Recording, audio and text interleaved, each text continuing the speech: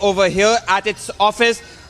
He was summoned last week also, but due to some personal reasons he could not come. So it is expected that he may be summoned again, and if required he would be confronted with K. Kavitha so that more evidences in this dairy excise liquor scam can be gathered by the Enforcement Directorate. Yesterday she was subjected to a grueling 11 hours of questioning, and following which K. Kavitha just went to her house. Today she would be briefing the media. What is she going to be saying about this? It is going to be interesting to see. But more importantly, again, there is going to be a very crucial day today, as Enforcement Directorate is all set to gather more evidences against the South Group, in which K. Kavitha is one of the main persons involved. Back to the studio. All right, Piyush as well as Tanisha reporting from New Delhi on this. Both of you, thank you for the moment, but we'll come back to you once K. Kavitha, of course, leaves the residence and heads to the Enforcement Directorate.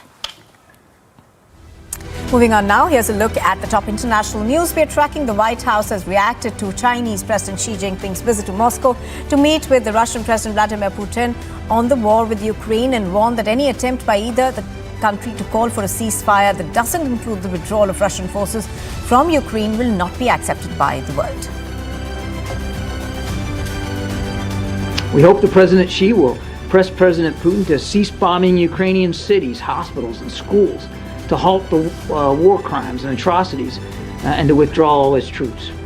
But we are concerned that instead, China will reiterate calls for a ceasefire that leaves Russian forces inside Ukraine's sovereign territory. Now, any ceasefire that does not address the removal of Russian forces from Ukraine would effectively ratify Russia's illegal conquests, enabling Russia to entrench its positions and then to restart the war at a more advantageous time for them. This would, the world should not be fooled by any tactical move by Russia, aided by China or any other country, to freeze the war on its terms without any viable pathway to restore Ukraine's sovereignty and territorial integrity. Ukraine's President Volodymyr Zelensky has announced a new aid package from Europe and the United States. European Union countries have endorsed a fast-track procedure aimed at providing Ukraine with sorely needed artillery shells to repel Russia's forces. A Russian representative walked out of the United Nations Human Rights Council meeting in Geneva ahead of a report accusing Moscow of committing war crimes in Ukraine.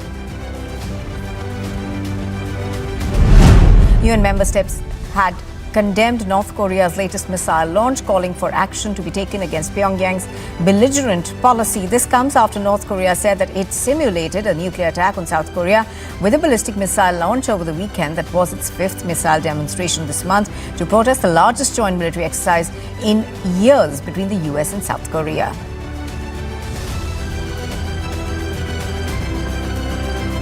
Which all of us here in the Council have been trapped is a negative action-in-action cycle. This Council has long failed to act in response to provocative actions by North Korea, and North Korea has taken advantage of the Council's silence and felt free to steadily proceed with its unlawful WMD programs.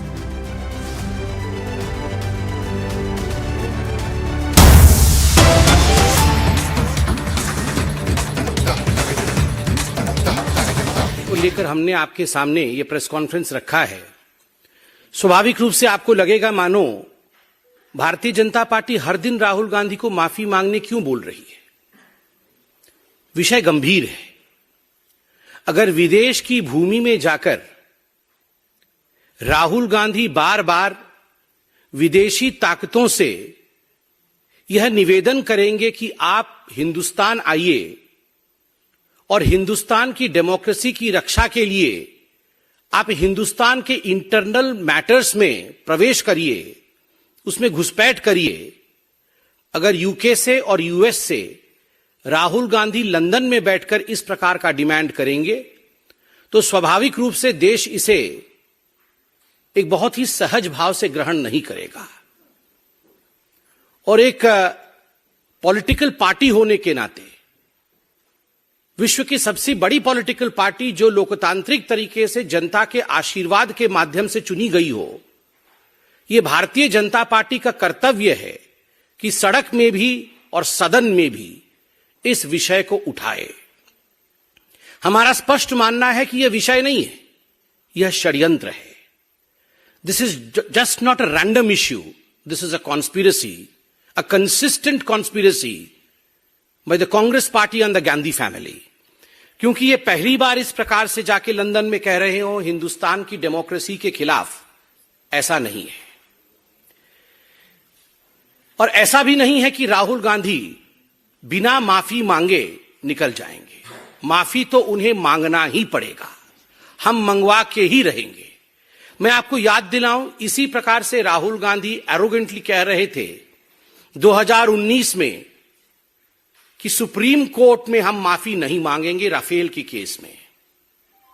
कान पकड़ करके मौखिक रूप से माफी मांगनी पड़ी। I am sorry, I regret. ये राहुल गांधी जी को हिंदुस्तान के सर्वोच्च न्यायालय सुप्रीम कोर्ट में कहना पड़ा और सुप्रीम कोर्ट के तत्कालीन सीजेआई उससे सेटिस्फाई नहीं हुए और उन्होंने कहा नहीं, केवल मौखिक रूप से कहने से कि आई रिग्रेट यह उचित नहीं होगा, आपको एक एफिडेविट सबमिट करके क्षमा याचना करनी होगी। और देश की राजनीति में राहुल गांधी वो नेता बने जिन्होंने लिखित रूप से एफिडेविट सबमिट करके सुप्रीम कोर्ट में कान पकड़ते हुए माफी मांगा कि मैंने झूठ बोला था, मैंने जनता के बीच में फरेब फैलाने की कोशिश की थी।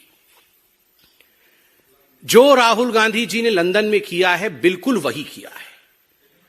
2019 में सुप्रीम कोर्ट में माफी मांगना पड़ा था और आज पार्लियामेंट में, सदन के पटल पे, संसद में माफी मांगना पड़ेगा।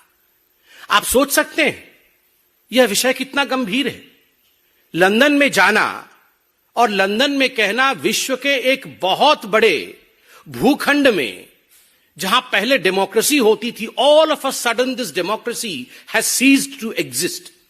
यह डेमोक्रेसी अब एग्जिस्ट नहीं करती है और इसलिए जो विश्व की शक्तियां हैं, जो डेमोक्रेसी की पहरेदार हैं, तथा कथित डेमोक्रेसी के पहरेदार हैं, the so called protectors of democracy, Europe and United States of America, why are they oblivious? ये शांत क्यों है, ये चुप क्यों है? Why don't they protect the democracy in India? मतलब this is an open invitation, ये एक खुला निमंत्रण है कि आप आइए और भारतवर्ष के आंतरिक लोकतंत्र में आप आके घुसपैठ करिए और आप हमें नेता बनाइए। What is the difference between Manishankar Iyer and Rahul Gandhi? ये मणिशंकर अय्यर और राहुल गांधी में क्या डिफरेंस है? मणिशंकर अय्यर पाकिस्तान जाते हैं और पाकिस्तान में आह्वान करते हैं कि हमें मोदी को हटाना होगा, हमें इस सरकार को गिराना होगा, आइए पाकिस्तान और हम कांग्रेस पार्टी मिलकर काम करेंगे।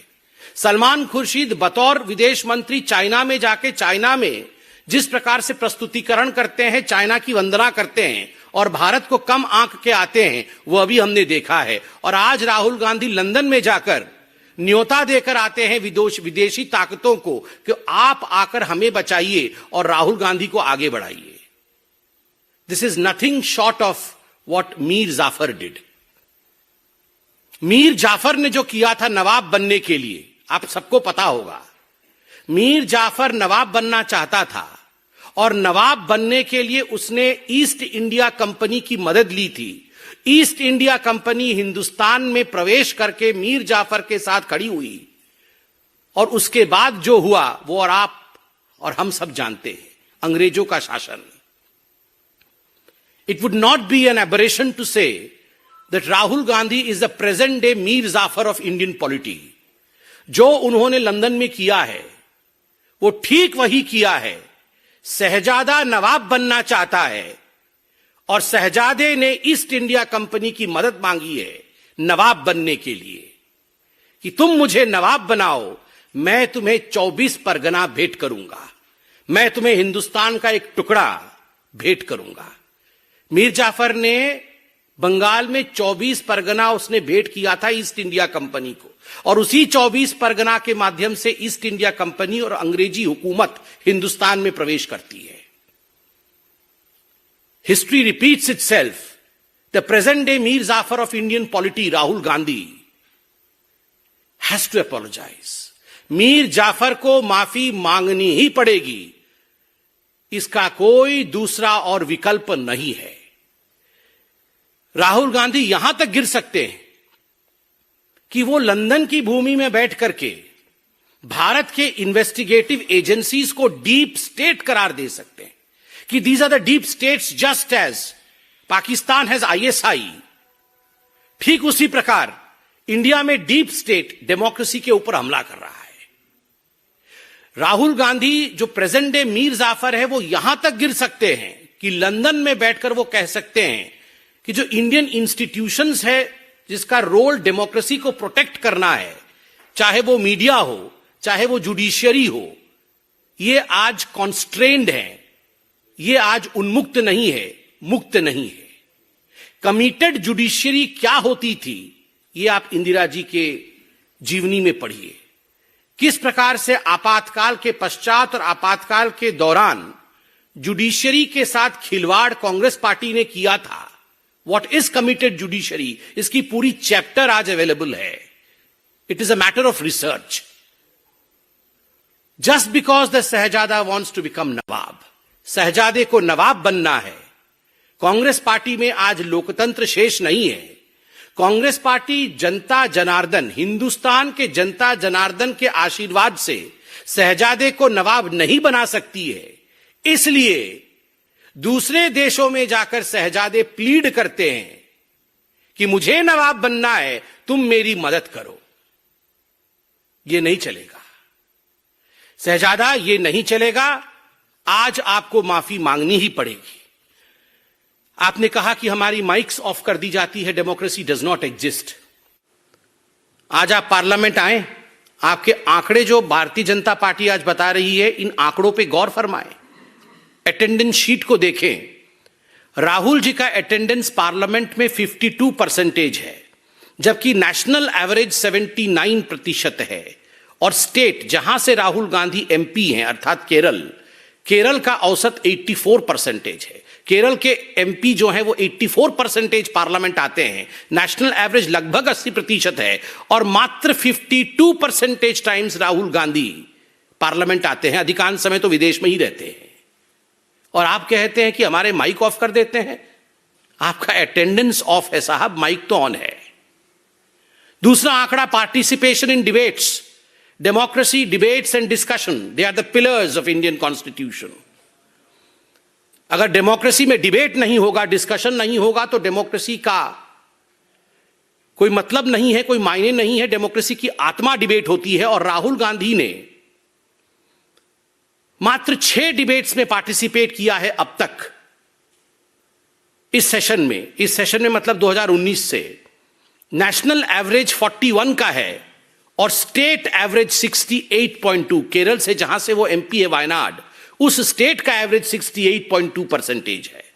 कितने सवाल राहुल गांधी जी ने पूछे हैं? सवाल तो आप विदेश की भूमि में पूछते हैं, पार्लियामेंट में कितने सवाल पूछे हैं? राहुल गांधी ने 2019 से 2023 तक मात्र 92 सवाल पूछे हैं, जबकि नेशनल एवरेज 163 की है और स्टेट एवरेज, केरल का एवरेज 216 की है। आप सवाल पूछते नहीं है because you don't have questions. एक ही टेप रिकॉर्डर है आपके पास, वही हर जगह चलाते हैं। आप डिबेट में, डिस्कशन में भाग लेते नहीं है because you have nothing to debate.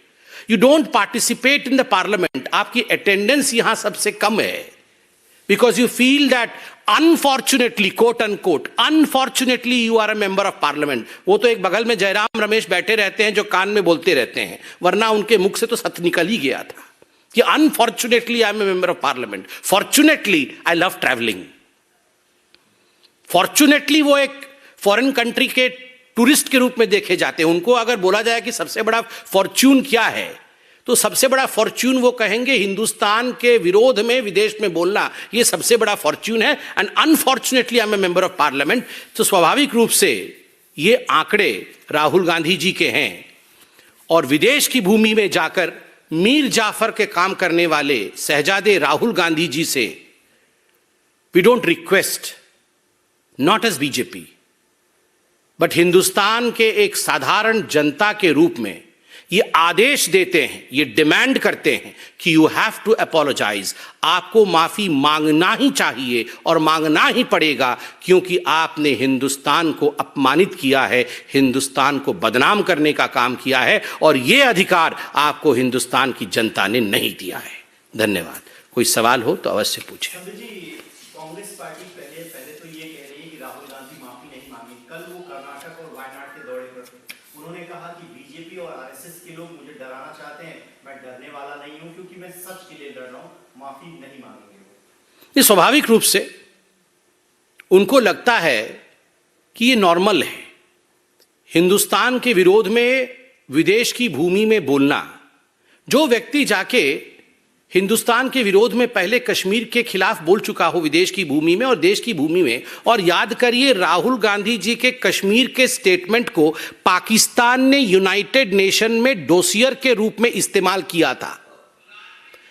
किस प्रकार से राहुल गांधी के स्टेटमेंट को पाकिस्तान ने अपने पहले सेंटेंस में कोट किया था और यूएन में डोसियर दिया था कि देखिए जो पाकिस्तान बोल रही है सच बोल रही है भारत के लिए, क्योंकि राहुल गांधी कह रहे हैं कि वहां पर लोकतंत्र नहीं। तो उस व्यक्ति से आप क्या एक्सपेक्ट कर रहे हैं? Are you expecting that he would like to apologise? उनके लिए तो यह बहुत ही नॉर्मल फिनोमिना है विदेश में जाकर देश के खिलाफ बोलना। Congress party has said that we will not apologize. Rahul will not apologize. BJP is demanding for his apology for what he has said on the foreign land. But in the end, we see that it's a parliament that is suffering. As soon as the session convenes, we see the adjournment. Opposition parties say we demand JPC and all. How exactly this deadlock will come to an end? See, as far as parliament, which is the epita, which is the center of democracy of India is concerned, it's the temple of Indian democracy, and of course in the temple of Indian democracy, the vibrancy of our democracy is felt. If an honorable member of parliament, of the same parliament, goes to a foreign destination and condemns the soul of Indian democracy, how do you believe Indian people and Indian parliament should react to it? The way that they are reacting today, by demanding a just apology. This is a just demand. And no member of parliament, however entitled that member of parliament may feel because of the surname, is allowed to demean India's democracy in a foreign land to the extent where they have demanded that there should be foreign intervention in protecting Indian democracy. This is demeaning, and there is nothing other than apology. That is Sambit Patra from the BJP over there asking for Rahul Gandhi to apologize. Now, we have seen the BJP continuously ask for Rahul Gandhi's apology, while the Congress party on its part has maintained that there is no question of an apology.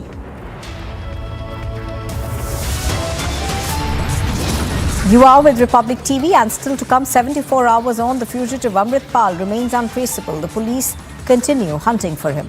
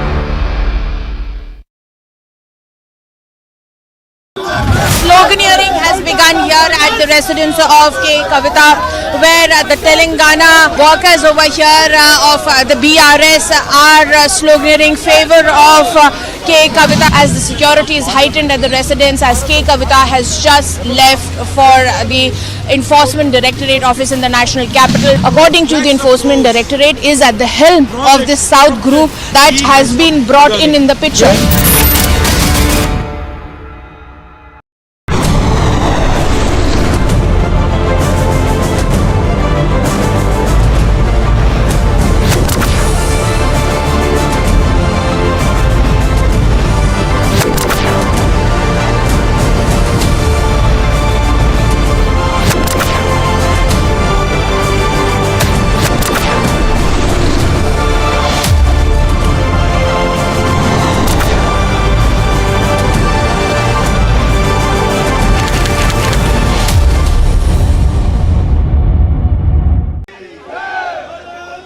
Group of protesters has arrived here right at the gate of the British High Commission, and you can see that how they all have Indian flags in their hand and are chanting the slogan. This is coming after the incident when we know that at the UK High Commission in the United Kingdom, the Indian flag was brought down by some pro-Khalistani supporters, and against that this massive protest is being staged at the gate of the... You're watching Republic TV, and Sambit Patra, of course, is continuing to demand an apology from Rahul Gandhi. The BJP has been saying that the Congress leader Rahul Gandhi must apologize on the floor of the House. So far, of course, an apology has not been forthcoming from the Congress or Rahul Gandhi.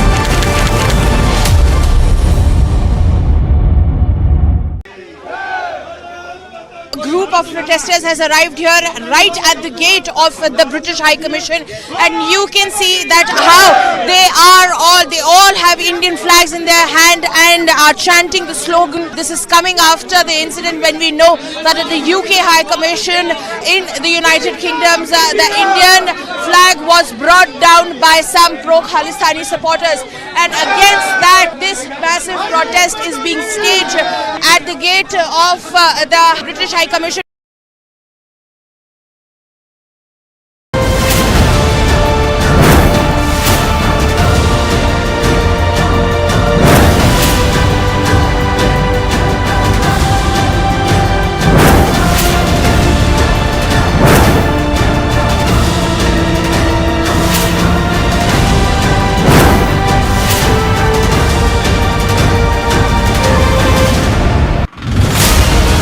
Prayagraj का ये रसूलाबाद इलाका, दोनों दुकानें मोहम्मद गुलाम की ही हैं। उसको तोड़ने का जो काम है वो यहाँ पर किया जा रहा है। इस पूरी इमारत को मोहम्मद गुलाम ने अवैध रूप से खड़ा किया।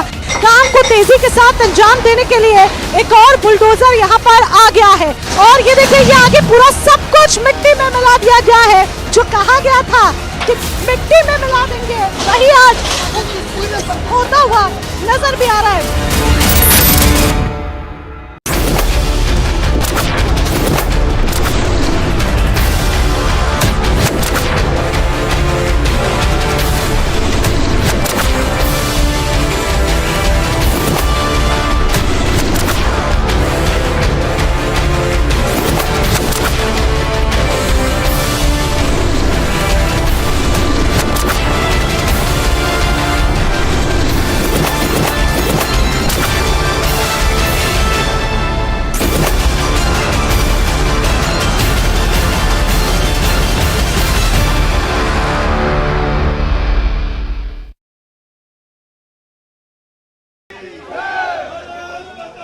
group of protesters has arrived here right at the gate of the British High Commission, and you can see that how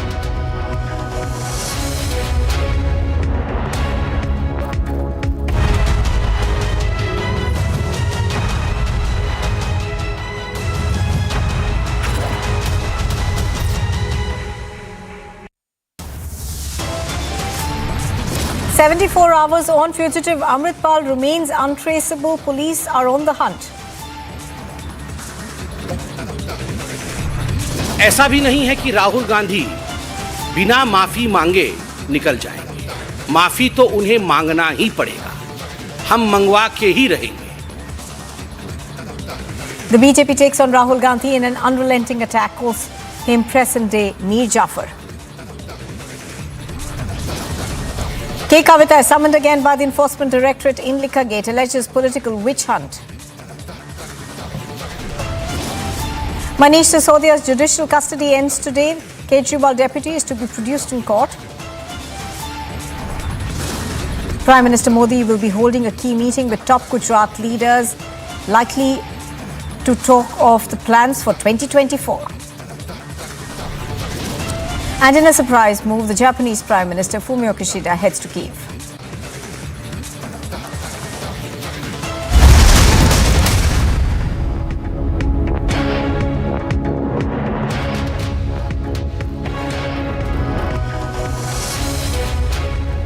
Good morning and welcome. You are watching live and breaking on Republic TV. I'm Nupur Talwar Suri. We are now getting in a big lead in Operation Amritpal. Internet services have been suspended in Taran, Firozpur, Moga, Ajnala, Amritsar, Sangrur, Mohali and the airport road till the 23rd of March. So basically what we are learning is that the suspension on internet as well as SMS services has been extended for the next 2 days.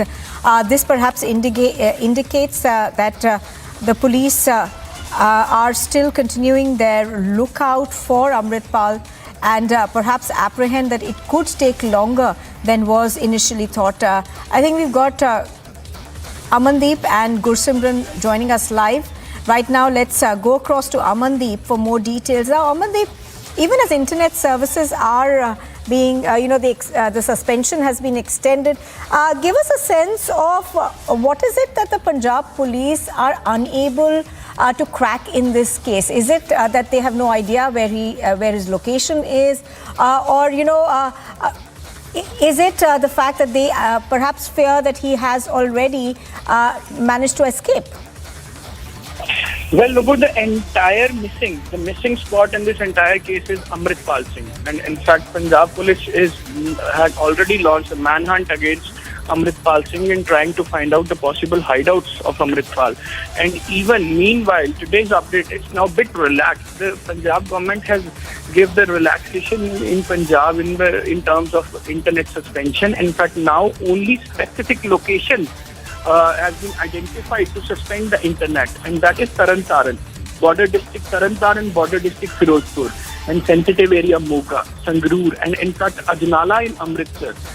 The internet has suspended not entirely in Amritsar but only at a specific location, Ajnala, and even YPS Chowk in Mohali and Airport Road in Mohali. These are the locations where these protesters or where the members of Waris Punjab, they are active, and in fact these are the locations where this sensitivity is still prevailing, and rest of the Punjab has been relaxed from the suspension of the internet. Internet services are going to resume by 12 noon today itself, and in these specific areas the internet remains suspended till 23rd of March, 12 noon.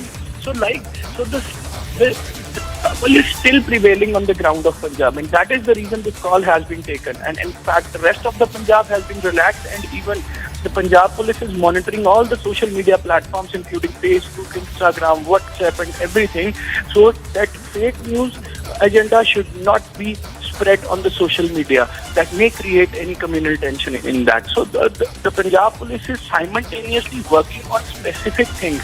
Number one, they are hunting for Amritpal Singh. Number two, they are trying to maintain the law and order situation on ground by pushing maximum force along with the paramilitary. Number three, they are simultaneously monitoring the social media platforms to avoid any kind of fake news and fake information on the social media regarding Amritpal.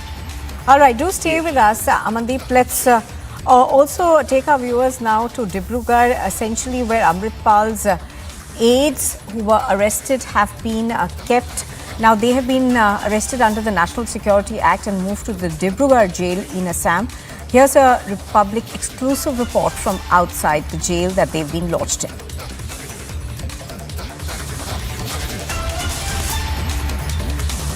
कुछ और खालिस्तानी समर्थकों को डिब्रूगढ़ लाया गया है। कुछ ही समय पहले डिब्रूगढ़ के सेंट्रल जेल में लाया गया है।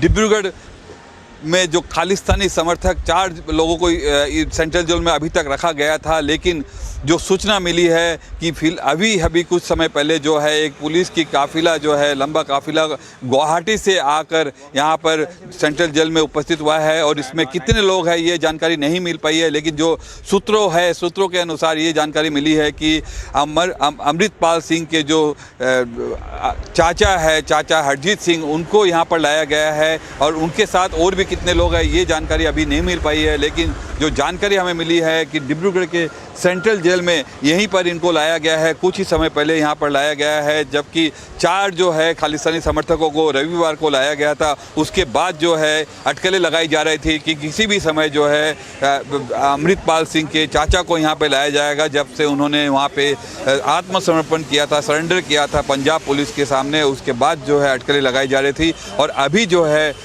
यहाँ पर सुबह इनको यहाँ पर लाया गया है। हालांकि और भी कुछ लोगों को लाए जाने की संभावना व्यक्त की जा रही है। कुछ ही समय बाद डिब्रूगढ़ के मोहनबड़ी विमानबंदर में, मोहनबड़ी एयरपोर्ट पर भी कुछ लोगों को लाए जाने की सूचना है, जबकि अमृतपाल सिंह के चाचा हरजीत सिंह को लाया गया है और गुवाहाटी तक हो सकता है उनको विमान से लाया गया हो। उसके बाद जो है सड़क से ही उनको लाया गया है, जो सड़क यात्रा से ही उनको करके लाया गया है। और अभी जो है अमृतपाल सिंह के चाचा हरजीत सिंह भी डिब्रूगढ़ सेंट्रल जेल के यहाँ पर कब्जे में है।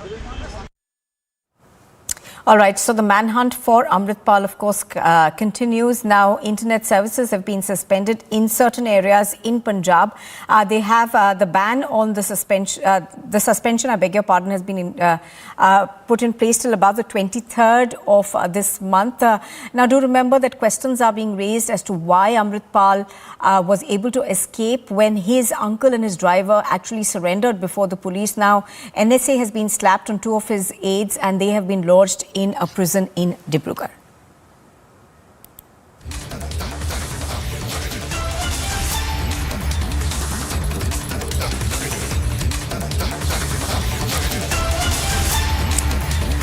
Now, even as the hunt for the Khalistani leader Amritpal Singh enters its 4th day, his uncle Harjeet Singh was flown to Dibrugarh and on the left-hand side of your screen are the pictures of the Mercedes that was actually essentially seized by the police. Now, this is the car in which he actually fled. Thereafter, his uncle and the driver actually surrendered before the police. However, the police were unable to track down Amritpal Singh. Now, this operation, of course, did involve the centre as well as the Punjab police working in tandem together to try and arrest Amritpal Singh.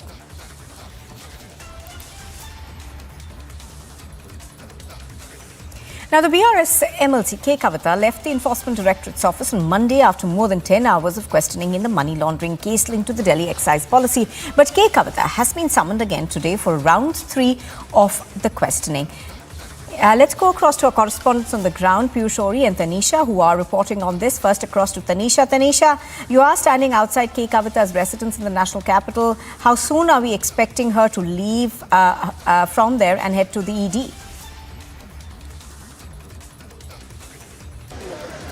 Well, Nupur, the expected time was around 10 a.m. is what we are getting to know. So it's already 10 minutes to 10 and in just some moments from now she'll be outside, because remember 11 a.m. is when she has been summoned by the Enforcement Directorate. 11 a.m. is when the questioning will start, and the ED office is just about a few kilometers from her residence. So in just about 10 to 15 minutes from now is when the BRS MLC will come out of her residence, will address the media and then straight away head to the ED office. Like I said, ED office is just about few kilometers. 11 a.m. is when the questioning starts, and it's day 3 of the the questioning, Nupur. And it remains to be a very, very crucial day because today is also when YSRC MP Manguda Reddy will be summoned, has been issued summons by the Enforcement Directorate. Remember, he was issued summons earlier as well, but he avoided that. He skipped that, citing some personal reasons. However, he will today appear before the Enforcement Directorate. And as far as we could gather from our sources, what we know is that the BRS MLC K. Kavitha and YSRC MP Manguda Reddy will be confronted with each other.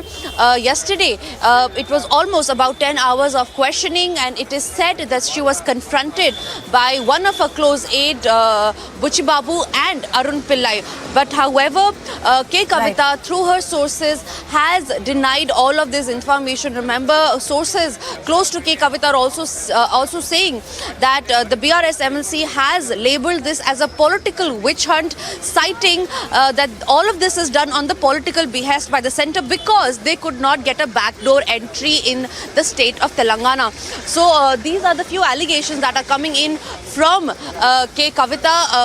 As we are seeing, supporters have started gathering in. The security has been heightened, and as the atmosphere looks like, in just some moments from now, few minutes from now, is when the BRS MLC will come out of her residence and head to the ED office. All right, and we're also later, perhaps, Tanisha, expecting her to make a statement to the media, but I'm going to come back to you on that one. Let me go across to Piyush Ori right now.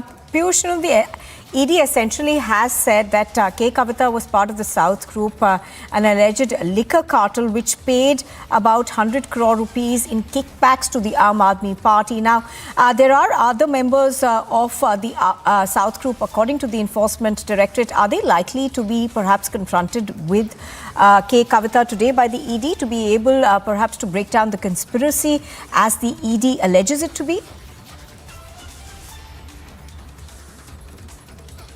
So yes, Nupur, you rightly mentioned about the whitening of the probe by the Enforcement Directorate in this Delhi excise liquor scam. In fact, so far, there have been 12 arrests that have been made by the Enforcement Directorate as far as the Delhi excise liquor scam is concerned. It also includes the former Deputy Chief Minister Manish Sisodia. Now, the main focus of the Enforcement Directorate is to ascertain the role of South Group in this entire Delhi excise liquor scam, in which K. Kavitha, who is the daughter of Telangana Chief Minister KCR, is coming out to be one of the most important persons. And thereby, the Enforcement Directorate is trying to question her role and her significance in this entire South Group. Yesterday, as what we were told, is that she was made to confront with Arun Ramachandra Pillai, and this came after a lot of difficulties. This after there were 2 rounds of confrontation, as what we were told, happened between K. Kavitha and Arun Ramachandra Pillai, despite several hesitations of Arun Ramachandra Pillai to do so. Today also, it is expected that K. Kavitha would be made to confront with several accused involved in this case, because the major objective of Enforcement Directorate is to ascertain the role of South Group in this Delhi excise liquor scam, and also understand the kickbacks that was paid by this South Group lobby to Aam Aadmi Party through Vijay Nair. So yes, today again a very important day. Back to you in the studio. All right, Piyush and Tanisha reporting on this. Thank you for the moment, both of you, for joining us. We'll come back to you when the story moves forwards.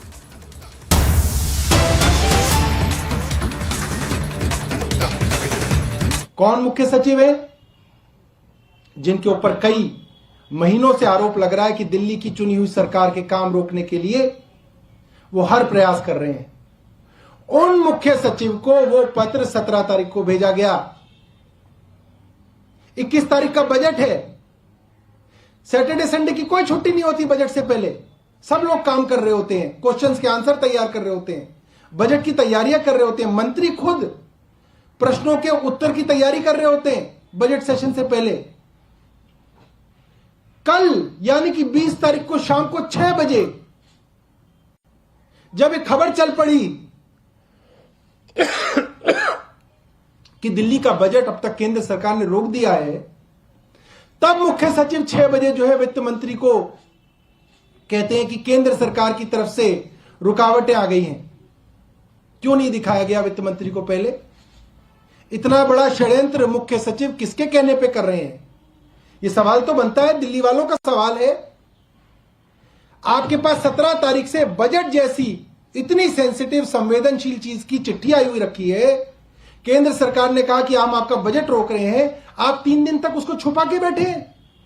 किसके मुख्य सचिव हैं आप? दिल्ली के मुख्य सचिव हैं या दुश्मन हैं आप दिल्ली के? यह काम कोई मुख्य सचिव कैसे कर सकता है किसी राज्य के अंदर?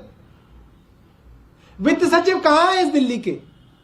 दिल्ली का बजट पेश नहीं हो रहा, केंद्र सरकार ने कहा रोक दिया, वित्त सचिव मुख्य सचिव घर बैठे हैं, छुपा के बैठे हैं, षड्यंत्र कर रहे हैं सरकार के खिलाफ।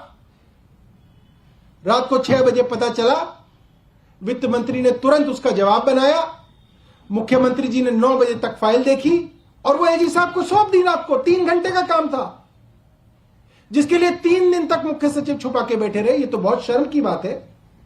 यह केंद्र के इशारे के बिना तो संभव नहीं है। नहीं तो मैं केंद्र सरकार से कहता हूं कि आप निकालिए मुख्य सचिव और वित्त सचिव को आज। मतलब ये तो देशद्रोह से भी बड़ी चीज है। इससे बड़ा देशद्रोह क्या होगा कि आप एक राज्य के खिलाफ इतना बड़ा षड्यंत्र कर रहे हैं। और ये तो साफ है, इसके अंदर तो कोई इन्वेस्टिगेशन की जरूरत नहीं है, कोई जानकारी की जरूरत नहीं, तो साफ है। केंद्र सरकार ना मुख्य सचिव को निकालेगी ना वित्त सचिव को निकालेगी।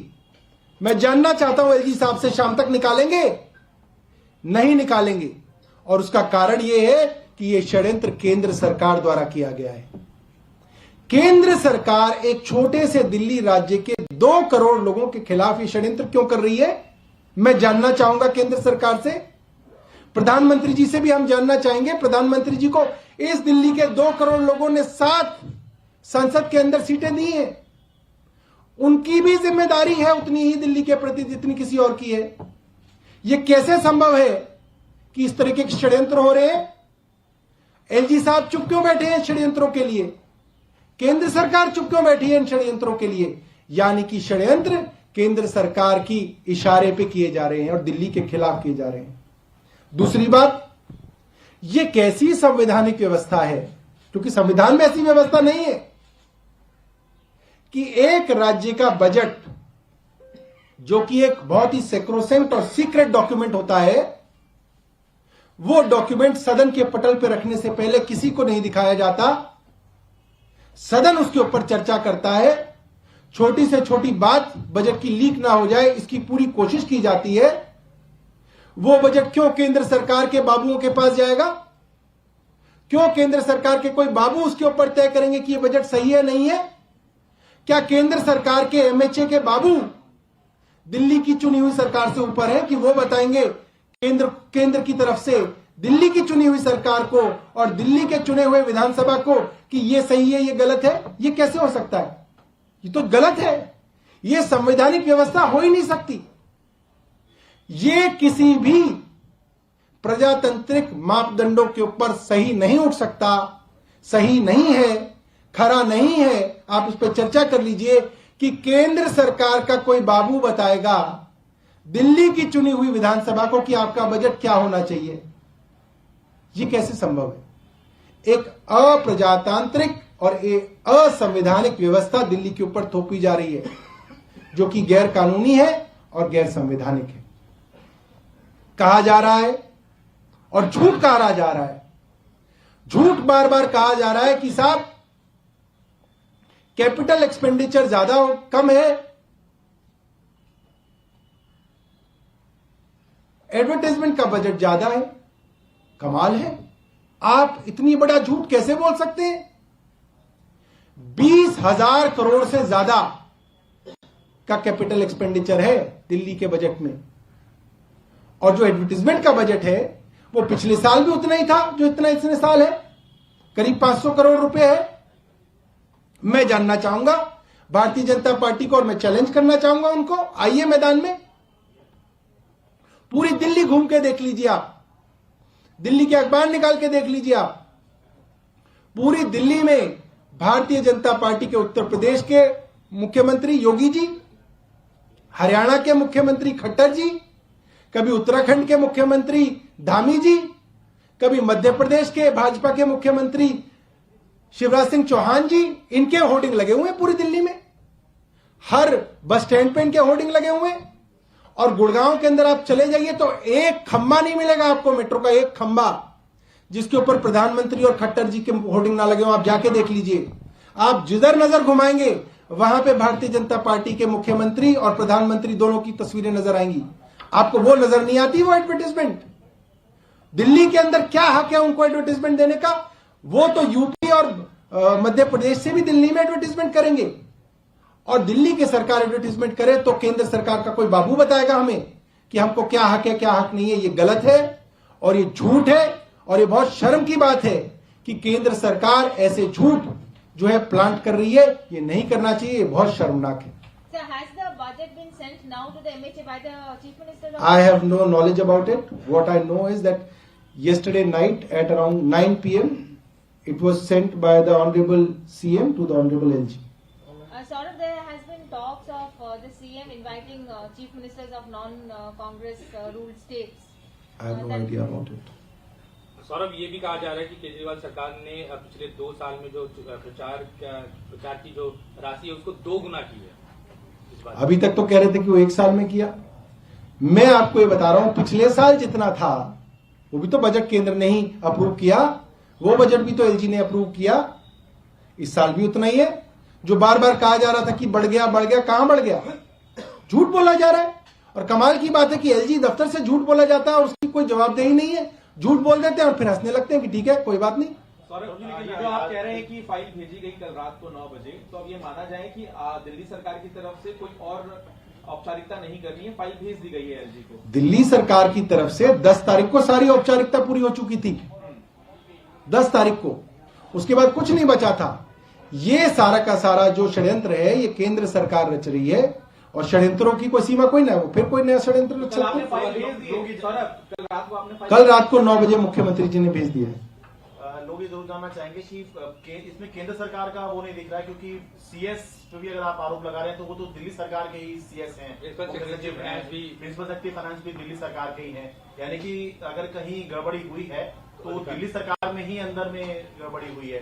दिल्ली सरकार के मुख्य सचिव हों या वित्त सचिव हों, ये सब केंद्र सरकार द्वारा लगाए जाते हैं, केंद्र सरकार द्वारा हटाए जाते हैं। केंद्र सरकार ही इनके ऊपर कार्रवाई कर सकती है। केंद्र सरकार ही इनको जो है यहां से हटा के अंडमान निकोबार भेज सकती है। ये दिल्ली सरकार के हाथ में नहीं है। ये सारे अफसर, कौन अफसर क्या काम करेगा, अच्छा करेगा बुरा करेगा, सब केंद्र सरकार और एलजी जो है इसको देखते हैं। इसीलिए केंद्र सरकार के इशारे पे पूरा का पूरा काम होता है।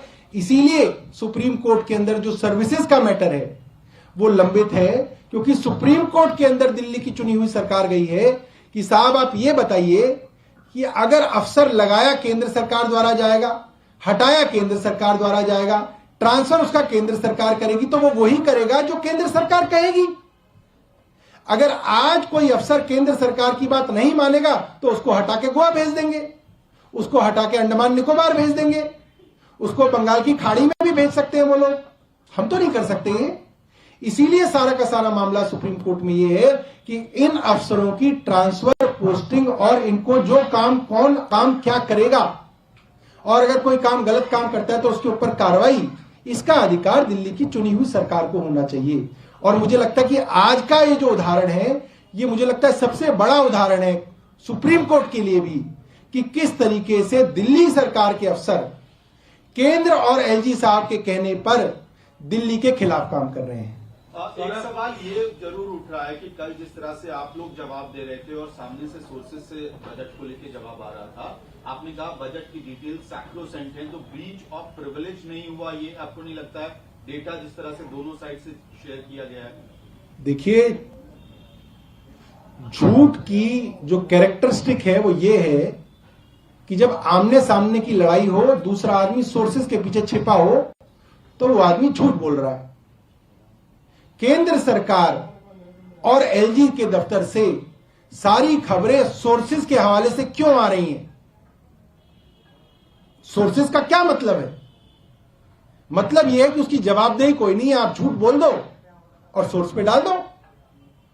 दिल्ली सरकार की तरफ से वित्त मंत्री ट्वीट कर रहे हैं अपनी स्टेटमेंट खुद अपने हैंडल से, मुख्यमंत्री अपने हैंडल से ट्वीट करके कह रहे हैं कि ये सच्चाई है।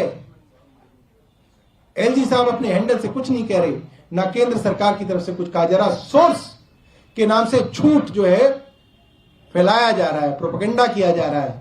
ये एलजी साहब के दफ्तर को शोभा नहीं देता और ये ब्रीच ऑफ प्रिविलेज है।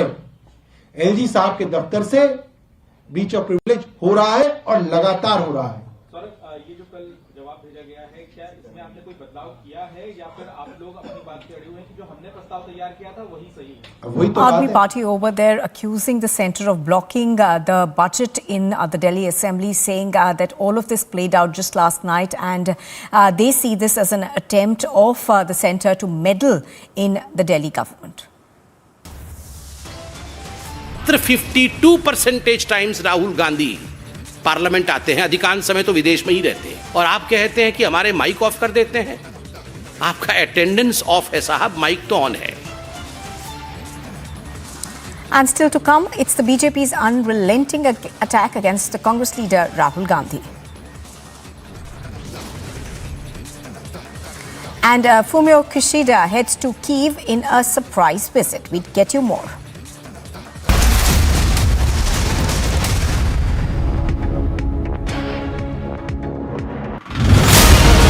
प्रयागराज का ये रसूलाबाद इलाका, दोनों दुकानें मोहम्मद गुलाम की ही हैं। उसको तोड़ने का जो काम है वो यहाँ पर किया जा रहा है। इस पूरी इमारत को मोहम्मद गुलाम ने अवैध रूप से खड़ा किया। काम को तेजी के साथ अंजाम देने के लिए एक और बुलडोजर यहाँ पर आ गया है और ये देखिए, ये आगे पूरा सब कुछ मिट्टी में मिला दिया गया है। जो कहा गया था कि मिट्टी में मिला देंगे, वही आज होता हुआ नजर भी आ रहा है।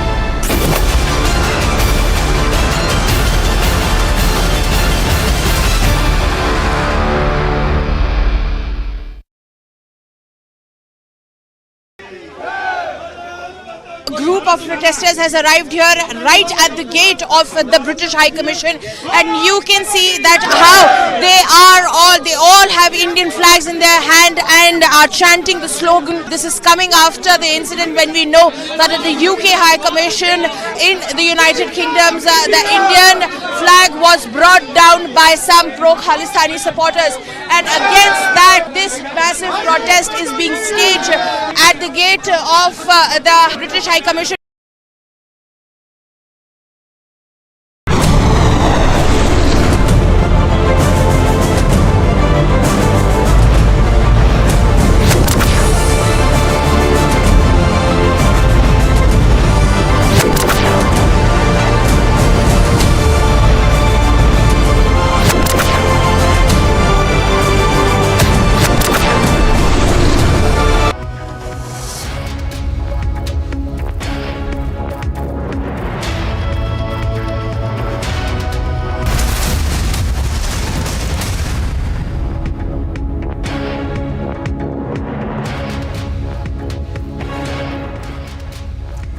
Hello and welcome. You're watching Live in Breaking on Republic TV. The time is 10:30. Let's take a look at the top stories we're tracking at the start in the headlines. 74 hours on, fugitive Amritpal remains untraceable. Police on the hunt.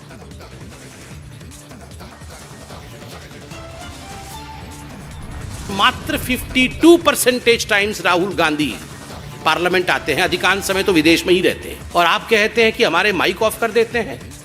आपका attendance of है साहब, mic तो on है।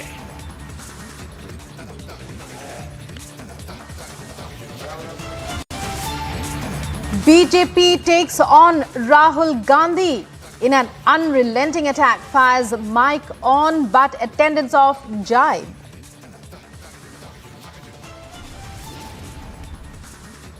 Kavitha summoned again by the ED in Liquorgate alleges political witch hunt.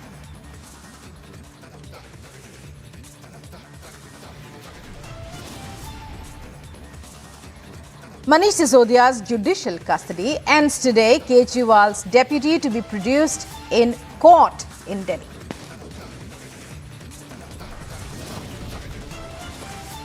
Mega face-off over Delhi budget. Aam Aadmi Party hits out claims conspiracy by the centre.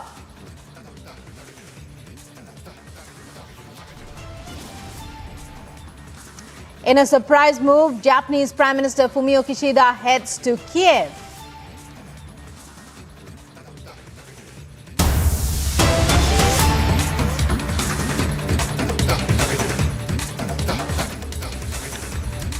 And we are getting you breaking news right now. Indian consulate in just a day after the Indian consulate in San Francisco is targeted by Khalistani radicals. The White House now condemns the attack on the Indian consulate. And this is breaking news that we are getting right now from the United States. Condemnation on the part of the White House. There was an attack on the Indian consulate in San Francisco yesterday. The doors were broken, windows were broken, and graffiti is written on its wall. Is the president aware about it? And I haven't seen any action being taken by the San Francisco police yet. We certainly condemn that vandalism. It's just absolutely unacceptable. The State Department's diplomatic security service is working with local authorities. I can't speak for the San Francisco police, but I can say that the diplomatic security service is working with local authorities to properly investigate, and obviously State Department is going to be working from an infrastructure perspective to repair the damage, but it's unacceptable.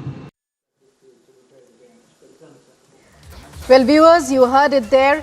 White House spokesperson condemning the attack on the Indian consulate in San Francisco by Khalistani radicals yesterday.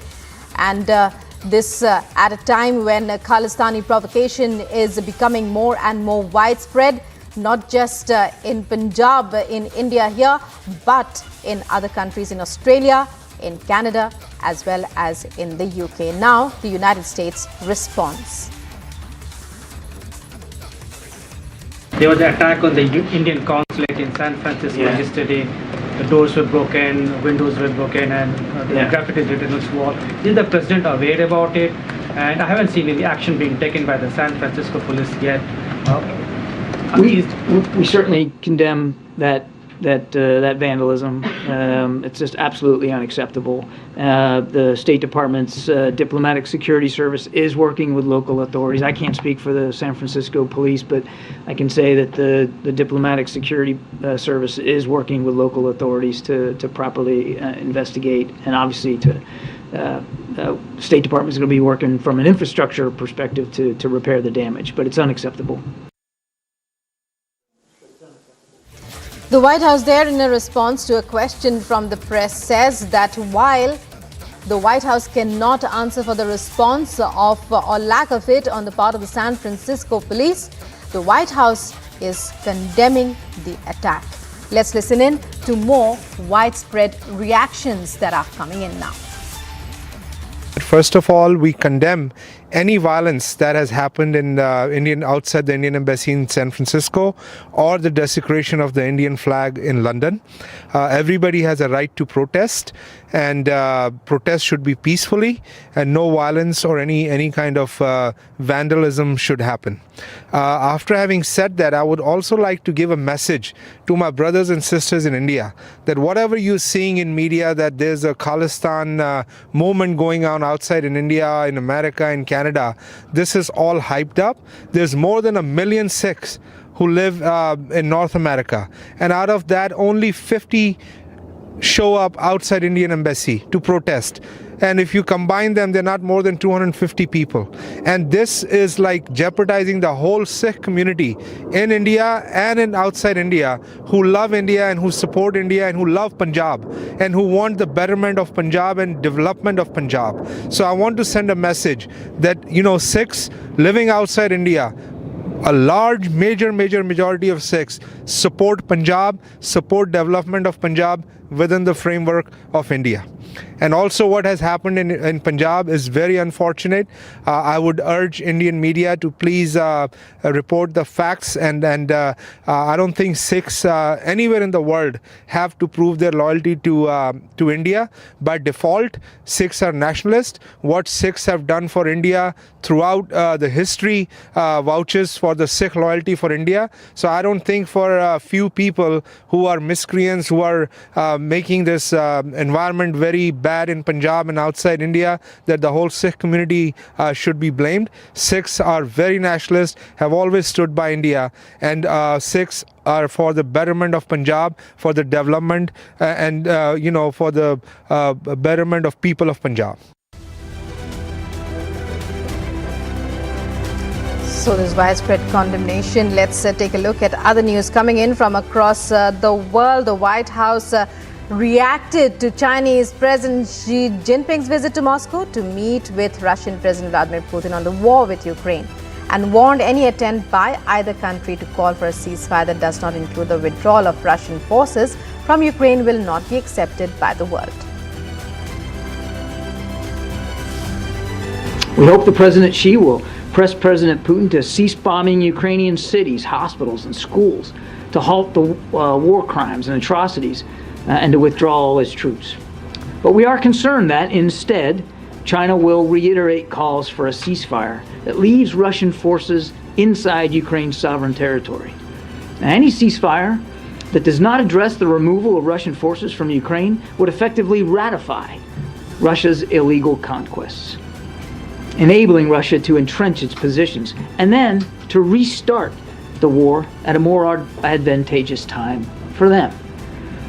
This would, the world should not be fooled by any tactical move by Russia, aided by China or any other country, to freeze the war on its terms without any viable pathway to restore Ukraine's sovereignty and territorial integrity. Ukraine's President Volodymyr Zelensky announces new aid packages from Europe and the United States. European Union countries have endorsed a fast-track procedure aimed at providing Ukraine with sorely needed artillery shells to repel Russia's forces.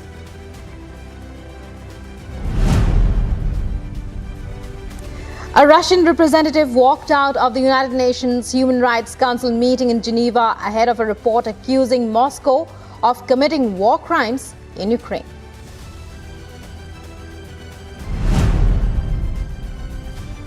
UN member states condemn North Korea's latest missile launch, calling for action to be taken against Pyongyang's belligerent policy.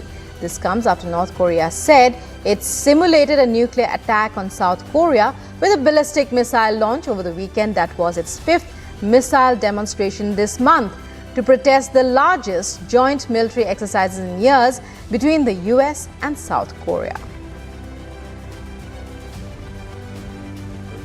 The only vicious circle in which all of us here in the Council have been trapped is a negative action-inaction cycle.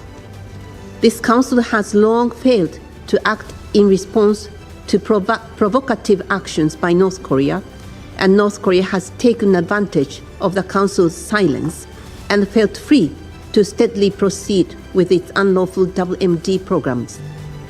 It is high time to end this negative action-inaction cycle.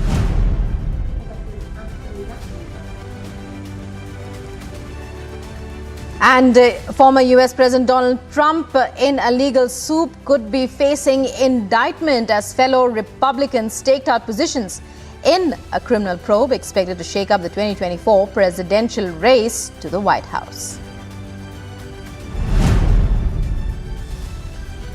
A small group of protesters gathered at a park across the street from a court where New York prosecutors wrapped up their probe into whether former US President Donald Trump was engaged in an illegal hush money scheme.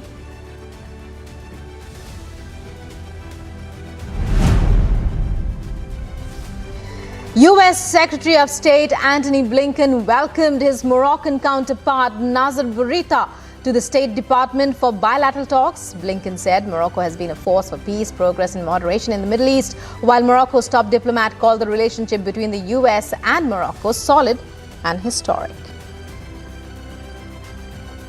We have a long-standing, historic and steadfast partnership with Morocco, which has been such an important force for stability, for peace, for progress, and moderation, something that we deeply value and appreciate. We are working together in so many different areas. We have our upcoming African Lion exercises that you'll be hosting. Groups of angry demonstrators took to Paris's streets in the wake of the adoption by Parliament of a divisive pension bill after lawmakers in the lower chamber rejected 2 no-confidence votes against the government. Several hundred people walked through central Paris as bins and plastic bags were set on fire, while some called for the resignation of French President Emmanuel Macron.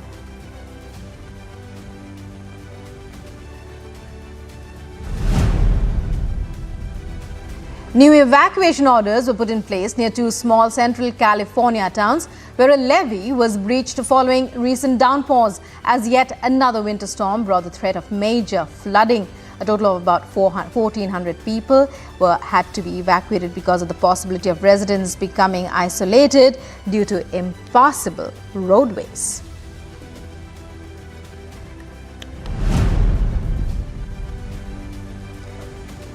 Thousands of people celebrated Nowruz, or the Kurdish New Year, in the semi-autonomous Kurdish region in northern Iraq. The festival is celebrated by Kurds in Iraq, Iran, Turkey and Syria.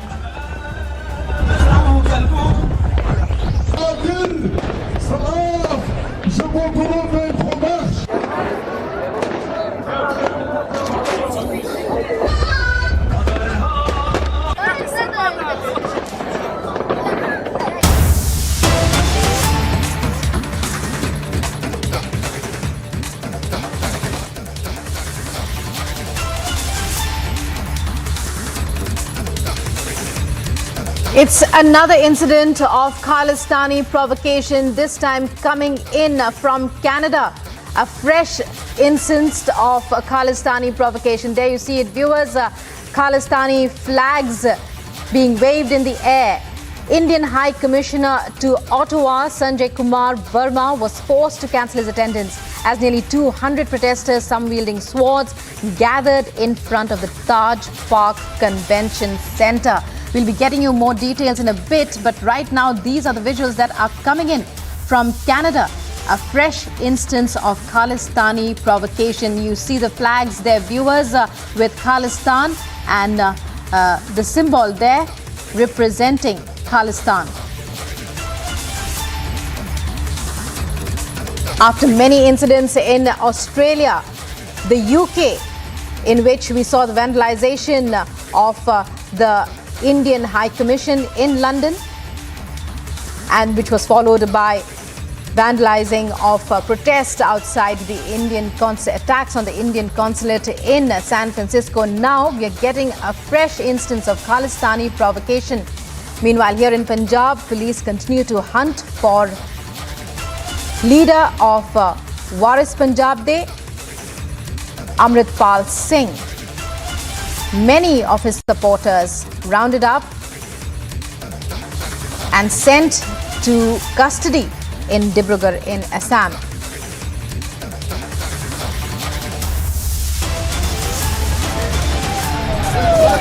Now we are seeing that massive ruckus has broken out over here, even as my video journalist is getting in visuals of the leader of the opposition in assembly, Mr. Siddaramaiah, where the Congress workers from Kolar are going on to get off him, stating that he should be contesting from Kolar as well. So we will have to go on and understand. Now look at it, that the convoy of Siddaramaiah along with the security are facing a massive problem out here to be going as well. So this is something which needs to be understood, because so far now the leader of the opposition has not gone on to give a concrete response, because initially the talks were held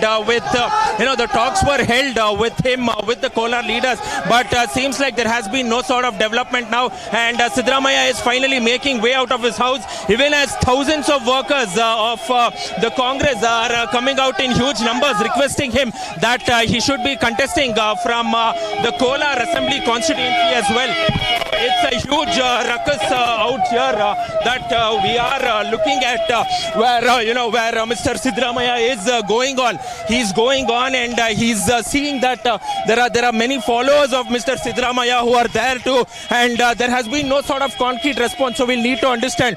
Sir, will you be contesting from Kolar?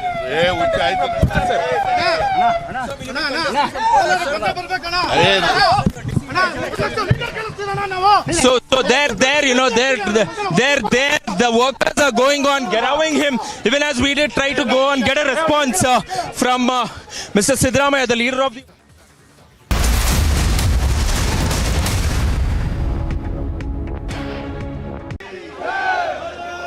A group of protesters has arrived here right at the gate of the British High Commission, and you can see that how they all have Indian flags in their hand and are chanting the slogan. This is coming after the incident when we know that at the UK High Commission in the United Kingdom, the Indian flag was brought down by some pro-Khalistani supporters, and against that this massive protest is being staged at the gate of the British High Commission.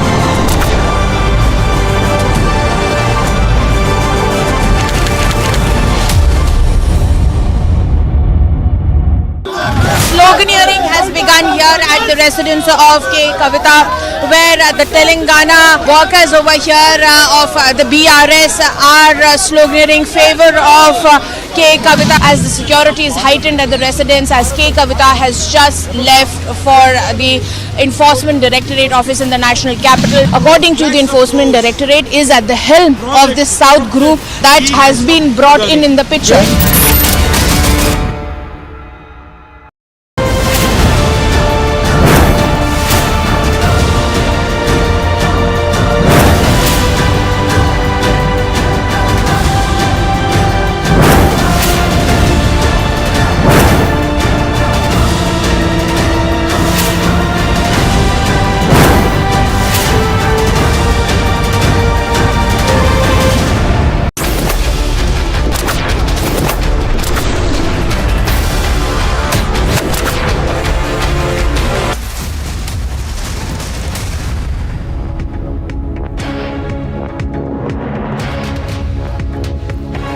Welcome back. You're watching Live and Breaking on Republic. Well, we are bringing you breaking news from down south in Bengaluru. Thousands of Congress workers were seen rushing into Siddaramaiah's residence here.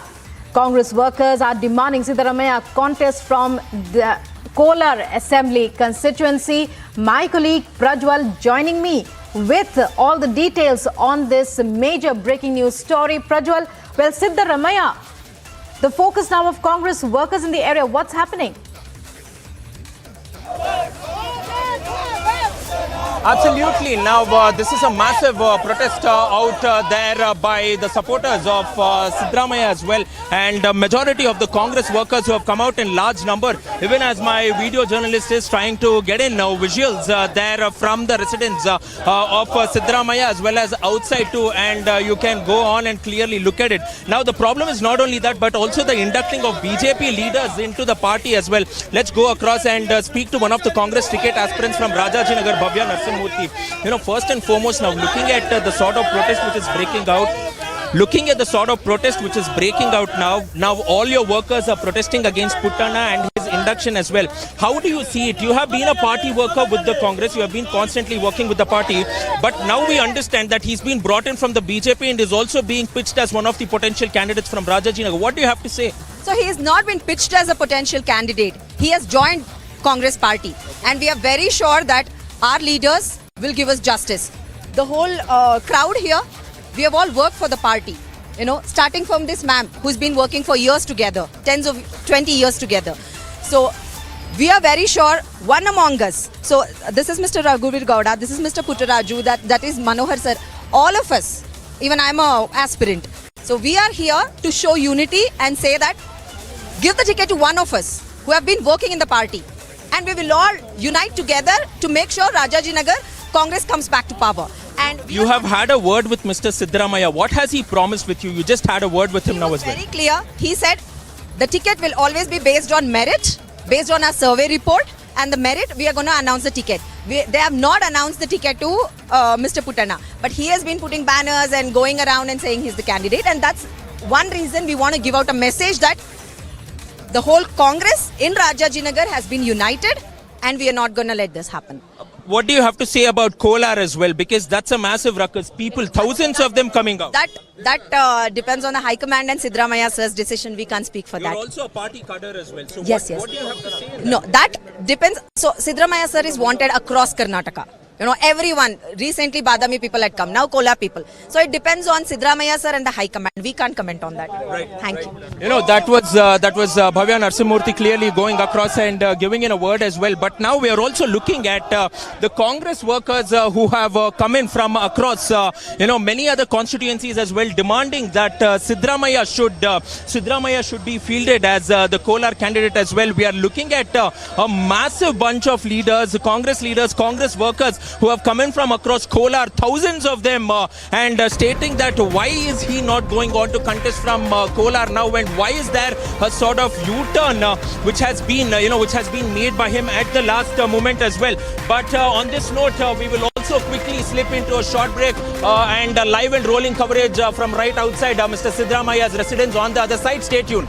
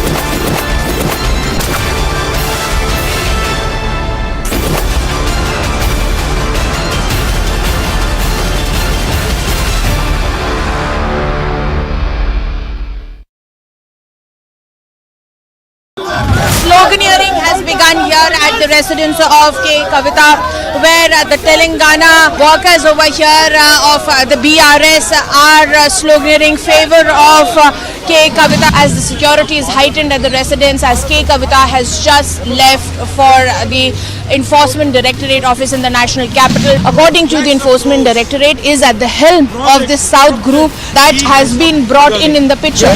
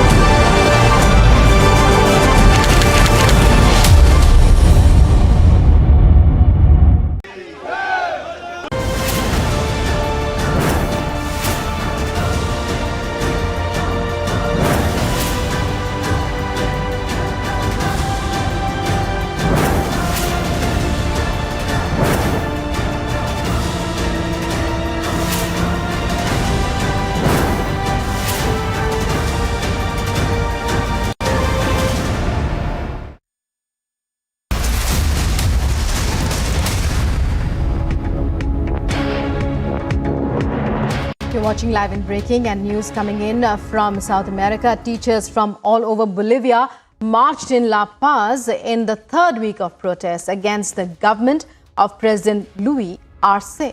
Here's a report.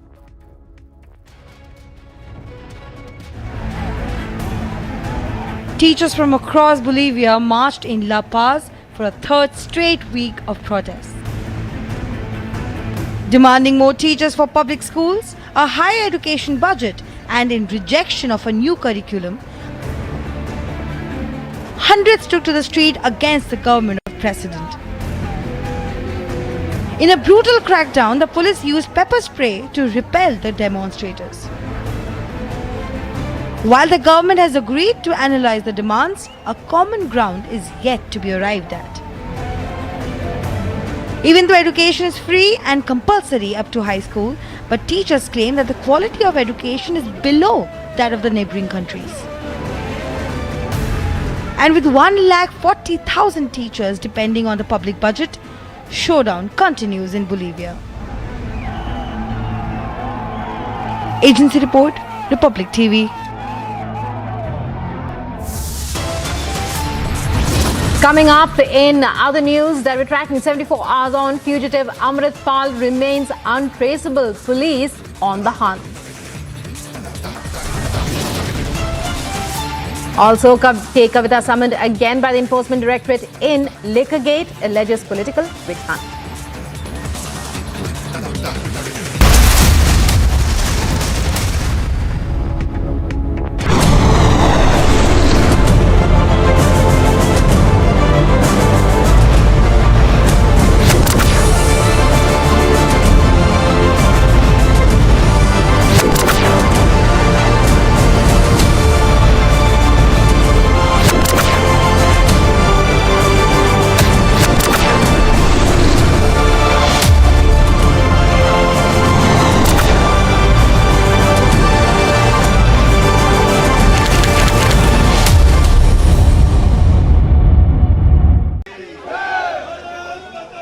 Of protesters has arrived here right at the gate of the British High Commission, and you can see that how they all have Indian flags in their hand and are chanting the slogan. This is coming after the incident when we know that at the UK High Commission in the United Kingdom, the Indian flag was brought down by some pro-Khalistani supporters, and against that this massive protest is being staged at the gate of the British High Commission.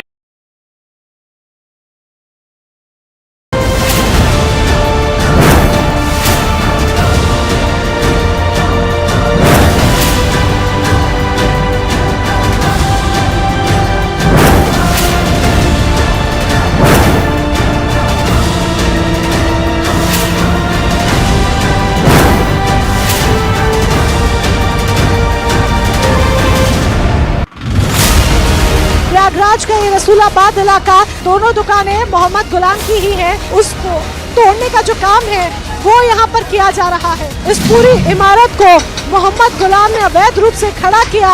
काम को तेजी के साथ अंजाम देने के लिए एक और बुलडोजर यहाँ पर आ गया है, और ये देखिए ये आगे पूरा सब कुछ मिट्टी में मिला दिया गया है। जो कहा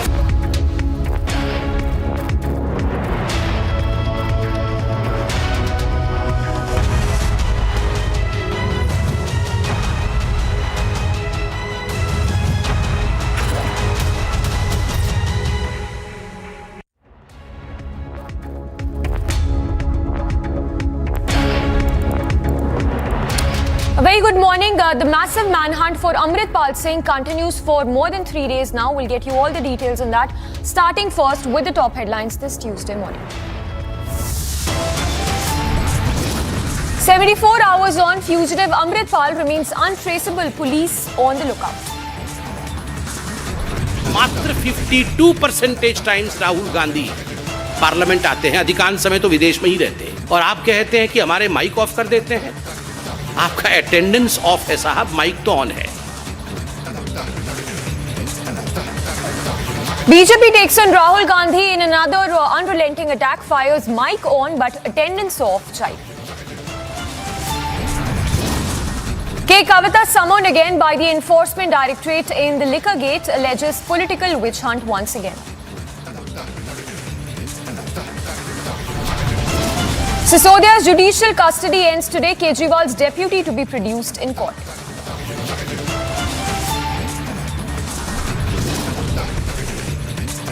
Mega face-off over Delhi budget. AAP hits out, claims conspiracy by the centre. In a surprise move, Japanese Prime Minister Fumio Kishida now heads to Kiev.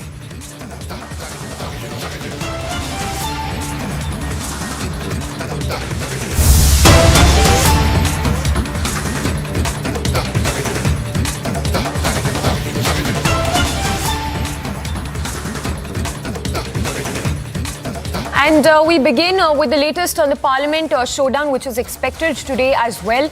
Now, just ahead of the Parliament session, the opposition again held a key meeting, which was not attended by the TMC. Meanwhile, we're given to understand that the TMC would be holding a protest at Vijay Chowk at 11:30 this morning. The visuals there on your screens coming in from Kharge's office at this hour, the opposition meeting that was held just ahead of that Parliament session. In fact, let's cut across to the session that has now begun in the Parliament. Question number 2A2. Mahoday. Sir.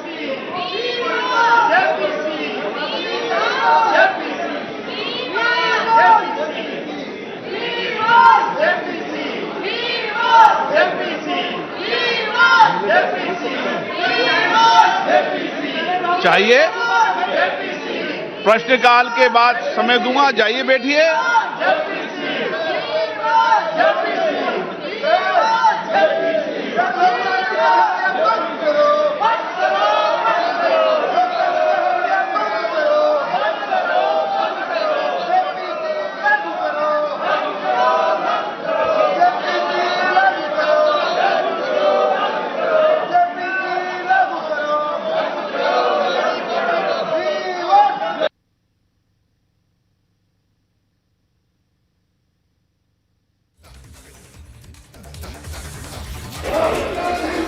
(2A) in today's revised list of business. Shri V. Muralidharan. Mr. Chairman, sir.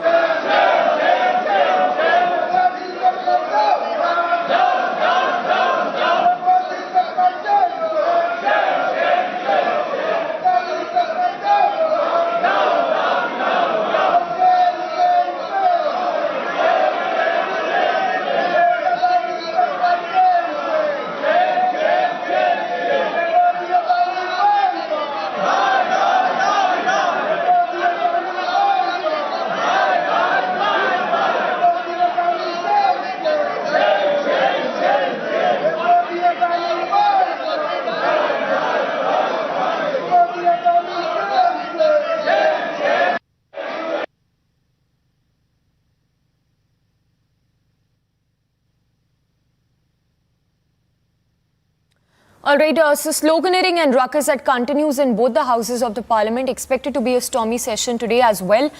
In fact, earlier today, Sambit Patra, while addressing the press conference, again reiterated Centre's stand, saying that Rahul Gandhi must apologize for his remarks in UK. So while we speak, slogans and ruckus continues inside the Parliament, with the opposition maintaining that it seeks a JPC inquiry into the Adani Hindenburg report.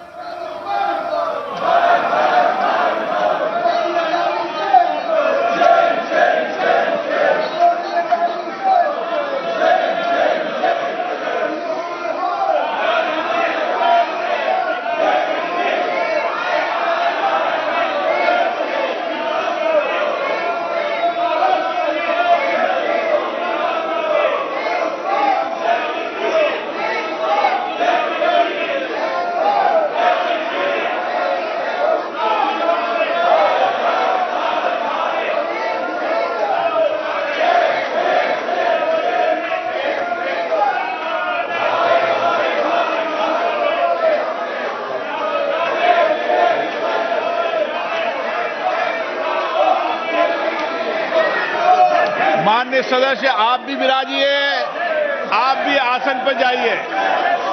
माननीय सदस्य, आप भी विराजिए, आप भी आसन पर जाइए।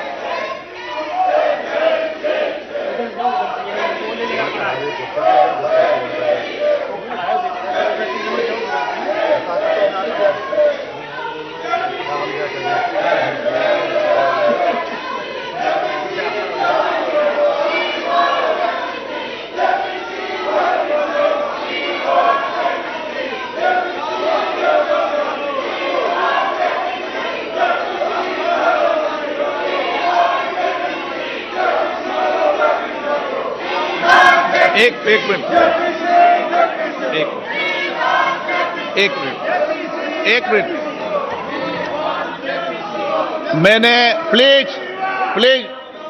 मैंने कल भी सभी दलों के नेताओं से व्यक्तिगत आग्रह भी किया था। सदन के माध्यम से पुनः आग्रह करना चाहता हूं, सदन चले। सब बजट सत्र महत्वपूर्ण सत्र है, सबको बोलने का मौका देंगे।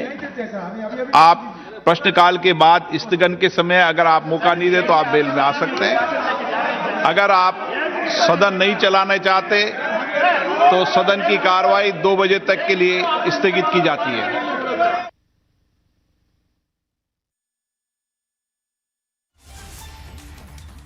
सरकार द्वारा अंतिम की गई कार्रवाई को दर्शाने वाले 4 अंतिम की गई कार्रवाई विवरण हिंदी व अंग्रेजी में सभा पटल पर रखता हूं। नंबर 1, औषध विभाग से संबंधित कोविड प्रबंधन के हेतु औषधियों एवं चिकित्सा उपकरणों की उपलब्धता के बारे में समिति के 31वें प्रतिवेदन में अंतर्विष्ट सिफारिशों एवं संबंधित 35वीं की गई कार्रवाई प्रतिवेदन। Number 2। All right, so Lok Sabha having been adjourned for the day, this of course after that sloganeering and ruckus which continued today as well. So while the speaker tried to maintain the decorum in the house, the opposition continued with the sloganeering inside the parliament.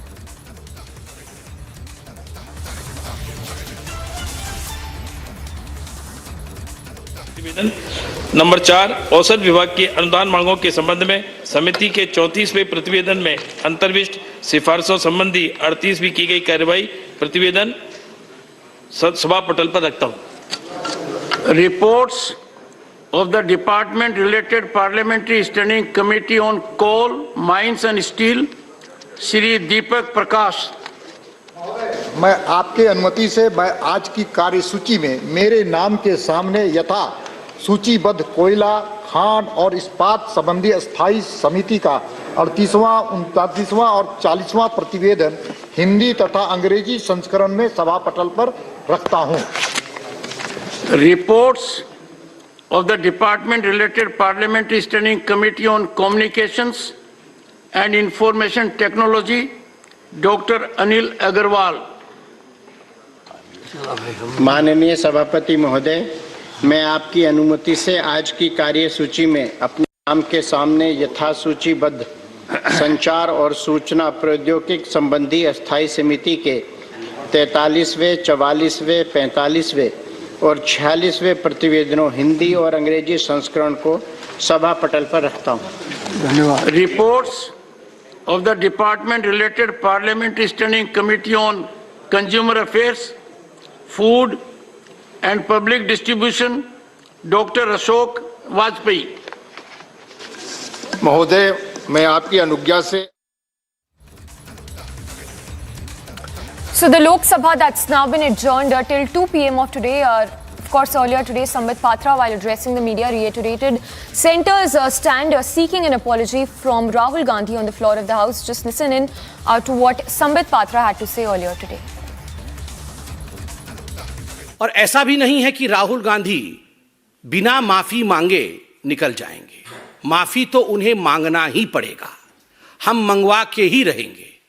मैं आपको याद दिलाऊं, इसी प्रकार से Rahul Gandhi arrogantly कह रहे थे 2019 में कि सुप्रीम कोर्ट में हम माफी नहीं मांगेंगे राफेल की केस में। कान पकड़ करके मौखिक रूप से माफी मांगनी पड़ी। I am sorry, I regret. ये राहुल गांधी जी को हिंदुस्तान के सर्वोच्च न्यायालय सुप्रीम कोर्ट में कहना पड़ा और सुप्रीम कोर्ट के तत्कालीन सीजेआई उससे सेटिस्फाई नहीं हुए और उन्होंने कहा नहीं, केवल मौखिक रूप से कहने से कि आई रिग्रेट यह उचित नहीं होगा, आपको एक एफिडेविट सबमिट करके क्षमा याचना करनी होगी। और देश की राजनीति में राहुल गांधी वो नेता बने जिन्होंने लिखित रूप से एफिडेविट सबमिट करके सुप्रीम कोर्ट में कान पकड़ते हुए माफी मांगा कि मैंने झूठ बोला था, मैंने जनता के बीच में फरेब फैलाने की कोशिश की थी। जो राहुल गांधी जी ने लंदन में किया है, बिल्कुल वही किया है। 2019 में सुप्रीम कोर्ट में माफी मांगना पड़ा था और आज पार्लियामेंट में, सदन के पटल पे, संसद में माफी मांगना पड़ेगा। आप सोच सकते हैं यह विषय कितना गंभीर है।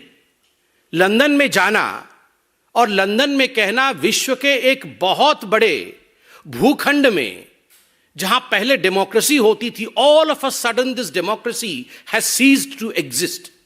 यह डेमोक्रेसी अब एग्जिस्ट नहीं करती है और इसलिए जो विश्व की शक्तियां हैं, जो डेमोक्रेसी की पहरेदार हैं, तथा कथित डेमोक्रेसी के पहरेदार हैं, the so called protectors of democracy, Europe and United States of America, why are they oblivious? ये शांत क्यों है, ये चुप क्यों है? Why don't they protect the democracy in India? मतलब this is an open invitation. ये एक खुला निमंत्रण है कि आप आइए और भारतवर्ष के आंतरिक लोकतंत्र में आप आके घुसपैठ करिए और आप हमें नेता बनाइए।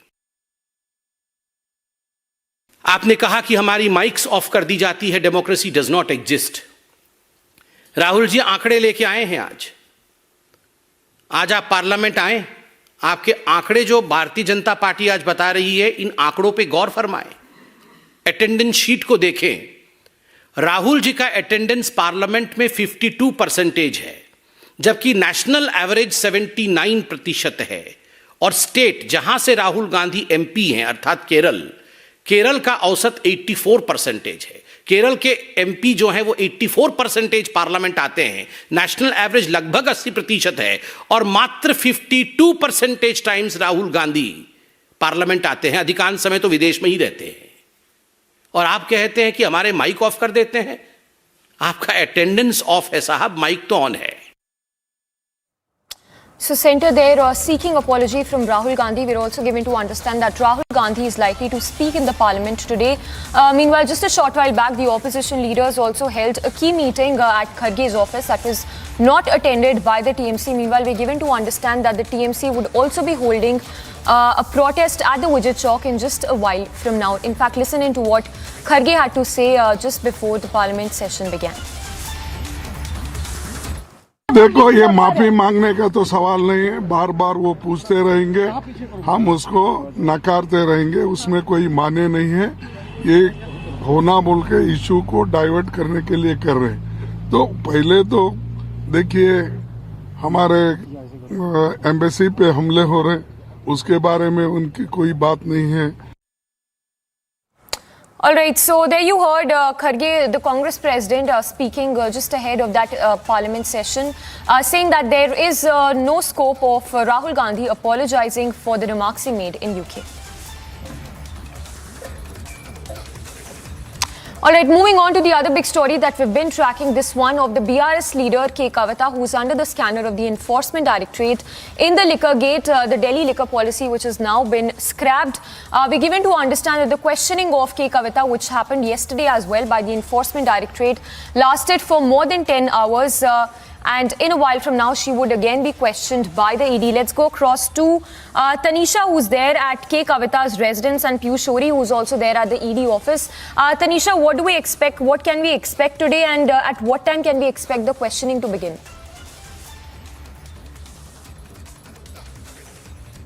Samiksha, as what we were getting to know early morning is when 11 a.m. is when the questioning had to begin. However, it's already 11:14 according to my time, and the questioning has not yet started because K. Kavitha has yet not left from her residence. What we are getting to know is 11:20ish is when she will be here. She will address the media, and after that is when she will leave for the ED office.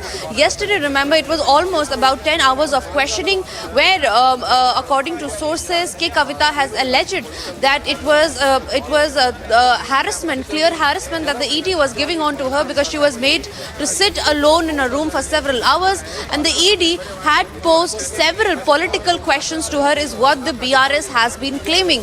Yesterday as well, we saw 10 hours of questioning. 9:45 p.m. is when she had left from the ED office, showcasing a symbol, a victory symbol, which clearly symbolizes that she claims herself to be innocent. Today, what we are expecting is it's day 3 of questioning, and what we are expecting is YSRC MP Manguda Reddy to be confronted with K. Kavitha, because remember earlier is when he was issued summons by the Enforcement Directorate. However, he was not able to join the interrogation process because he cited some personal reasons for the same.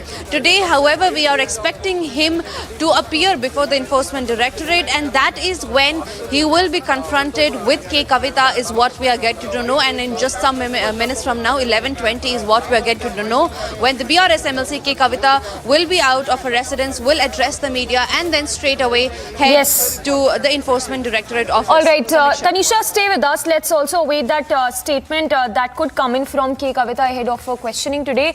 Let's go across to Piyush Ori also, who's there outside the ED office. Piyush, if you can help us understand this better, the South cartel link in this case, and the liquor baron Pillai, who was also arrested by the central agency in connection with this liquor gate. So yes, Samiksha, what I can just tell you is that the network over here is very patchy, so I have not been able to get your question very correctly. But yes, whatever I've been able to get from what you have said is that yes, today is a very crucial day.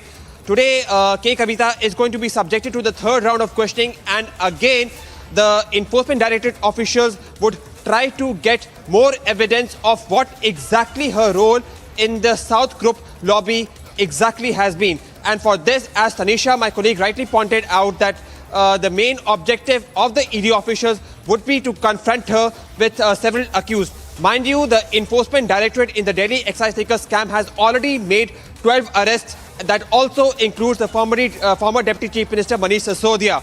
Now, with the role of K. Kavitha also emerging in this Delhi excise taker scam, especially in context of the South lobby, the Enforcement Directorate officials is now trying to gather as much evidence as it can to establish the role of K. Kavitha. And for this, yesterday, she was reportedly made to confront with Arun Ramachandra Pillai, something which K. Kavitha, however, has denied while speaking off the record to several media personals. So now, again, as she is going to be subjected to the 3rd round of questioning, it would be interesting to see that which all people whom she should be confronted with, and more importantly, at the end of the day, what exactly would be the fate of K. Kavitha after the questioning ends. Back to the studio. All right, Piyush, Ori and Tanisha, thank you for the moment. We'll keep coming back to you for the latest. So the questioning of K. Kavitha, which would begin shortly after she was questioned yesterday for almost 10 hours.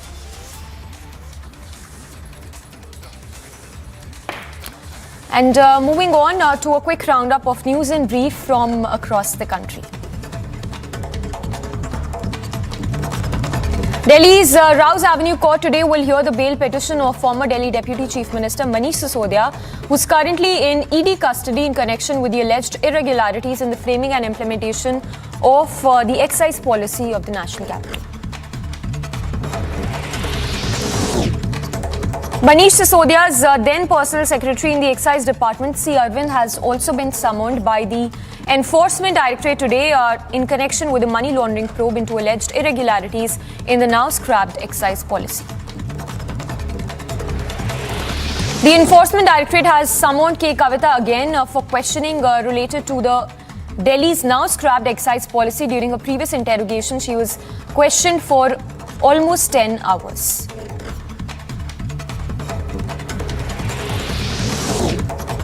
The name of fugitive diamond heir Mehul Choksi, wanted in the 13,000 crore scam in Punjab. National Bank is understood to have been removed from the Interpol database of notices on the basis of his plea. The Central Bureau of Investigation remains tight-lipped on this development. Odisha, meanwhile, celebrated Pakhala Divas, a traditional festival that is celebrated with preparation of rice, curd, cucumber and fried onions as well. It is popularly served with dry roasted vegetables.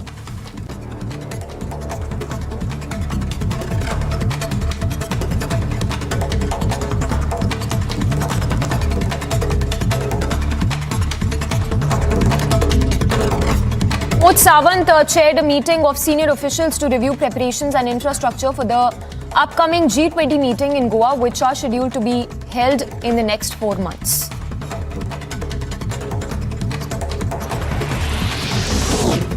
Punjab Chief Minister Bhagwant Mann has ordered initiation of disciplinary proceedings against then top officials of Punjab in relation to the security breach of Prime Minister during his visit to the state. Mobile internet services to remain suspended in Punjab till 12 noon as the state police continue to widen the net for fugitive radical preacher Amritpal Singh. At least 10 persons hailing from Rajouri were injured after a passenger vehicle they were travelling in met with an accident on the highway. The uncontrolled bus reportedly entered a house near the location under the Akhnur subdivision jurisdiction. A group of pro-Khalistani protesters attacked and damaged the Indian consulate in San Francisco, prompting sharp condemnation from the Indian Americans who demanded immediate action against the Khalistani backers.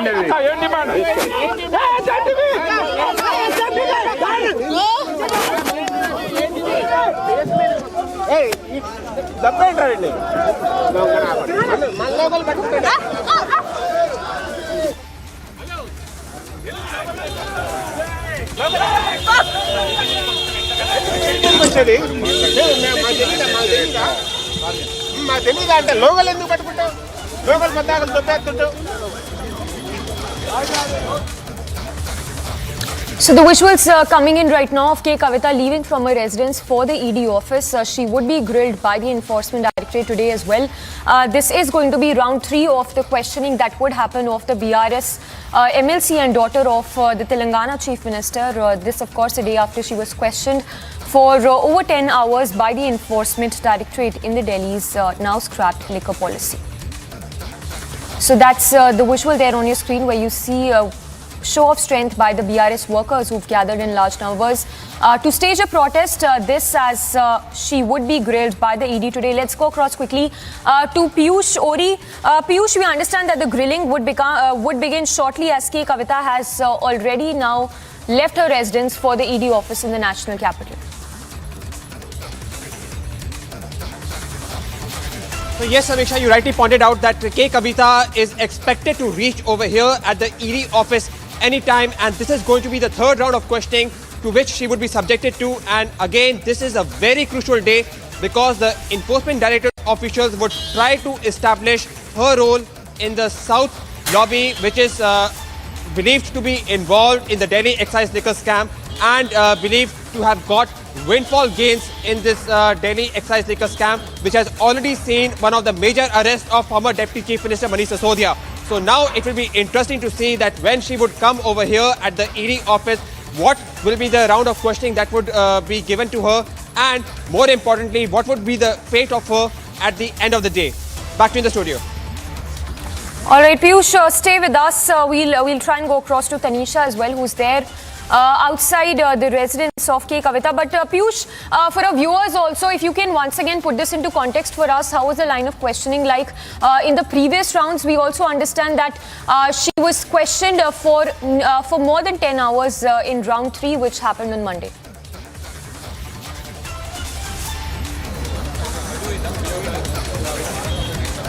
There was a grueling session which K. Kavitha, the daughter of Telangana Chief Minister KCR, was subjected to. In fact, she was grilled for over 11 hours. However, interestingly, as what we were told was that she was made to confront with Arun Ramachandra Pillai, one of the accused who has been arrested by the Enforcement Directorate. However, as per K. Kavitha, who spoke to some of the media persons off the record, she said that she wasn't confronted with any of the persons yesterday. So, a lot of paradox, we have seen as far as the statement that have been brought by this thing. And now, as I speak, you can see that there is a lot of activity. As what we can see is that K. Kavitha has already reached over here at the ED office, and you can see a lot of activity over here. Let us just see if we can get the close-up image of K. Kavitha, one of the persons who is believed to be having the key role in the Delhi Excitica scam. So yes, you can see the images that are being presented to you by my video journalist Vivek, that K. Kavitha has reached over here at the Enforcement Directorate office, and you can see there is a hectic activity over here at the Enforcement Directorate office where K. Kavitha would be subjected to the third round of questioning. You can see the images that are being presented to you by my video journalist. She has been accompanied by her husband, and she is also, in fact, she is also going to be having a word with the media, if I'm not mistaken. Okay, she is, you can see over here, you can see over here. You can see, she just reflecting on her phone.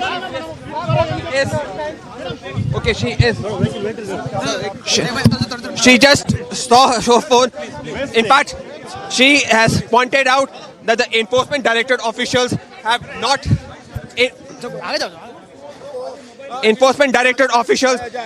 paid due diligence and has not paid importance to the privacy, which has resulted in her complaining that her phone was seized. So yes, you can see over here that she's just entered the ED office. You can see that she's smiling, and now she's just reached the ED office. So yes, hectic activities over here at the ED office.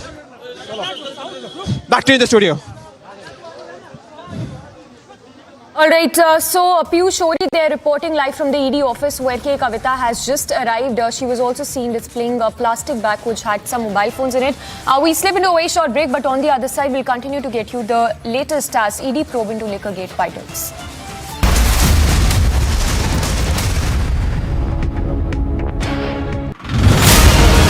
Prayagraj का ये रसूलाबाद इलाका, दोनों दुकानें मोहम्मद गुलाम की ही हैं। उसको तोड़ने का जो काम है वो यहाँ पर किया जा रहा है। इस पूरी इमारत को मोहम्मद गुलाम ने अवैध रूप से खड़ा किया।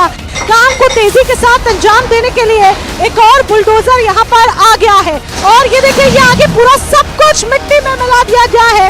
जो कहा गया था कि मिट्टी में मिला देंगे, वही आज होता हुआ नजर भी आ रहा है।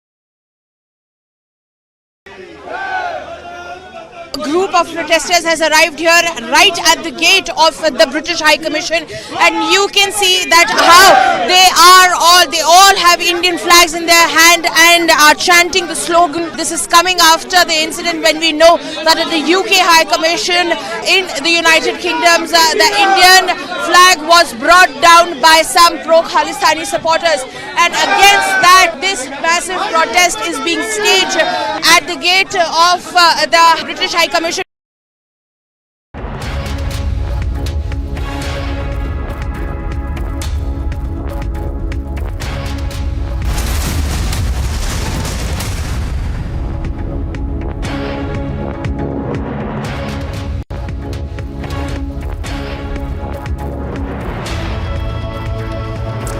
Welcome back. You are watching Republic TV. This is Live and Breaking, and I'm Nupur Talwar Suri. We cut across live to Delhi, where Kavitha, who is being interrogated by the Enforcement Directorate for the second consecutive day, has now reached the Enforcement Directorate's office. She left from her home just a short while ago. There you can see it, the pictures of her entering the Enforcement Directorate's office. She will be questioned once again today. Now, yesterday, she was questioned for over 10 hours by the Enforcement Directorate officials over her links to the South Group. Do remember that the Enforcement Directorate has in the past alleged that Kavitha was a member of the South Group, which essentially was seen as a cartel of liquor companies which benefited from Delhi's now defunct excise policy. And also the ED alleges that kickbacks worth about 100 crore rupees were paid by the South Group to the Aam Aadmi Party in the national capital in lieu of favours that were granted through the Delhi liquor policy. Now, Kavitha is also expected essentially to be confronted by other people from the South Group who are believed to be who are believed to be part of the nexus which was formed to pay off the Aam Aadmi Party government in the national capital. So there you have it on your screens. Kavitha, of course, making her way into the Enforcement Directorate's office. Now, as far as Kavitha and the BRS is concerned, they have said many times in the past that this is a political witch hunt. Let's go across, I think, to Piyush Ori, who's reporting from outside the ED's office. Now, Piyush, we can on our screen see Kavitha entering inside the Enforcement Directorate's office. Give us a sense of what we are expecting today. Now, yesterday, of course, the questioning went on for about 10 hours. So, first of all, forgive me, there is a network issue over here. So, your question to me was slightly patchy. But what I can just tell you is that Kavitha has just reached over here at the ED office for the third round of questioning to which she would be subjected to. And one of the most important things which she did was that she just showed her phones to the media personnel, showing that she will be cooperating with the investigation. But also she has mentioned very categorically in the past, and again by showing the phones, she wanted to again send up a message that the process of the Enforcement Directorate officials to seize her phones and scrutinize it is something which she has not agreed to the past, and she would not agree to it even now. And this comes as the Enforcement Directorate officials is all set to question Kavitha for the third time in the Delhi excise liquor scam, and thereby establish the role of South Group, which has come out to be one of the major lobby in the Delhi excise liquor scam, in which the Enforcement Directorate has already made 12 arrests. That also includes the former Deputy Chief Minister Manish Sisodia. So yes, it is going to be interesting to see that what exactly is the round of questions which Enforcement Directorate is going to pose to Kavitha, and at the end of the day, what is going to be the fate of Kavitha. Back to you in the studio. All right, stay with us, Piyush. Let's also go across to Tanisha. Tanisha, Kavitha, of course, left her residence a short while ago. Now, so far, she has maintained that this is a political witch hunt, and essentially the centre's way to get method to get around opposition leaders.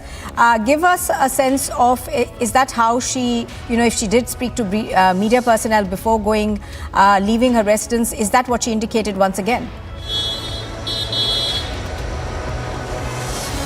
Well, rightly said, Nupur. When she was leaving from her residence, there were quite dramatic scenes that unfolded here, because what we were expecting and what was told to us is that Kavitha will be addressing the media, and soon after that is when she will head to the ED office. But instead, what she did is, when she stepped out of her residence from her car, she stood up from her car and she displayed 2 packets in her hand, and those packets consisted of memory cards, devices, electronic devices and phones. Now this clearly symbolizes that what she's trying to portray here is that she has been cooperating in the interrogation process that has been done by the enforcement directorate, and that she has given in all the evidences, and yet there is no proof that Kavitha is an accused in this case, because remember, this is what she has been claiming since day one, that all of these are just allegations and that no evidence has been found yet to prove that Kavitha was directly involved in the Delhi excise policy scam. When she left her residence, she clearly symbolized staying mum. She did not speak to the media. However, her actions clearly reiterated her point, where she had said earlier as well, claiming that all of this against her that's going on is actually a political witch hunt that is taking place on behest of the centre, which is by the way trying to make backdoors in the state of Telangana, because remember, elections are just around the corner, and so hence the BRS has been alleging since day one that all of this is to gain political mileage in the state and to frame them in false cases. Back to you, Nupur. All right. Tanisha, I'm going to come back to you. Let's quickly get in a word from Piyush as well. Now, Piyush, one of the things that has been alleged is that Bachi Babu, who was an accountant who was allegedly linked to Kavitha, has been speaking about, the fact that he essentially was the one who was making these Benami payments in the to the Aam Aadmi Party. So give us more details in terms of the linkages that have been drawn between Bachi Babu, Kavitha and of course Pillai. So you rightly mentioned that yes, as far as the trouble mounting for Kavitha, the real trouble actually started with Arun Ramachandra Pillai, one of the accused who was arrested by the Enforcement Directorate, first mentioning in his statement that it was actually Kavitha that was involved, primarily in the South Group lobby, which was about to get the windfall gains from the Delhi excise liquor scam. The troubles further mounted after Bachi Babu, who is reportedly the accountant of Kavitha, also in a way mentioned that it was because of the windfall gains that the South lobby in which Kavitha was involved was getting benefited, and thereby there were certain kickbacks also that was given to the Aam Aadmi Party for the election campaigns in Goa. But all this now needs to be substantiated, because as what we have been told is that Arun Ramachandra Pillai, despite first accusing Kavitha of her being involved in the scam, later retracted. So yes, because they want to make sure that the evidences are substantiated, there is a series of confrontation which the Enforcement Directorate officials are making. So as Piyush is pointing out, obviously these are things perhaps that will be asked of her today. Tanisha as well as Piyush, for the moment, thank you for joining us.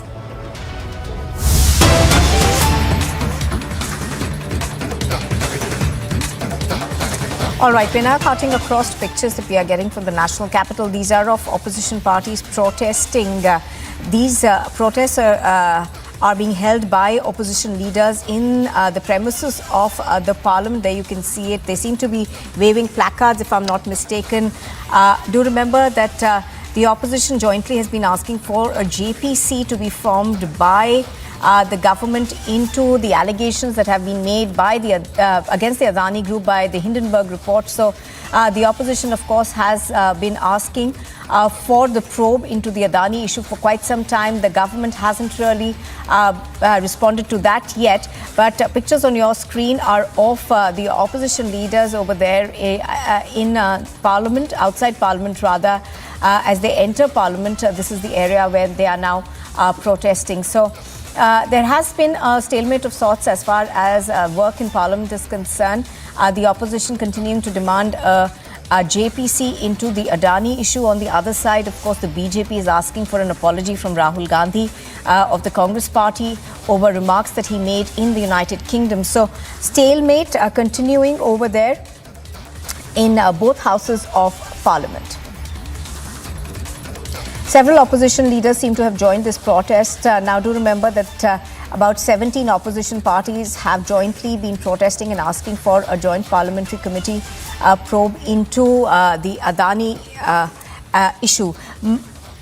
Madhurima, I think, is joining us live from Vijay Chowk. She has more details on this. Madhurima, this, of course, is another display of opposition strength. We can see a large number of these opposition leaders waving placards in Parliament. So give us a sense of what we're expecting today.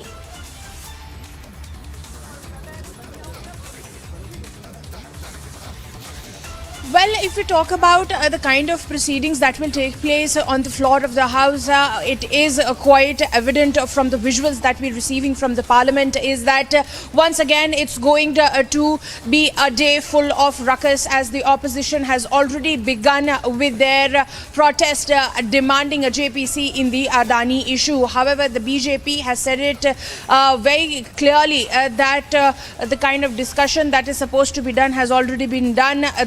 The authorities that need to mull over the issue are doing their job, and there is no point in creating such a ruckus and stalling the parliamentary business. But what needs to be seen here is where we are talking about a united opposition. That's more of a facetious idea over here, because the TMC has said that they will be coming out here at Vijay Chowk and staging a different protest, that they do not want to be the part of the protest that is taking place inside the Parliament. So we will take you to the visuals as well. As you can see that the barricading has been done. There are multiple police vehicles that have been brought in to detain the protesters if the law and order situation goes out of hand. So we're just waiting for the TMC protesters to come along, as what the news that we're getting in at this point in time is that they are moving out of the Parliament and soon they'll be reaching here at Vijay Chowk. But like you were pointing out, it's again going to be a day full of ruckus. Both the houses will see ruckus, as the opposition is still adamant on the demand of initiating JPC over here. And right in our visuals, you can see TMC politicians over here marching. These are exclusive visuals we are bringing here from Vijay Chowk. My video journalist Hitesh is showing you these visuals, and as you can see that these politicians are now moving towards Vijay Chowk demanding a JPC. And this is a separate protest by the TMC MPs where they want to register their dissent against the government. And once again you can see that with the banners, with the placards, all the TMC MPs have come here at Vijay Chowk. And now they are saying, as you can read, that there's like 1 lakh crore Ghotala. That is what the placard reads over here. They're marching towards the Vijay Chowk, and these are the visuals. These are the visuals that we are getting from Vijay Chowk over here. And as you can see, that all the TMC MPs are right behind me, and they are moving towards Vijay Chowk. We have entered the Vijay Chowk Park area now at the moment, and they continue to protest over here. My video journalist Hitesh denouncing the government. TMC MPs have reached the Vijay Chowk area, and they're denouncing the government, raising slogans against the government, asserting that the government will have to speak on the issue, and they cannot dodge the issue. And this is how they are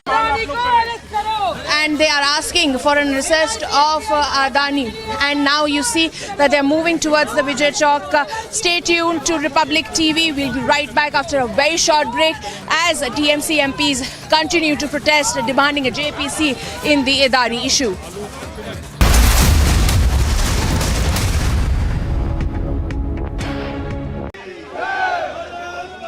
group of protesters has arrived here right at the gate of the British High Commission, and you can see that how they all have Indian flags in their hand and are chanting the slogan. This is coming after the incident when we know that at the UK High Commission in the United Kingdom, the Indian flag was brought down by some pro-Khalistani supporters, and against that this massive protest is being staged at the gate of the British High Commission.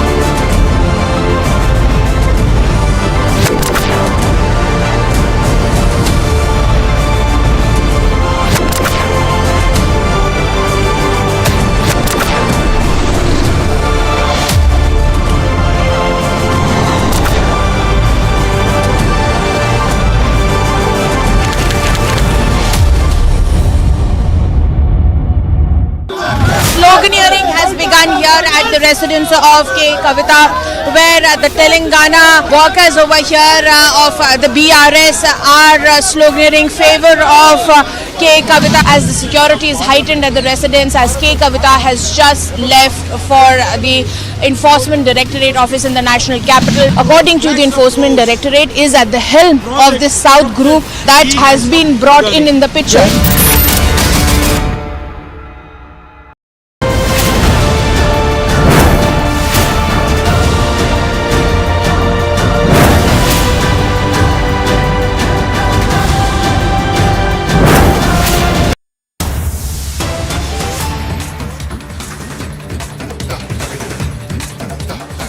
All right, news just coming in. We are now learning that the Prime Minister is meeting the NSA in Parliament, and the Home Minister Amit Shah and JP Nadda also present at that meeting. So this is being seen as a key meeting between the Prime Minister, the NSA, JP Nadda, as well as Amit Shah. This is just preliminary information that's coming our way. We're going to try and get more details from our reporters in just a bit to give you a sense about what this meeting is likely to be about. Now, however, do remember that the Prime Minister will be in Gujarat also today. He will be meeting with his party leaders in Gujarat to perhaps take stock of how things are going for 2024. Now, we don't know if this is a related meeting or this is over a completely different issue, but we are now learning that there is a meeting that's on between the Home Minister, JP Nadda, as well as the NSA. This meeting is taking place in Parliament. The Parliament, of course, is in session currently, and we have seen opposition parties protests continuously in Parliament. All right, so the latest that we are getting right now is that even as the opposition is protesting at Parliament, senior leadership of the BJP is meeting inside Parliament. The Prime Minister, of course, is chairing this meeting. So this is a meeting between the NSA, Amit Shah, JP Nadda, inside Parliament. Now, this comes even as, of course, there has been continuous protest from the opposition in Parliament. We just saw how opposition parties were protesting in Parliament.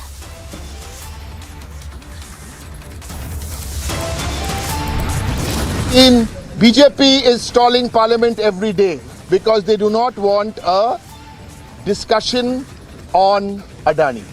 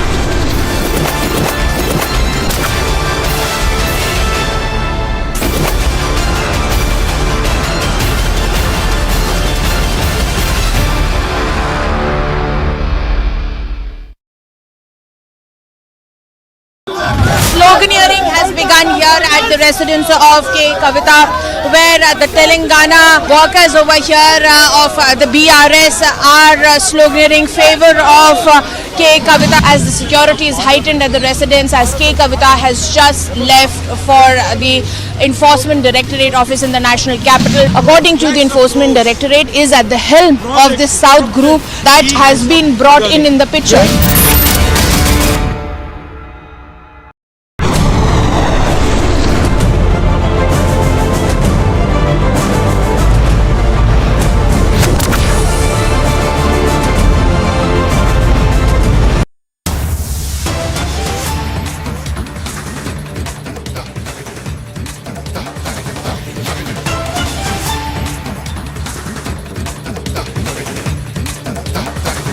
राजनीति नहीं करते और पंजाब की शांति और पंजाब के अमन के लिए हम सख्त से सख्त कार्रवाई करेंगे। जो लोग बुरी कंपनी में, बुरी संगत में फंस के पंजाब का कुछ बुरा सोचने का सपना भी ले रहे होंगे, वो भी गलत है। मैं उनको कहना चाहता हूं कि सपना भी लेना पंजाब में पंजाब की शांति को तोड़ने का, ये आपकी गलतफहमी होगी। तो मैं एक बार फिर पूरी दुनिया में रहते पंजाबियों को भी आश्वासन दिलवाता हूं कि मेरा खून का कतरा कतरा, मेरे दिल की एक एक धड़कन, मेरा एक एक सांस पंजाब के लिए धड़कता है, हाजिर है पंजाब के लिए मेरे खून का एक एक कतरा। और पंजाब जो है वो नंबर 1 सूबा था और नंबर 1 सूबा बनाएंगे।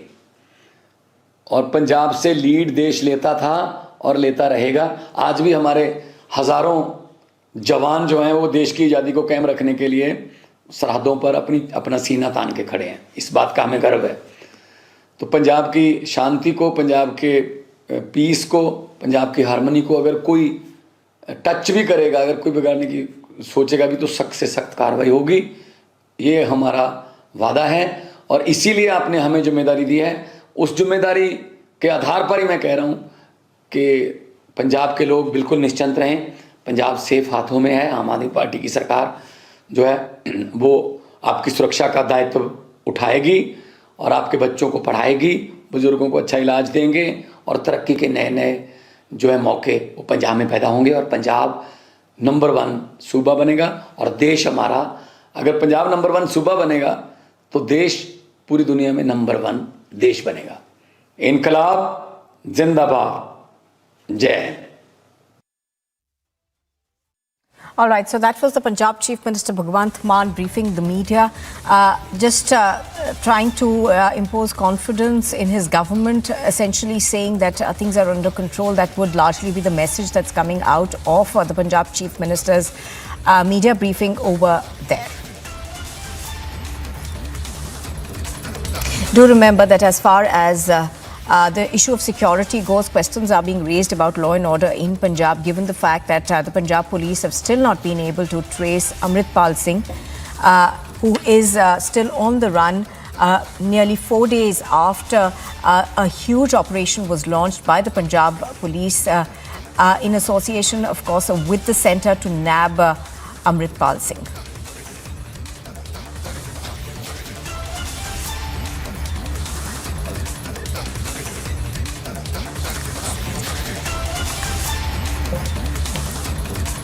All right, so pictures on your screen are of the Chief Minister of Punjab essentially trying to calm tempers in Punjab. Now, do remember that it is being looked upon as a huge failure of the Punjab police as it has not yet been able to nab Amritpal Singh, who continues to remain on the run.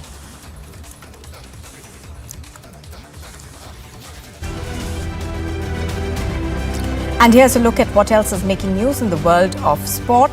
After 2 weeks of thrilling, edge-of-the-seat and intense cricketing action which saw some dreams coming true and some hearts getting shattered, the race towards the inaugural Women's Premier League trophy has narrowed down to 3 teams, the Delhi Capitals, the Mumbai Indians and the UP Warriors. An all-round show from the Delhi Capitals, marked by a top-notch spell from Marizanne Kapp and explosive knocks from Alice Capsey and Shafali Verma helped them chase down the target of 110 runs in just 9 overs to clinch a 9-wicket victory over the Mumbai Indians in the Women's Premier League match. After registering a thumping 9-wicket victory over the Mumbai Indians, the Delhi Capitals all-rounder Marizana Cap, believes that a whole bowling group deserves the Player of the Match award. An all-round show from the Delhi Capitals helped them to clinch a 9-wicket victory over the Mumbai Indians.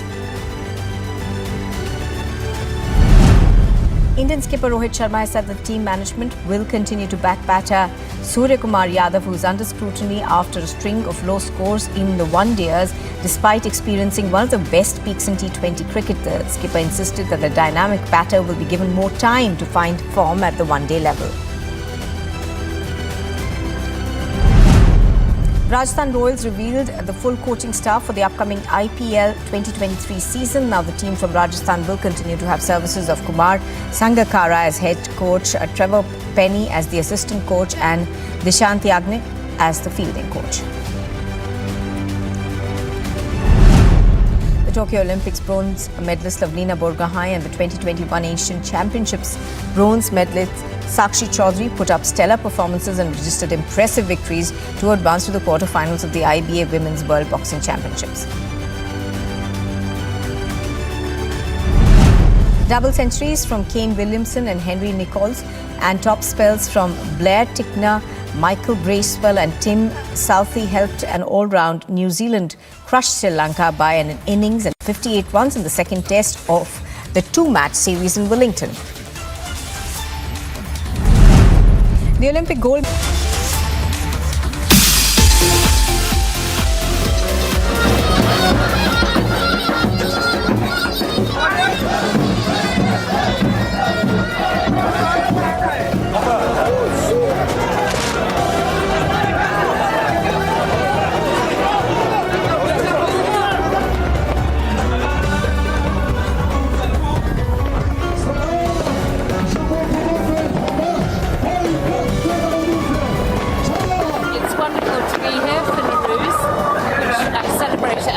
You've all been so welcoming and hospitable, and it's exciting, and we're having such a great evening.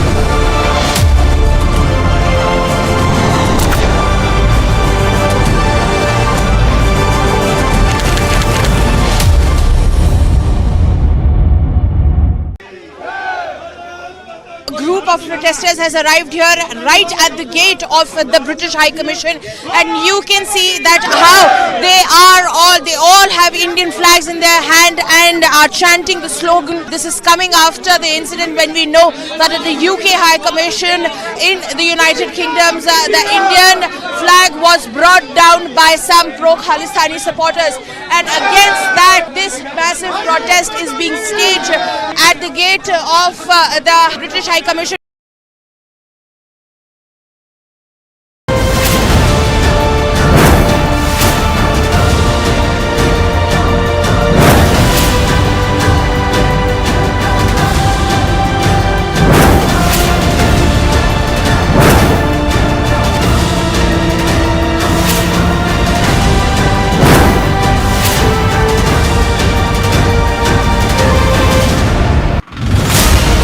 Prayagraj का ये रसूलाबाद इलाका, दोनों दुकानें मोहम्मद गुलाम की ही हैं। उसको तोड़ने का जो काम है वो यहाँ पर किया जा रहा है। इस पूरी इमारत को मोहम्मद गुलाम ने अवैध रूप से खड़ा किया।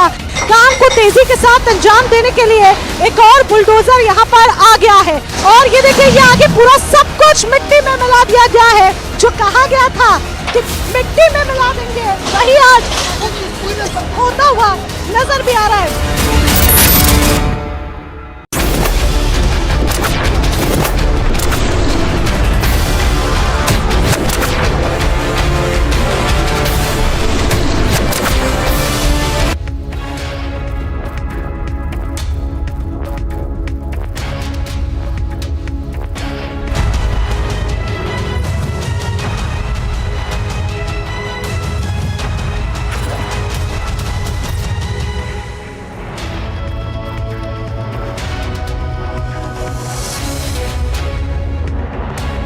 Good afternoon and welcome. You're watching Republic TV. This is live and breaking and I'm Nupur Talwar Suri. We look at the headlines at this hour.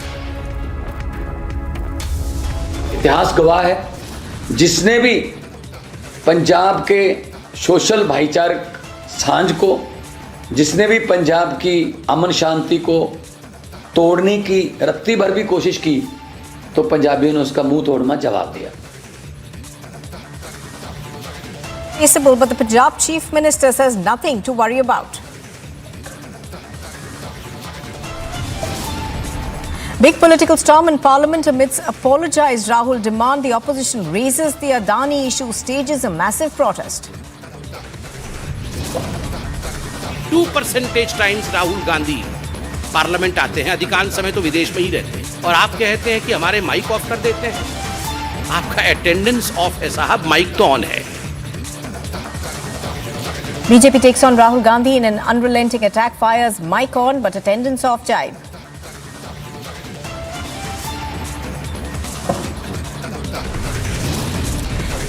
Kavitha being quizzed by the Enforcement Directorate in Liquorgate alleges political witch hunt.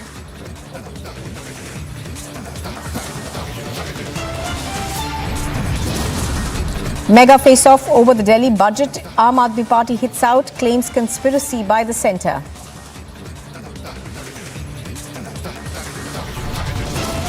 And in a surprise move, the Japanese Prime Minister Fumio Kishida heads to Kyiv.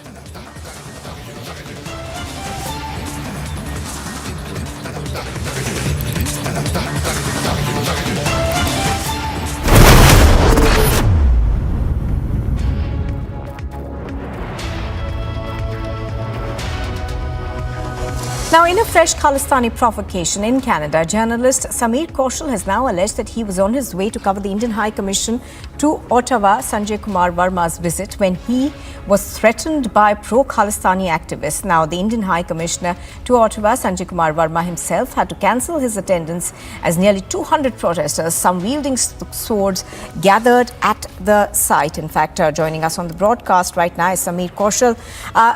Mr. Kaushal, good afternoon. Thank you for speaking to us on Republic TV. To begin with, can you tell us what happened?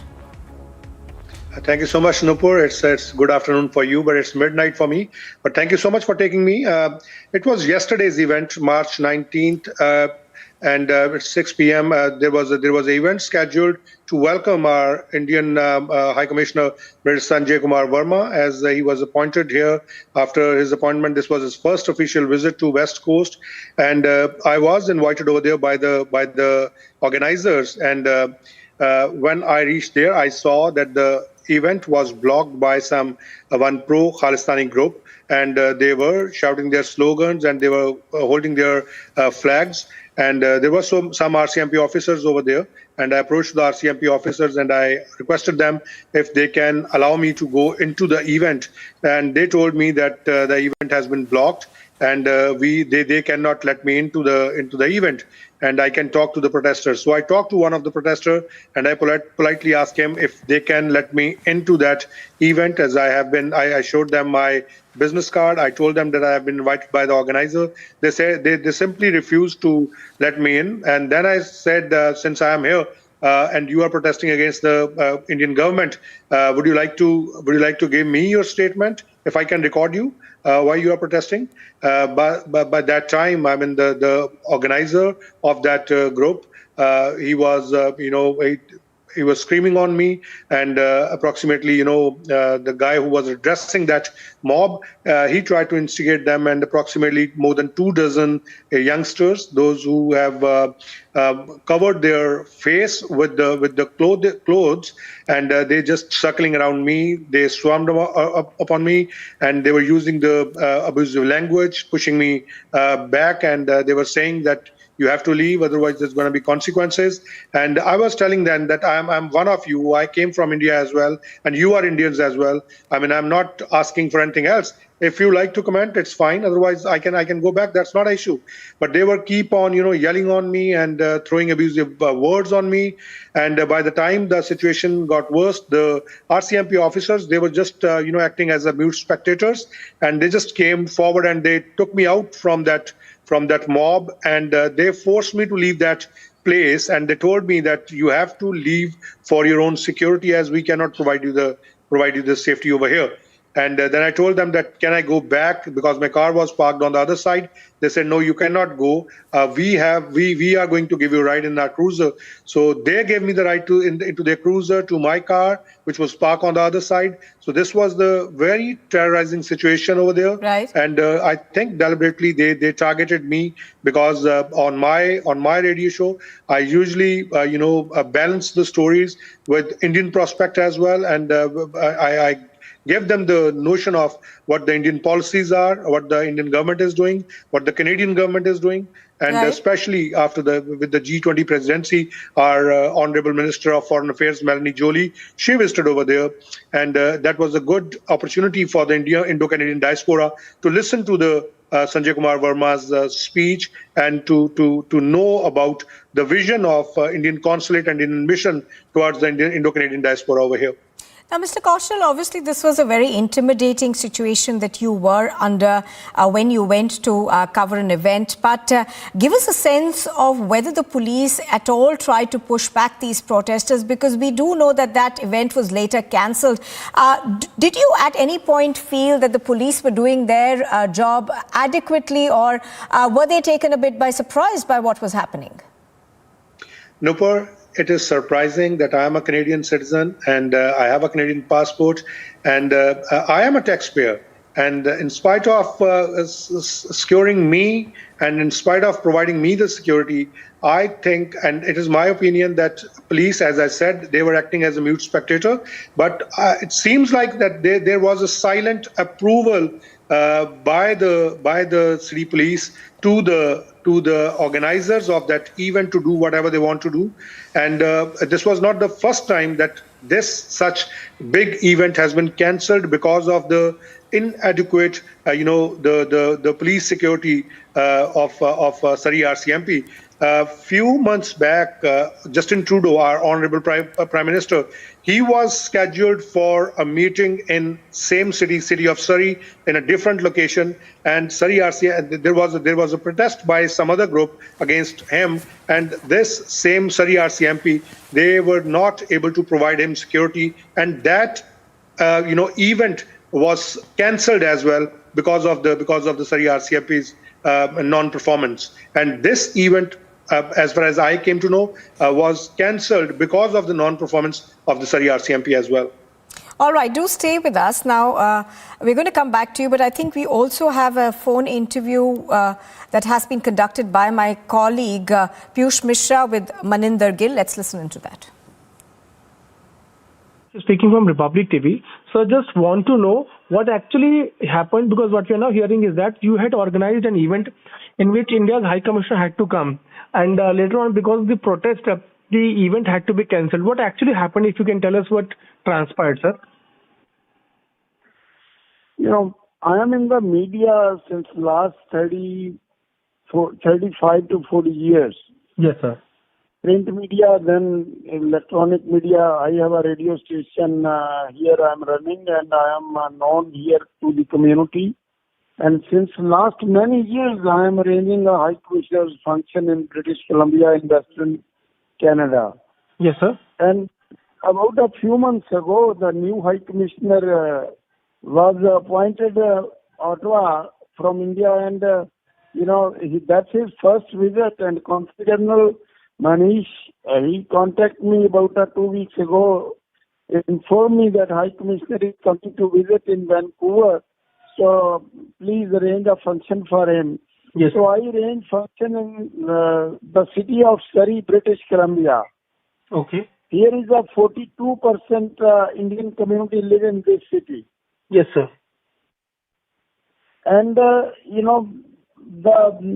then 3 days prior to the event, like Punjab government arrested Amritpal Singh. Yes, sir. And the Khalistani people got upset here, and, they made a plan to protest against our function because the High Commissioner and Consulate Office is coming, and they, start advertising on the social media to cancel this event and send a strong message to the Indian government.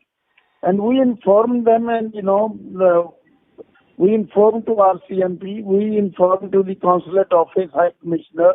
High Commissioner personally contact to Ottawa and in the foreign affairs, and he bring to their notice.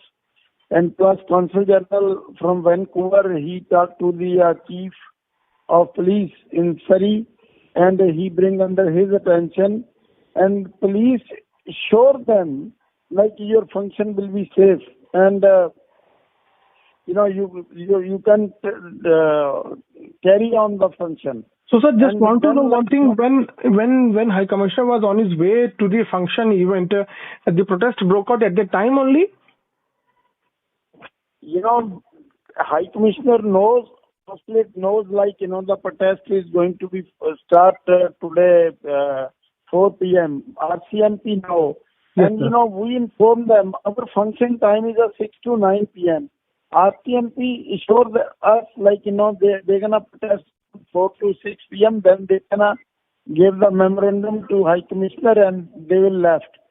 And, when they reach there, they block our entrance of the convention center, and they didn't let to come anybody in, not even consulate office, not staff and my staff, and not even High Commissioner able to enter the function. So they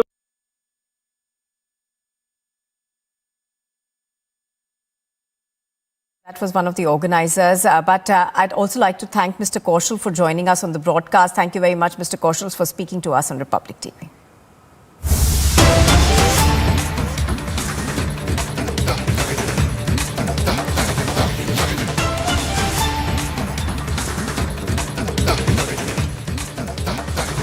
All right, now cutting across to the other big story that we are tracking right now, of course, is the questioning of K. Kavitha, which is happening even as we speak. Now, do remember that this is the second time that K. Kavitha in 2 days is being questioned.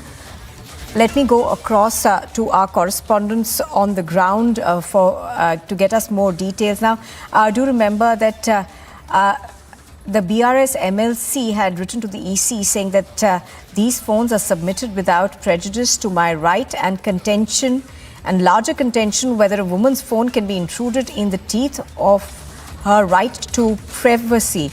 Now, remember, after being quizzed for more than 10 hours in the money laundering case linked to the Delhi excise policy, K. Kavitha had arrived at the office of the ED again. I think we've got Samiksha joining us from the Newspit in Mumbai.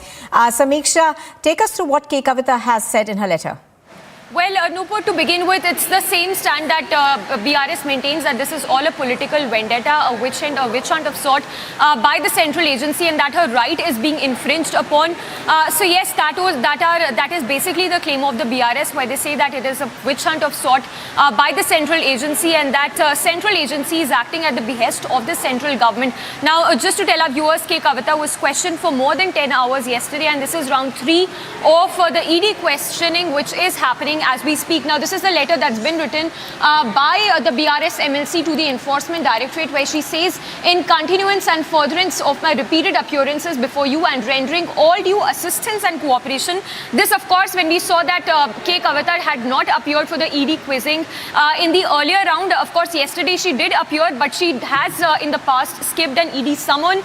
She maintains that she's been cooperating all this while, and despite the actions of the agency being malafide, I am today submitting before your good self all the earlier phones that I may have used in the past and as sought by you, which I could gather. Now, just to tell our viewers, she was seen displaying those plastic bags, where she was seen carrying those phones while she was going to the ED office for round 3 of questioning. She further says that these phones are submitted without prejudice to my right and contentions and larger contention whether a woman's phone can be intruded in the teeth of a right to privacy. I may take this opportunity to point out glaring act of malice on part of agency when it has chosen to make insinuations against me in the prosecution complaint filed with some other accused in November of last year, alleging that certain phones stands destroyed. It is baffling to note as to how, why, and under what circumstances. So, K. Kavitha clearly maintaining that even as this is an intrusion of her privacy, she's still cooperating with the central agency by submitting all the phones that she's used in the past, Nupur. All right, Samiksha, thank you for that. Let's also bring in our reporters on the ground, Tanisha, Piyush, as well as Aneri. Coming first to you, Piyush. Now, we are told that she's inside the ED's office even as we speak, but she was waving those phones, and we are showing those visuals to our viewers, where she clearly attempted to put forth the fact that she is innocent and that she continues to maintain that she is actually cooperating with authorities. So yes, Nupur, she did make a very dramatic statement by displaying her phones and mentioned that yes, she was cooperating with the agencies, but she was very clear in also mentioning that the enforcement directorate officials were in turn not respecting the privacy of her as a woman. In fact, she has also mentioned that this is all a political vendetta that is being played against her, but she would continue to cooperate with the agencies. Now, it is going to be interesting to see that despite this political slugfest, which is continuing outside the Enforcement Directorate office with the questioning of Kavitha, what exactly would be the round of questioning which she would be subjected to by the Enforcement Directorate officials. Yesterday, she was grilled for over 11 hours by the Enforcement Directorate officials, and it was felt that she was confronted with Arun Ramachandra Pillai, one of the key accused in the Delhi excise liquor scam. However, later when she spoke off the record to some of the media personnel, she mentioned that she wasn't confronted with any of the people by the Enforcement Directorate officials. So yes, today it will be interesting to see that what exactly would be the round of questions, and at the end of the day, what will be the fate of Kavitha in this entire Delhi liquor scam. Back to the studio. All right, Piyush, do stay with us. I'm going to go across now to Aneri, who's reporting from Hyderabad on this as well. Now, Aneri, Kavitha and the BRS, of course, continue to maintain that this is political vendetta. And we are told that posters alluding to the fact have actually gone up in Hyderabad. So give us a sense of what's happening there.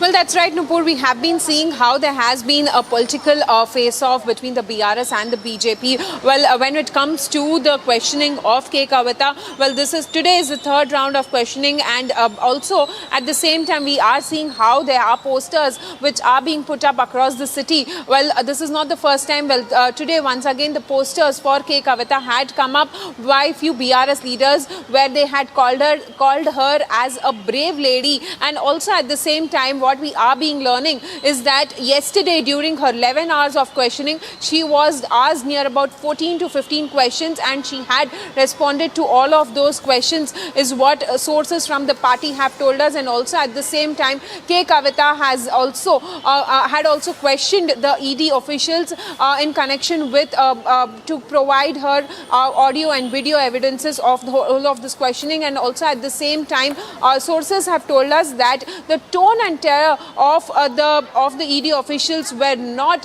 less than any political nature, and that is the reason why we are seeing how there has been a massive face-off, because the BRS leaders have now been calling the questioning of Kavitha as a political witch hunt, and definitely we have been seeing this after all of the face-off, and also after Kavitha being named in the charge sheet of Arun Ramachandra Pillai, and also now today being the third round of questioning. We'll have to see how this questioning goes on for Kavitha, because today she has also now written a letter to the Enforcement Directorate, and when she was leaving from the residence in the national capital, she also showed a few mobile phones, and she is going to hand over that to the Enforcement Directorate as well.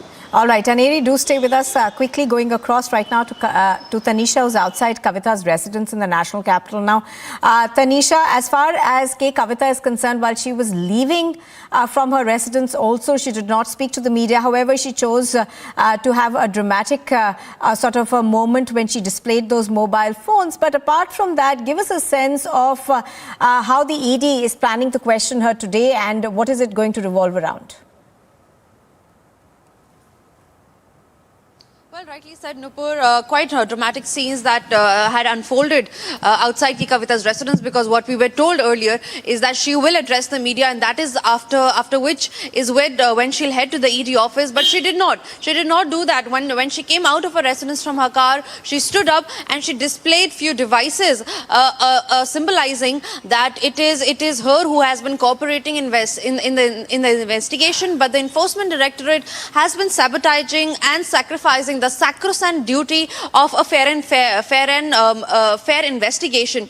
Now, what we are expecting today is that YSRC MP Mangutha Reddy has also been summoned by the Enforcement Directorate today. Earlier, he had skipped summons, but today he will appear before the Enforcement Directorate. And what we are getting to know is that Mangutha Reddy will be confronted with BRS MLC K. Kavitha. So this is the fresh development that's coming in. Yesterday, remember, what we were getting to know is that reports had claimed that Arun Pillai was confronted with K. Kavitha. Today, it is the YSRC MP Mangutha Reddy, who is also an alleged accused in the case. He will be confronted with K. Kavitha, is what we're getting to know, because summons has been issued to him as well, and he will appear before the... So in a sense, we are going to see perhaps that bit play out when the ED questions are today. Thank you very much, all of you, for joining us for the moment.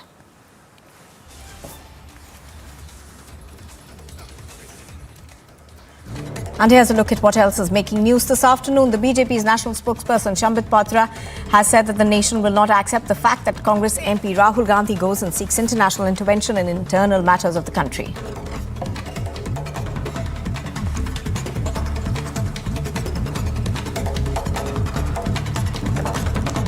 Europe and United States of America, why are they oblivious? ये शांत क्यों है, ये चुप क्यों है? Why don't they protect the democracy in India? मतलब this is an open invitation.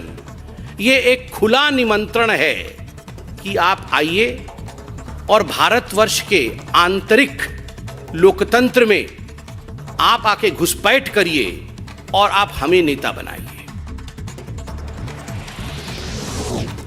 The Congress MP Manikam Tagore has given an adjournment motion notice in the Lok Sabha to discuss the government's failure in constituting a JPC into investigating the Adani Group issue.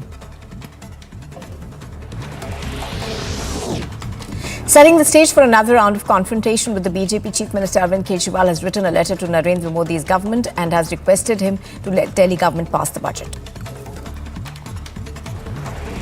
AAP leader Saurabh Bhardwaj hit out at the ruling government over the state budget and said that the central government is planting fake image of the Aam Aadmi Party and is in a conspiracy against the Delhi government.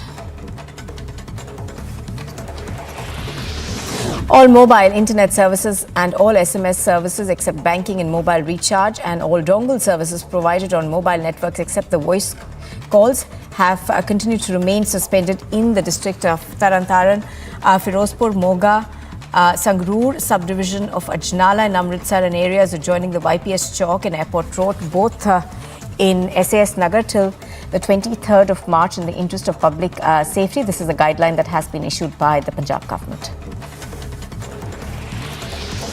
Maharashtra's Deputy Chief Minister Devendra Fadnavis at an inauguration ceremony of G20 in Nagpur lauded Prime Minister Modi's leadership and said that under his guidance, G20 had been democratized, further adding that it had become a people's movement. The activists of the Akal Bharatiya Vidyarthi Parishad burnt an effigy of West Bengal Education Minister Bhartiya Basu against the deadlock situation in North Bengal University in Siliguri. One of the activists also added that the protest will continue until the government takes steps to resolve this crisis.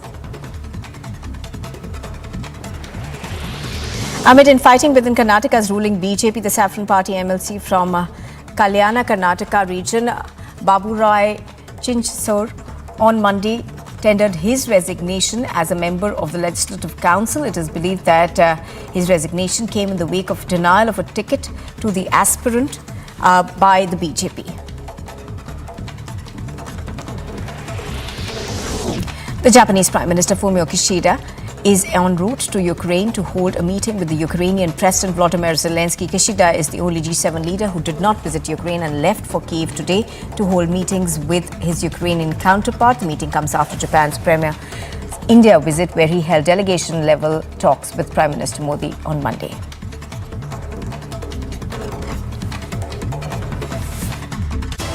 हुआ है जिसने भी पंजाब के social भाईचारक सांझ को, जिसने भी पंजाब की अमन शांति को तोड़ने की रत्ती भर भी कोशिश की, तो पंजाबियों ने उसका मुंह तोड़ना जवाब दिया। Fugitive Amritpal remains untraceable, but the Punjab Chief Minister says there's nothing to worry about. In a surprise move, the Japanese Prime Minister Fumio Kishida heads to Kyiv.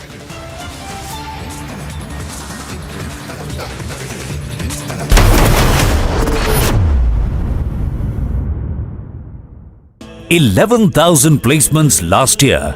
At Amity, we are committed to nurturing passionate, hardworking and proactive professionals. Prayagraj का ये रसूलाबाद इलाका, दोनों दुकानें मोहम्मद गुलाम की ही हैं। उसको तोड़ने का जो काम है वो यहाँ पर किया जा रहा है। इस पूरी इमारत को मोहम्मद गुलाम ने अवैध रूप से खड़ा किया। काम को तेजी के साथ अंजाम देने के लिए एक और बुलडोजर यहाँ पर आ गया है और ये देखिए, ये आगे पूरा सब कुछ मिट्टी में मिला दिया गया है। जो कहा गया था कि मिट्टी में मिला देंगे, वही आज होता हुआ नजर भी आ रहा है।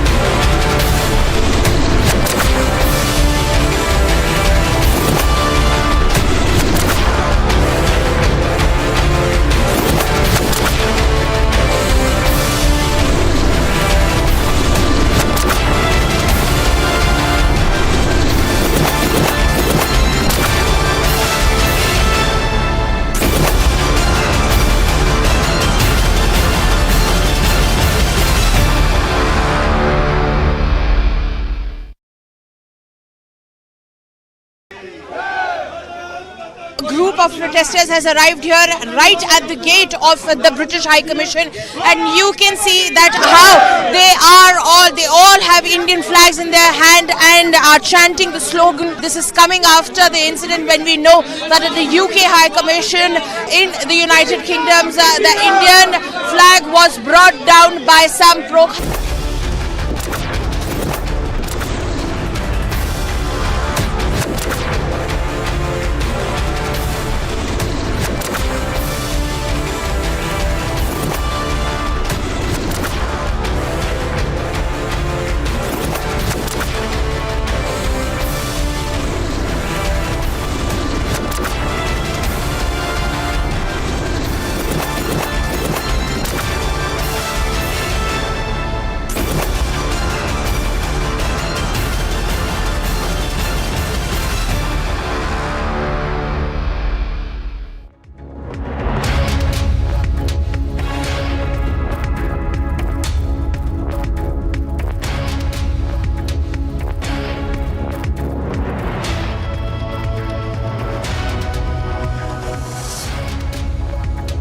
Very good afternoon. You're watching Live and Breaking at 12:30. I'm Suesha Sound. We continue to get you all the details on Kavitha, who is being questioned by the ED as we talk. This is the third round of questioning. She has already been questioned for more than 10 hours. And we also saw what happened just a short while ago when she was leaving for the ED office, as she showed her mobile phones and all that she has given to the ED also as a part of evidence, but she's stating the woman factor now, saying if it is a breach into her right of privacy. We'll tell you more about it and the other details that will come in through this afternoon. First, a quick check of the headlines. इतिहास गवाह है, जिसने भी पंजाब के social भाईचारक सांझ को, जिसने भी पंजाब की अमन शांति को तोड़ने की रत्ती भर भी कोशिश की, तो पंजाबियों ने उसका मुंह तोड़ना जवाब दिया।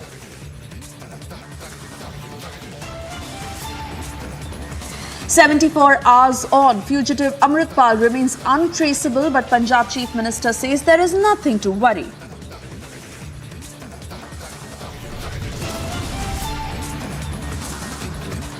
Political storm in Parliament amidst Apologize, Rahul.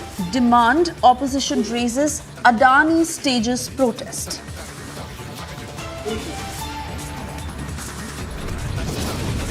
Two percentage times Rahul Gandhi parliament आते हैं, अधिकांश समय तो विदेश में ही रहते हैं, और आप कहते हैं कि हमारे माइक ऑफ कर देते हैं। आपका अटेंडेंस ऑफ है साहब, माइक तो ऑन है। BJP takes on Rahul Gandhi in an unrelenting attack. Fires mic on but attendance off. Jai.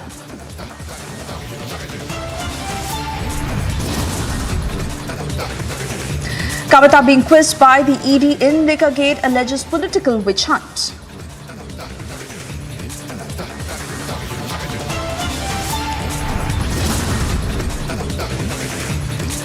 Mega face-off over Delhi budget. Aam Aadmi Party hits out, claims conspiracy by the centre.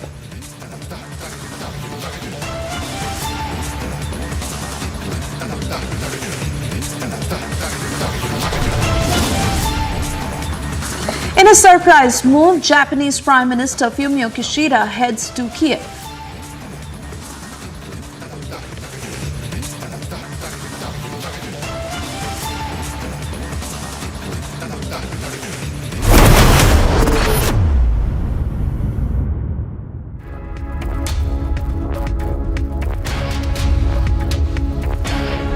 And the story we are tracking for you first up. Khalistani fugitive Amritpal Singh, who has been untraceable.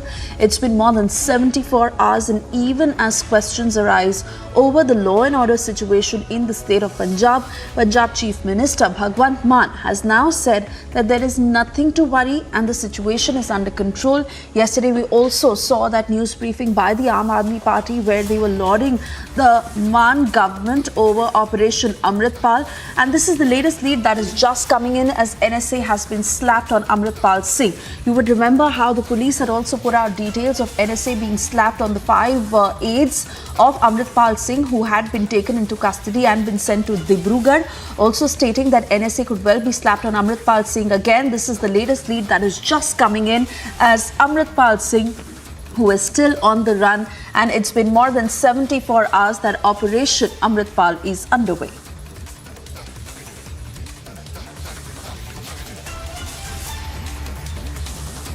I first want to cut across to my colleague Amandeep, who's joining us from Jalandhar, to get a sense of how Operation Amritpal is continuing, because Amandeep, as per the last announcement, it was said that till noon today, internet services is suspended in the state of Punjab. But Bhagwant Mann assuring that all is under control and there is no law and order situation. What's the truth on the ground?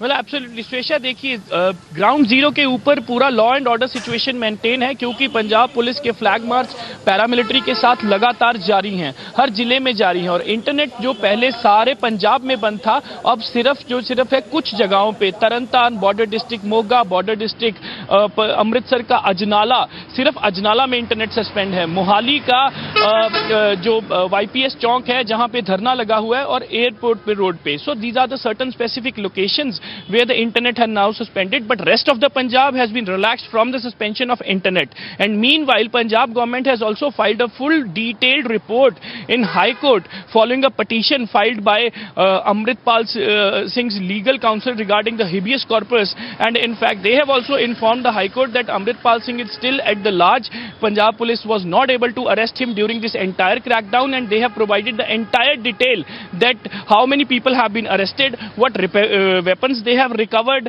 and in fact how the entire operation carried out, and how the Punjab government is maintaining the law and order situation on ground, why the internet was suspended since 18th till today itself, and in fact what are the repercussions, how many protests were happened, how many people have been detained, how many people have been associated with Amritsar that were taken into the custody, and in fact how the NSA has slapped against the supporters of Amritpal.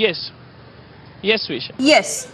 And Amandeep, as you stay with us, let me quickly also bring in Harsha, who is in Chandigarh right now, and she's getting us details of what Punjab Chief Minister Bhagwant Mann is saying, because Harsha, he assures that all is under control and they are going about Operation Amritpal, confident of its success, and also saying that they are not going to back down in any which way. They are on it. Exactly, Suesha.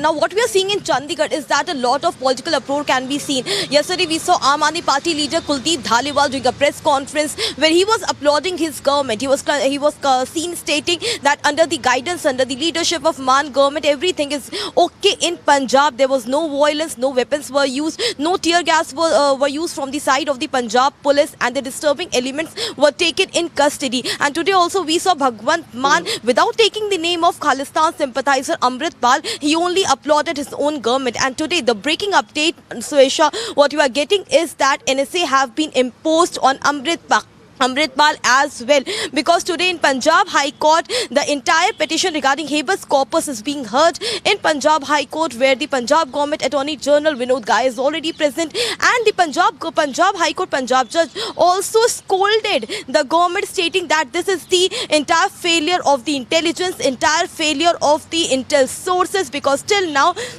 when almost 115 aides of Amritpal have been arrested, then why not Amritpal? Where is Amritpal? This is the misuse of the entire sources, and in the High Court only, the government have informed the judge that the NSA have been imposed on Amritpal already. NSA have been imposed on the 5 aides of Amritpal who have been taken to Dibrugarh in Assam jail. So right now what we are getting breaking update is that NSA has been imposed on Amritpal, but till now Amritpal is not traceable. It's been more than 74 hours. Search operation are being carried out in different places of Punjab, be it Amritsar, be it Mohali, be it the search operations in Jalandhar, Hoshiarpur, Moga, Ajnala. Everywhere police is carrying out search operation, but till now there's no clue exactly where Amritpal is. Yesterday also, when IG Sukhchand Gill did a press conference, we clearly asked him why police is clueless, why till now Amritpal has not been arrested, and the legal advisor of Waris Punjab, they again and again saying that Amritpal has already been in the custody.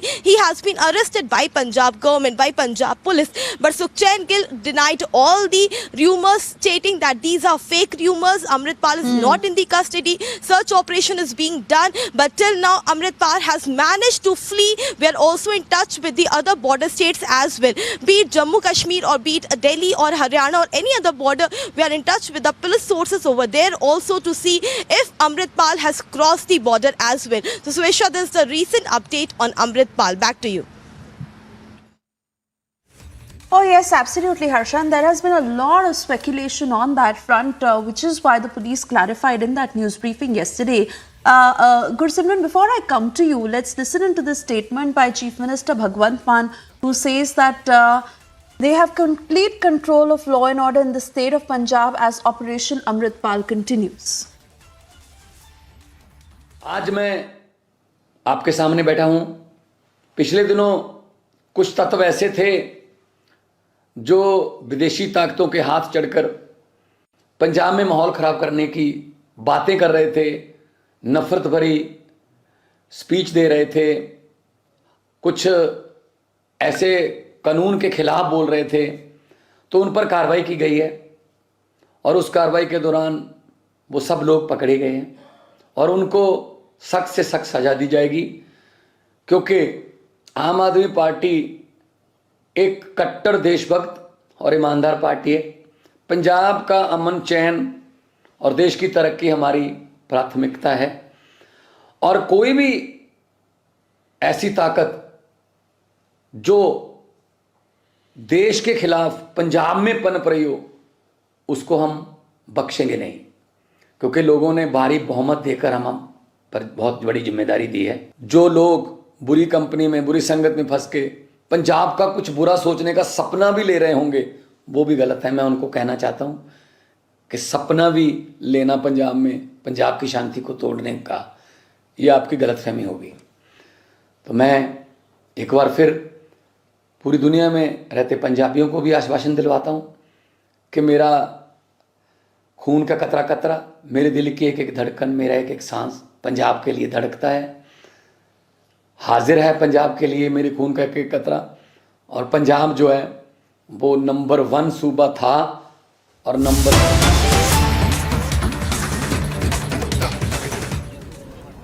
देश की जनता के खून पसीने की कमाई जो Punjab national bank और 19 अन्य बैंकों में जमा थे,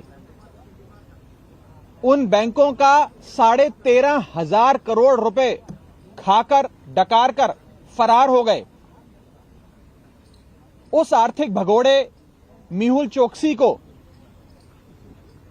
दूसरे देश, एंटीगुआ नाम का एक कैरेबियन देश है, उस देश की सिटीजनशिप दिलवाने के लिए भारत सरकार ने नो ऑब्जेक्शन सर्टिफिकेट दिया, यानी कि एक एनओसी जारी कर यह कहा कि भारत सरकार को कोई परहेज नहीं है अगर मेहुल चोकसी नाम के आर्थिक अपराधी को एंटीगुआ की सरकार अपना सिटीजन बनाकर उसे सिटीजनशिप देती है, उसे पनाह देती है, भारत सरकार को कोई आपत्ति नहीं।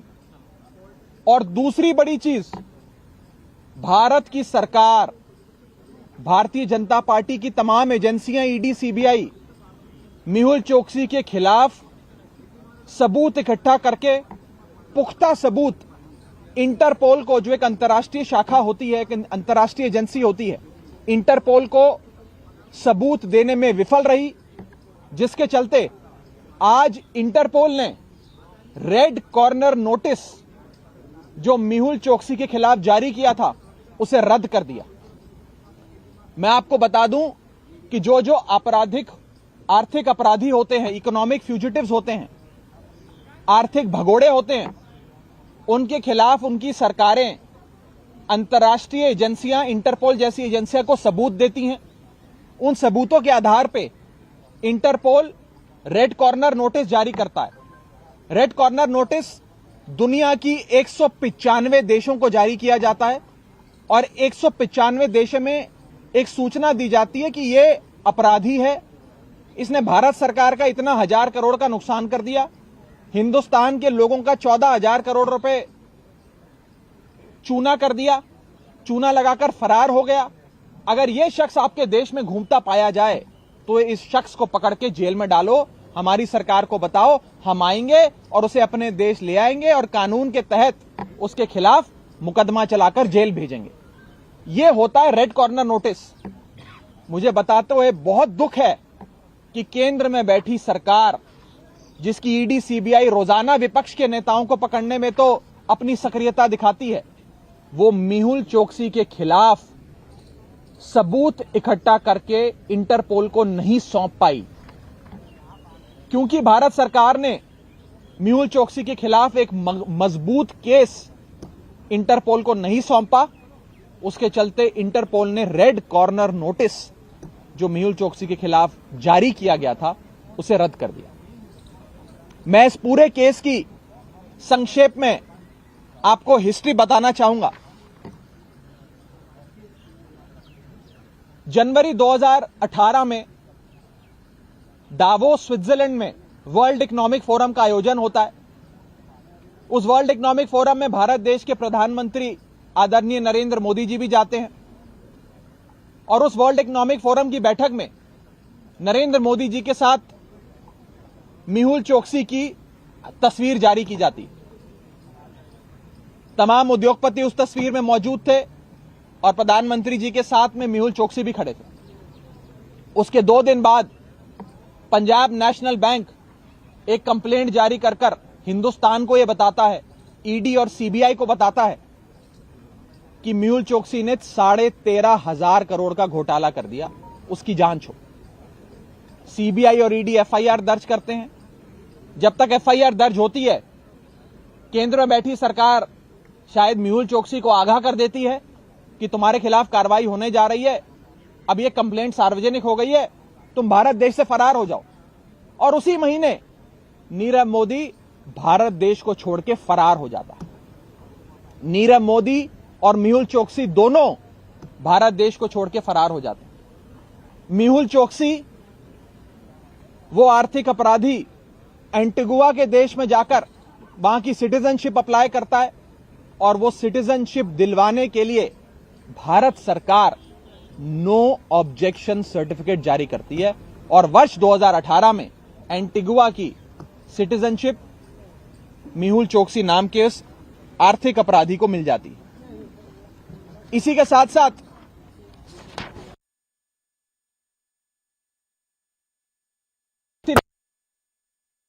करोड़ की डोनेशन चंदा भारतीय जनता पार्टी को दिया।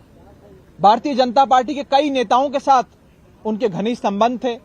यहां तक कि प्रधानमंत्री नरेंद्र मोदी जी ने एक कार्यक्रम में मेहुल चोकसी को मेहुल भाई कह के पुकारा और अपनी घनिष्ठता उनके साथ जगजाहिर करी। इसके बाद जब इंटरपोल ने रेड कॉर्नर नोटिस जारी किया कि यह आर्थिक अपराधी है, इसे पकड़ना है, भारत सरकार हमें सबूत दे, हम इन सबूतों का संज्ञान लेते हुए इस आर्थिक अपराधी को पकड़ के भारत देश सौंपेंगे, तो पता चलता है कि भारत सरकार ने, केंद्र में बैठी प्रचंड बहुमत की बीजेपी सरकार मेहुल चोकसी के खिलाफ रत्ती भर भी सबूत इंटरपोल को नहीं सौंप पाई, जिसके चलते मेहुल चोकसी आज आराम से अपना पूरा जीवन विदेश में बिता सकता है। 14,000 करोड़ रुपए हिंदुस्तान की आवाम का डकार कर वो आर्थिक अपराधी आज मजे से अपनी जिंदगी नदिया किनारे मौज में जी रहा है, क्योंकि उसे संरक्षण प्राप्त है भारतीय जनता पार्टी की सरकार का। आज हम कुछ महत्वपूर्ण सवाल इस मुद्दे से जुड़े बीजेपी सरकार से पूछना चाहते हैं। मेरा पहला सवाल, मेहुल चोकसी को किस शख्स ने टिप ऑफ किया, यह सूचना दी कि उसके खिलाफ जांच होने जा रही है, तुम भारत देश छोड़ के फरार हो जाओ? वो सरकार का कौन सा शख्स था, कौन सा मंत्री था, कौन सा बीजेपी का नेता था जिसने मेहुल चोकसी को आगाह किया? हमारा दूसरा सवाल, भारतीय जनता पार्टी का क्या रिश्ता है मेहुल चोकसी से और कितने रुपए चंदे में मेहुल चोकसी ने भारतीय जनता पार्टी को दिए? मेरा तीसरा सवाल, भारत की सरकार, बीजेपी की सरकार ने क्यों मेहुल चोकसी को एक दूसरे देश की नागरिकता लेने के लिए, एंटीगुआ की नागरिकता लेने के लिए नो ऑब्जेक्शन सर्टिफिकेट जारी किया? उसे क्यों सहयोग दिया कि वो भारत देश छोड़कर किसी दूसरे देश में आराम से बस जाए और आराम की जिंदगी बिताए? मेरा चौथा सवाल, क्या यह सत्य नहीं है कि प्रधानमंत्री जी ने खुद मेहुल चोकसी को मेहुल भाई कह के पुकारा और जनवरी 2018 में डावोस में प्रधानमंत्री जी की उससे मुलाकात हुई, जिसके बाद वो शख्स भारत देश से ही फरार हो गया? मेरा पांचवा सवाल, क्या मेहुल चोकसी अब भारतीय जनता पार्टी ज्वाइन करने जा रहा है? Is Mehul Choksi planning to join the BJP, या उसने क्या अभी बीजेपी ज्वाइन कर ली है? क्योंकि हमने देखा है कि जो आर्थिक अपराधी हैं, जो बड़े बड़े घोटाले करते हैं, जब वो भारतीय जनता पार्टी में शामिल हो जाते हैं तो उनके खिलाफ सारी जांच एजेंसियां काम करना बंद कर देती हैं और उन्हें रिहैबिलिटेट किया जाता है। सारे कार्रवाई, सारे पर्चे, सारे केसेस, सारी चार्जशीट उनके खिलाफ रद्द कर दी जाती। तो क्या मेहुल चोकसी ने भारतीय जनता पार्टी ज्वाइन कर ली है? इसका जवाब केंद्र में बैठी सरकार हमें दे। हमारा अगला सवाल, क्यों भारतीय जनता पार्टी की केंद्र में बैठी सरकार इंटरपोल को मेहुल चोकसी के खिलाफ सबूत दाखिल करने में फेल हो गई? क्यों बीजेपी की सरकार असफल रही मेहुल चोकसी के खिलाफ एक मजबूत केस इंटरपोल के सामने पेश करने में? और मेरा आखिरी सवाल, क्या मेहुल चोकसी के देखते देखते अब नीरव मोदी भी भारतीय जनता पार्टी ज्वाइन कर लेगा? क्या नीरव मोदी भी अब, और विजय माल्या भी अब, और ललित मोदी भी अब भारतीय जनता पार्टी ज्वाइन कर लेंगे, जैसा कि शायद मेहुल चोकसी करने जा रहा है? क्योंकि ये सब लोग इन जांच एजेंसियों से छुटकारा पाते अगर ये लोग बीजेपी ज्वाइन कर लेते। इस देश में एक चलन चल रहा है, आप पर ईडी सीबीआई के मुकदमे होंगे, आप पे जांच बैठेगी, फैब्रिकेटेड केसेस डालकर आपको फंसाया जाएगा, और जैसे ही आप बीजेपी ज्वाइन करने के लिए राजी हो जाएंगे, सारे मुकदमे आप पर बंद कर दिए जाएंगे। और यही क्लासिक केस है मेहुल चोकसी का, जिसके खिलाफ भारत सरकार ने अब सारे केसेस बंद करने का मन बना लिया है और उसे छूट देने का पूरी तरीके से मूड में भारतीय जनता पार्टी की सरकार बैठी। मैं आपको बता दूं कि मेहुल चोकसी ने 13,500 करोड़ का घोटाला किया। यह घोटाला 2016, 17 और 18 इस समय में हुआ जिस समय केंद्र में भारतीय जनता पार्टी की सरकार थी। यह कोई कांग्रेस की और किसी और पार्टी की सरकार के समय का घोटाला नहीं। और समय समय पर भारतीय जनता पार्टी की सरकार को इस घोटाले के बारे में अवगत कराया गया। यहां तक कि प्रधानमंत्री जी के अपने कार्यालय को सूचना देते हुए 2016 में एक पत्र के माध्यम से यह कंप्लेंट सौंपी गई कि मेहुल चोकसी ने बहुत बड़ा घोटाला किया है, उसके खिलाफ जांच हो। And well, that is Raghav Chadha of the Aam Aadmi Party, who's blaming the centre over Mehul Choksi issue as the Interpol has dropped the red corner notice, to which we are now also getting several reactions, not just of Vijay Agarwal, who is the lawyer of Mehul Choksi, but also how the Congress is reacting to this. Let's listen in. Legal team has taken up the matter with Interpol, and the Interpol in turn has been asking queries from India. But ultimately realizing that now that the Antigua police has clearly said that this kidnapping was genuine, the man was actually kidnapped. So this sort of things now, this kidnapping attempts and everything is not approved by the international community. So taking view in favor of my client, now the Interpol has has removed the RCN issued. If you go to the website, you will be able to see that RCN has been removed. Now my client is free to travel anywhere. Of course. What does Not this mean India. for his case? What does this mean for the case? No, that this is not going to affect his criminal litigation pending in India. So this is the RCN was the effort that if he is traveling anywhere, so he can be caught and brought here. So that risk now he will not have. But as far as the pending cases here are concerned, RCN removal will not have any impact. ना खाऊंगा ना खाने दूंगा, मोदी जी की गुब्बारा से हवा निकल चुके हैं। और सारे ईडी सीबीआई कैसे राहुल गांधी को बदनाम किया जाए, कैसे विपक्ष पार्टी की नेताओं को कमर तोड़ने की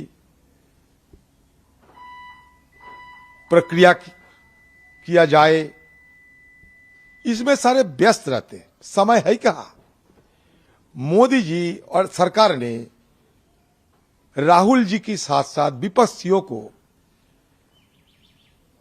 ईडी सीबीआई की जांच की चुंगल में फंसाने के लिए रोजाना जो नया नया साजिश रच रहे हैं, उसी में व्यस्त रहते हैं हमारे सारे जांच एजेंसियों ने।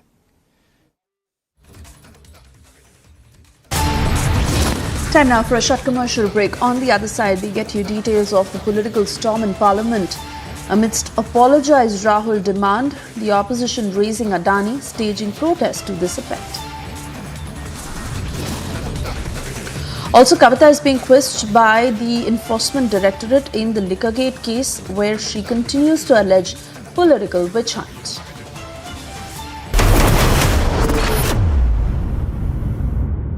$11,000 placements last year. At Amity, we are committed to nurturing passionate, hardworking and proactive professionals. A group of protesters has arrived here right at the gate of the British High Commission, and you can see that how they all have Indian flags in their hand and are chanting the slogan. This is coming after the incident when we know that at the UK High Commission in the United Kingdom, the Indian flag was brought down by some pro-Khalistani supporters, and against that this massive protest is being staged at the gate of the British High Commission.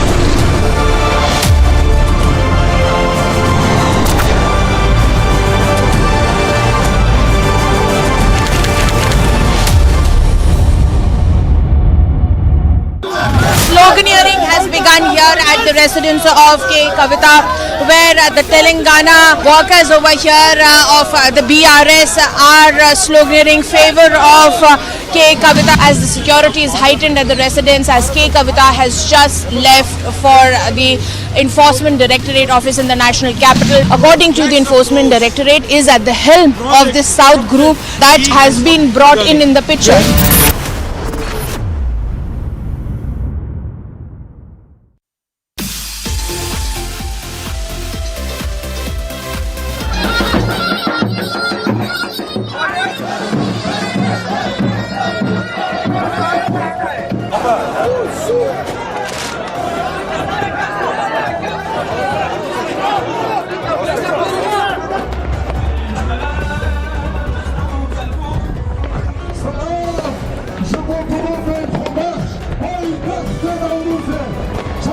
It's wonderful to be here for Nowruz, which I celebrate at home. You've all been so welcome.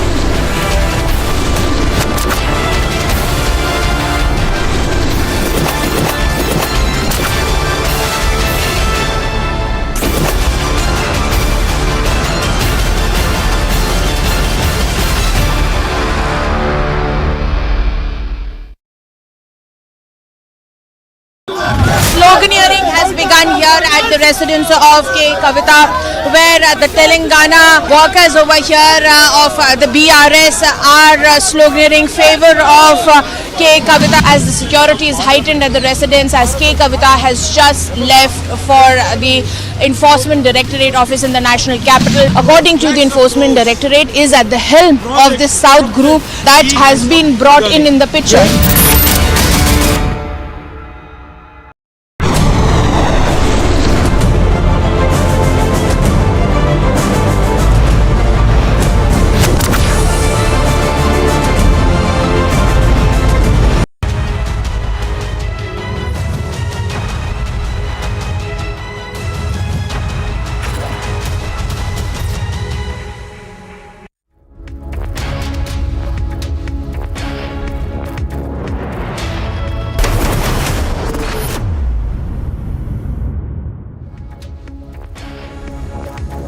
Thank you for staying tuned. This is Live and Breaking at 1 p.m. I'm Suesha Sound. Our focus is on BRS MLC K. Kavitha, who is being questioned by the ED. Remember, she has been questioned for more than 10 hours. This is the third round of questioning as she continues to allege political vendetta. BRS also holding a news conference, which we'll cut to in just a short while from now. First, a quick check of the headlines we're tracking at this hour. जिसने भी पंजाब के social भाईचारक सांझ को, जिसने भी पंजाब की अमन शांति को तोड़ने की रत्ती भर भी कोशिश की, तो पंजाबियों ने उसका मुंह तोड़ना जवाब दिया। 74 hours on, fugitive Amritpal still remains untraceable, but Punjab Chief Minister says there is nothing to worry.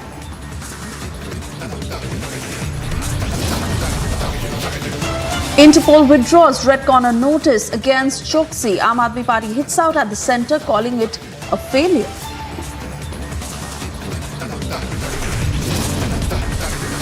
Political storm in Parliament amidst apologised Rahul demand. The opposition is raising Adani, staging protest. मात्र 52% times Rahul Gandhi parliament आते हैं, अधिकांश समय तो विदेश में ही रहते हैं, और आप कहते हैं कि हमारे माइक ऑफ कर देते हैं। आपका अटेंडेंस ऑफ है साहब, माइक तो ऑन है। BJP takes on Rahul Gandhi in an unrelenting attack, fires mic on but attendance off. Jai.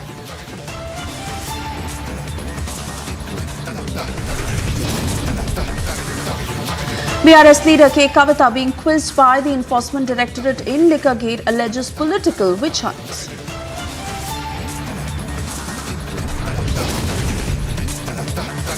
In a surprise move, Japanese Prime Minister Fumio Kishida heads to Kiev.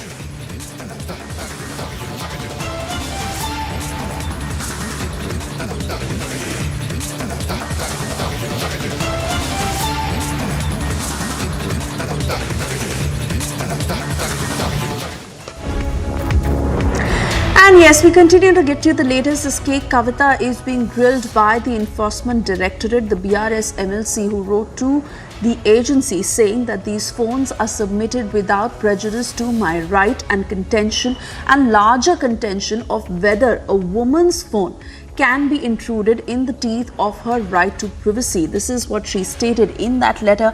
Remember, after being quizzed for more than 10 hours in the money laundering case linked to the Delhi excise policy, K. Kavitha arrived at the ED office yet again this morning for a third round of questioning as she continues to allege political vendetta.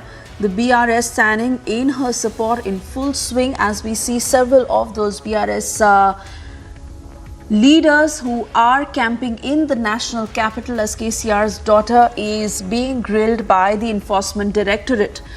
In fact, they're also holding a news conference to this effect. Let's quickly cut across to that.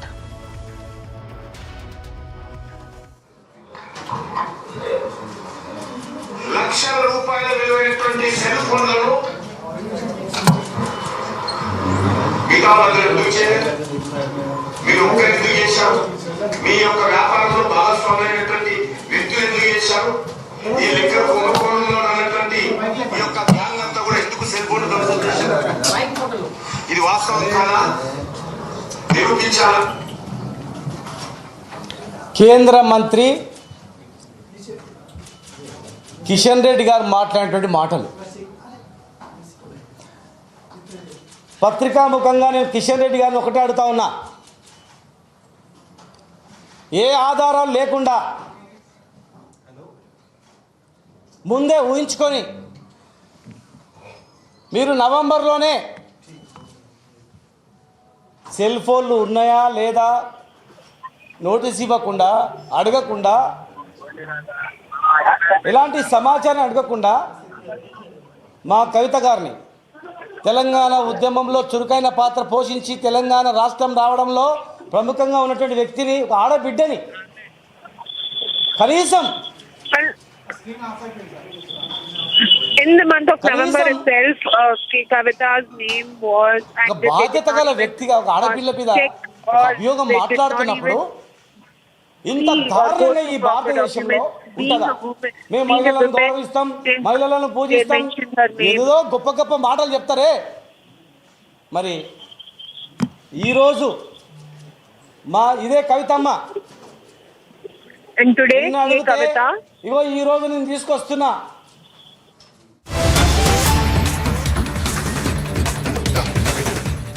जब हमारी पंजाब में सरकार बनी थी उस वक्त कुछ लोग ये कहते थे कि आपको शिक्षा, पानी, स्वास्थ्य, बिजली ये काम तो करने आते हैं, लेकिन पंजाब में लॉ एंड ऑर्डर काबू कर पाएंगे क्या? पंजाब बॉर्डर स्टेट है, बॉर्डर स्टेट के ऊपर आप शांति की व्यवस्था कर पाएंगे क्या?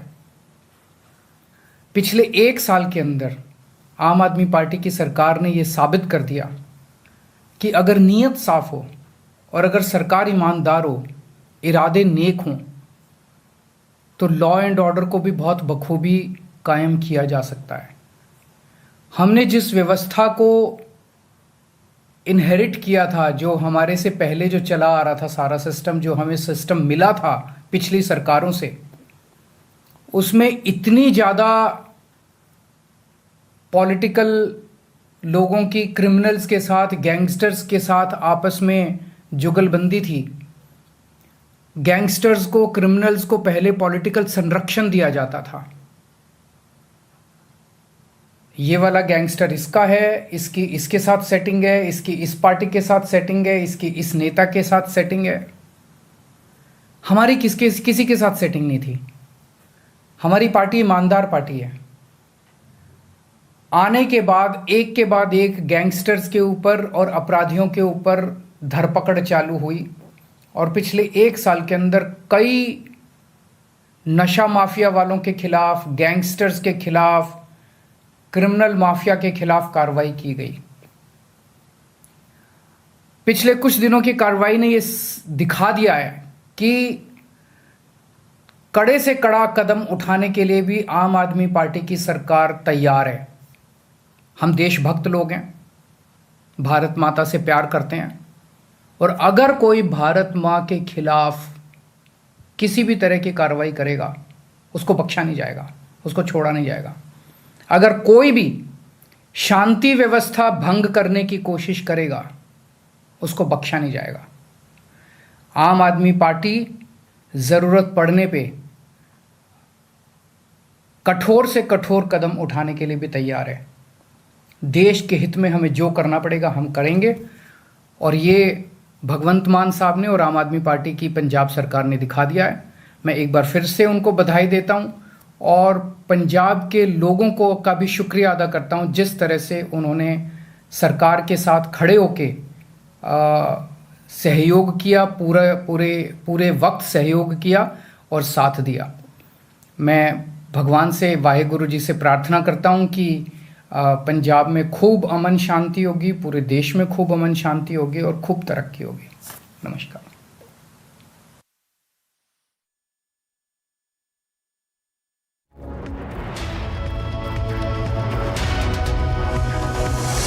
All right, so the Aam Aadmi Party already giving itself a certificate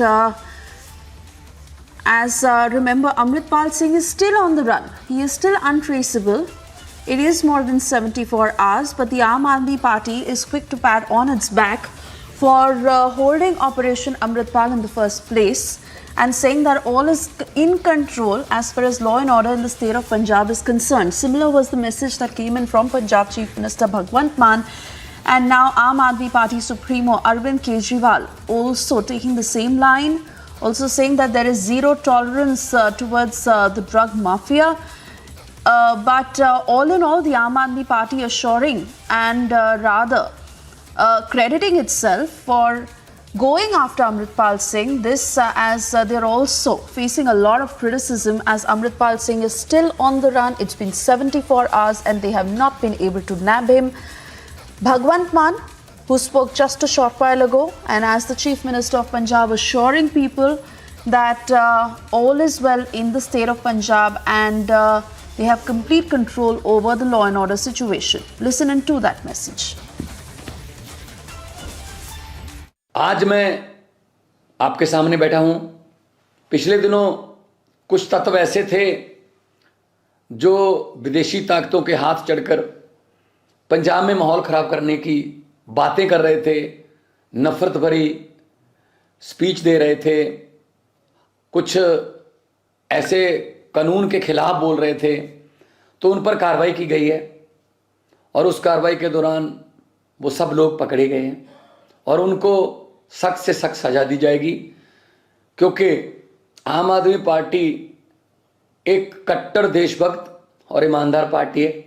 Punjab का अमन चैन और देश की तरक्की हमारी प्राथमिकता है और कोई भी ऐसी ताकत जो देश के खिलाफ पंजाब में पनप रही हो उसको हम बख्शेंगे नहीं, क्योंकि लोगों ने भारी बहुमत देकर हम पर बहुत बड़ी जिम्मेदारी दी है। जो लोग बुरी कंपनी में, बुरी संगत में फंस के पंजाब का कुछ बुरा सोचने का सपना भी ले रहे होंगे वो भी गलत है। मैं उनको कहना चाहता हूं कि सपना भी लेना पंजाब में पंजाब की शांति को तोड़ने का, ये आपकी गलतफहमी होगी। तो मैं एक बार फिर पूरी दुनिया में रहते पंजाबियों को भी आश्वासन दिलवाता हूं कि मेरा खून का कतरा कतरा, मेरे दिल की एक एक धड़कन, मेरा एक एक सांस पंजाब के लिए धड़कता है, हाजिर है पंजाब के लिए मेरे खून का एक एक कतरा। और पंजाब जो है वो नंबर 1 सूबा था और And as we continue to get you more voices on this, on the phone line, joining us this afternoon is Punjab BJP Vice President Harjeet Grewal.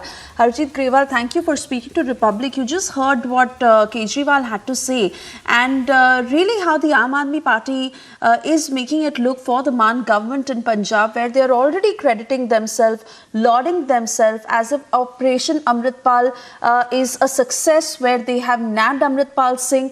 But fact is that he's still on the run. It's been more than 74 hours. They've not been able to catch him. And even when it comes to the situation on the ground, there is still a sense of fear because all is not well. ऐसा है, अमृतपाल एक मोहल्ला का बदमाश था। उस मोहल्ला के बदमाश को देरी कर करके हमारी सरकार ने इतना बड़ा बना दिया, और अगर और देरी हो जाती तो और नुकसान होता। अभी भी मान सरकार के हम धन्यवाद करते हैं। सरकार तो केजरीवाल जी चलाते हैं, उनका भी धन्यवाद कि उन्होंने कार्रवाई की। इस पे ये देश विरोधी लोग हैं, इनके खिलाफ कार्रवाई होनी चाहिए। और मैं एक चीज बताऊं, जिस झंडे को, तिरंगे को लेके विदेशी भी इस बार यूक्रेन से निकले, और उसी को लेके हमारे देश के 23,000 के करीब लोग वहां से निकले, यूक्रेन से सुरक्षित आए, और उसका भी अपमान करते हैं। वो ना सिख हो सकता है, ना हिंदू, ना मुसलमान, वो तो देश का दुश्मन है जो ऐसा करे। तो इसलिए हमने तो यही कहा कि सख्त से सख्त कार्रवाई करो, और मुख्यमंत्री ने किया, हम उनका धन्यवाद करते हैं। और भी सख्ती करनी चाहिए इन लोगों के खिलाफ, किसी को स्पेयर नहीं करना चाहिए।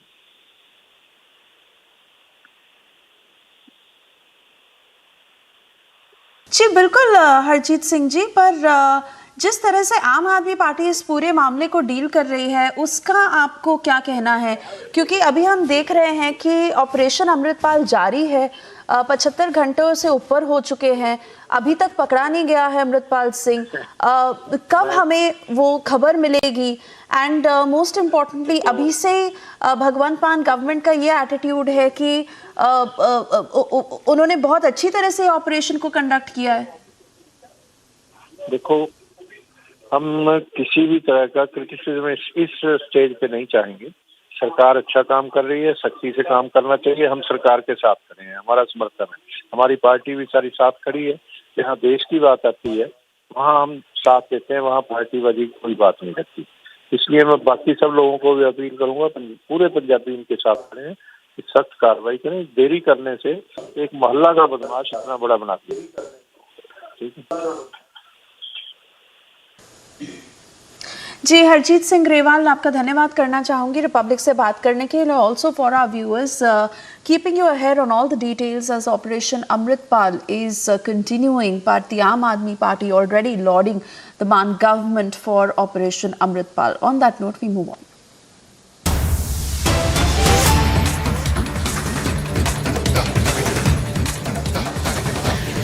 And in the very latest, we are getting you these pictures of Sikh delegation meeting with Defence Minister Rajnath Singh. This is after the Sikh community had held a mega protest outside the UK High Commission in the national capital, where they all spoke in one voice and said that anyone who is an enemy of the nation is their enemy. They do not support these Khalistani extremists in any which way, and absolutely condemn how the tricolour was desecrated at the Indian High Commission in London.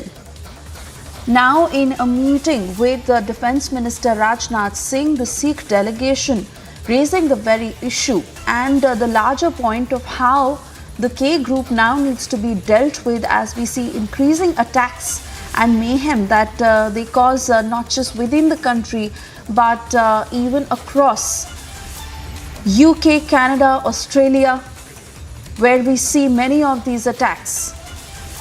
The Sikh delegation now in a meeting with Defence Minister Rajnath Singh, as they absolutely condemn the K group and these Khalistani extremists for how the tricolour was targeted in London.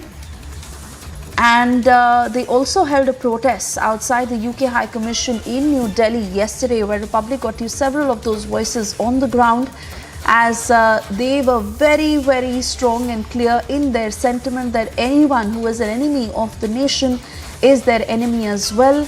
And such an act in the name of religion cannot be tolerated. This is not what the Sikhs want. They stand in one voice with India and absolutely condemn these Khalistani extremists for how they are going on to vandalize, attack and create terror. Manjinder Singh Sirsa is with us on the phone line now. Very good afternoon to you, sir.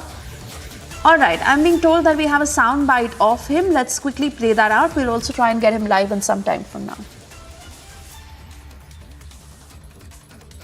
देखिए, जो भी भारतीय दूतावास दुनिया भर में है वो इंडियन पोस्ट है और उसका मकसद लोगों के हेल्प करनी है। लोगों की उस मुल्क के अंदर कोई विपदा आए तो उसके साथ खड़े होना है और उन्हीं के ऊपर अगर लोग हमला करेंगे ये कतई किसी भी सूरत में बर्दाश्त नहीं किया जाएगा। इसको लेकर हमारे यहाँ के मंत्रालय ने दोनों ही हाई कमीशंस को समन किया है, चाहे वो अमेरिका के हों या इंग्लैंड के, और दोनों ने सख्त इस पर प्रतिक्रिया दी है। और हमें इस बात की भी तसल्ली है कि इंग्लैंड की सरकार ने भी और अमेरिका की सरकार ने भी उसके ऊपर कड़े कदम उठाए हैं और भारत को इंश्योर किया है कि किसी भी तरीके से ऐसी न्यूसेंस जो है वो बर्दाश्त नहीं की जाएगी और उनके ऊपर सख्त कार्रवाई की जाएगी जो इस तरह के हमले करते हैं। कल सिखों ने इंग्लैंड के दूतावास के बाहर भी जाकर जिस तरह से अपना प्रोटेस्ट दर्ज कराया कि आप अपने प्रोटेस्ट करिए, लेकिन हमारे लोगों ने भी कितने संयम से किसी भी तरीके इंग्लैंड की प्रॉपर्टी को या इंग्लैंड के झंडे को किसी तरीके से नहीं बल्कि अपनी भावनाओं को व्यक्त किया। इस तरह का सबको अधिकार है, लेकिन हमारे भारतीय झंडे के साथ कोई अपमान करने की कोशिश करे वो कोई भी बर्दाश्त नहीं करेगा। दुनिया भर के सिख इस मसले में एकजुट हैं। दिल्ली में अमेरिकी प्रभारी टीएफएस के साथ बैठक में भारत ने कड़ा विरोध भी इस बात को लेकर व्यक्त किया है, क्योंकि अमेरिका में ये पहले भी घटना घटी थी और अमेरिकन गवर्नमेंट को इससे प्राइज़ किया गया था और जो अब सैन फ्रांसिस्को में घटना घटी है उसको लेके आज सख्त कड़ा रवैया अपनाया है भारत सरकार ने कल, और जिसके चलते उनकी तरफ से आश्वासन दिया जा रहा है। मुझे उम्मीद है कि अब उनको ये बात जरूर समझ में आएगी। कोई भी भारतीय दुनिया भर के अंदर इस अपमान को नहीं बर्दाश्त करेगा। आखिरी सवाल है, आप Harsha is now joining us live on the broadcast. Harsha, on this, the centre has a huge responsibility on how to tackle these Khalistani extremists on the larger level and take this with the foreign governments. Also, as far as Sikhs in India are concerned, they are very clear about their sentiment that they condemn such Khalistani extremists and the kind of vandalization that they are carrying about, not just within the country and outside. And they are one with India. And as far as these Khalistani extremists are concerned, they definitely are an enemy to the country who they condemn. But together, how can they find a solution?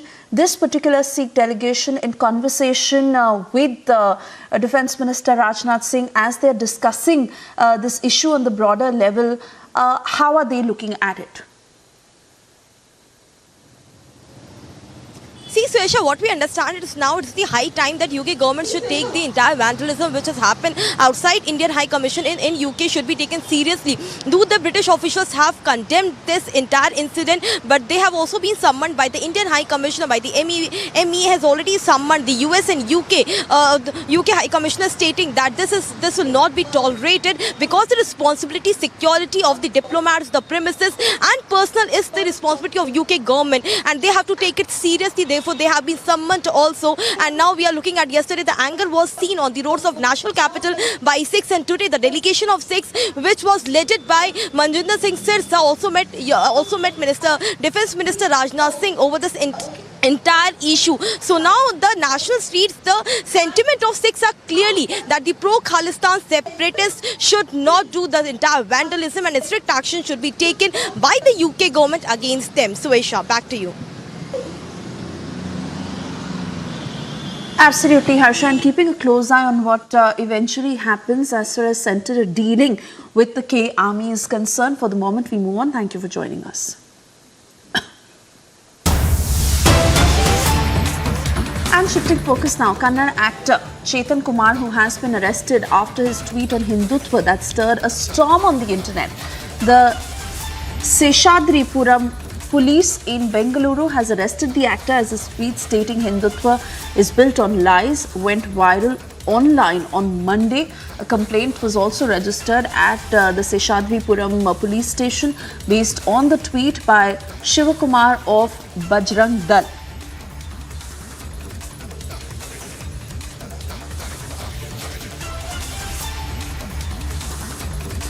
Prajwal is now joining us live on the broadcast. Prajwal, Kannada actor Chetan Kumar, who we now hear has been arrested. Give us details of whether he was working on anyone's behest. Was this a personal opinion that he put out such a tweet? Was it to purposely create any sort of unrest? What is the police now finding out as he has been arrested? And what is the action being taken against him?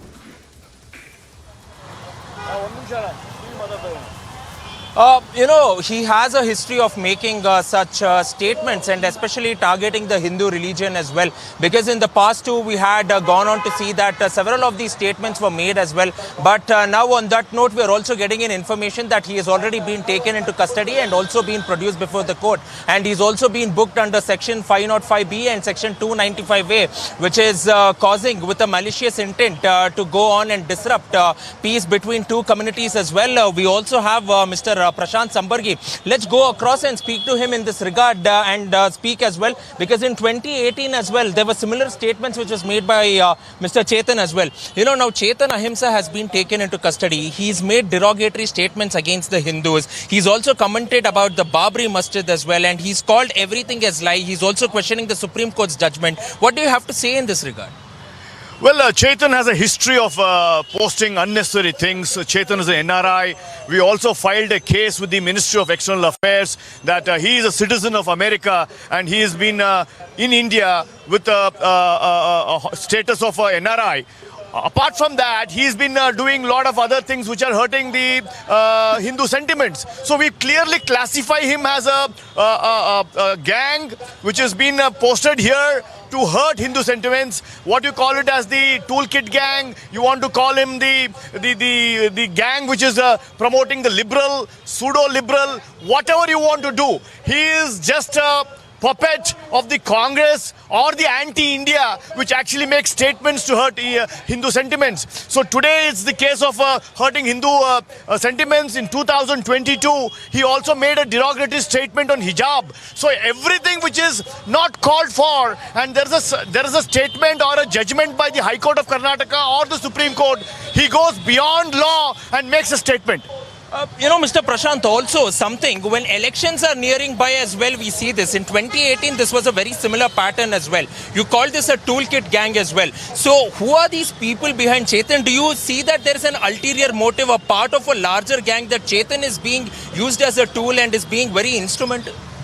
In the year 2018, in the Siddaramaiah government, he was instrumental and a speaker at regular forums for division of Lingayat and Veerashaiva. He had the torchbearer. He was the main speaker. He spoke on the religion basis. He said the division of this religion is important. He made derogatory statement. He applied to the government of Karnataka.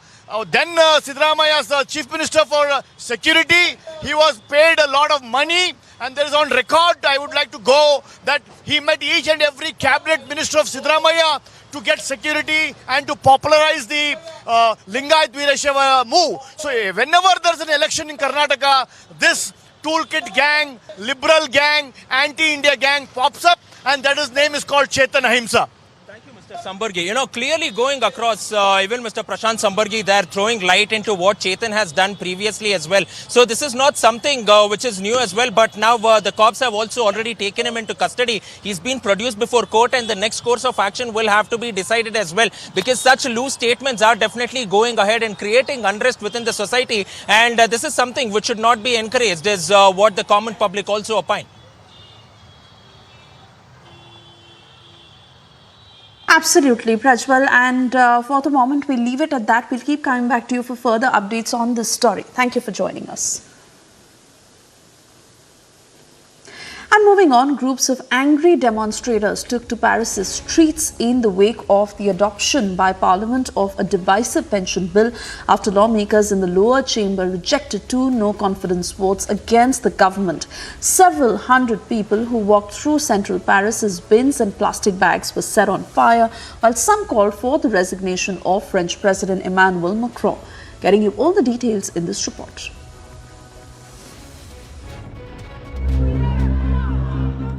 Paris is at unrest. Demonstrators are voicing their anger against the President Macron's plan to raise France's retirement age from 62 to 64. The French government meanwhile survived the two no-confidence votes in the lower chamber of the parliament proposed by the lawmakers who objected to the pension reform. Hundreds marched through central Paris calling for Macron's resignation. Slogans were raised and bins and plastic bags were set on fire. With no conclusion over the controversial bill, showdown in Paris continues unabated. Agency report, Republic TV. That it's time for us to slip into a very short commercial break. On the other side, we get you details as Interpol withdraws red notice against Choksi. Aam Aadmi Party hits out at the centre, calling it a failure. And in a surprise move, Japanese Prime Minister Fumio Kishida heads to Kiev.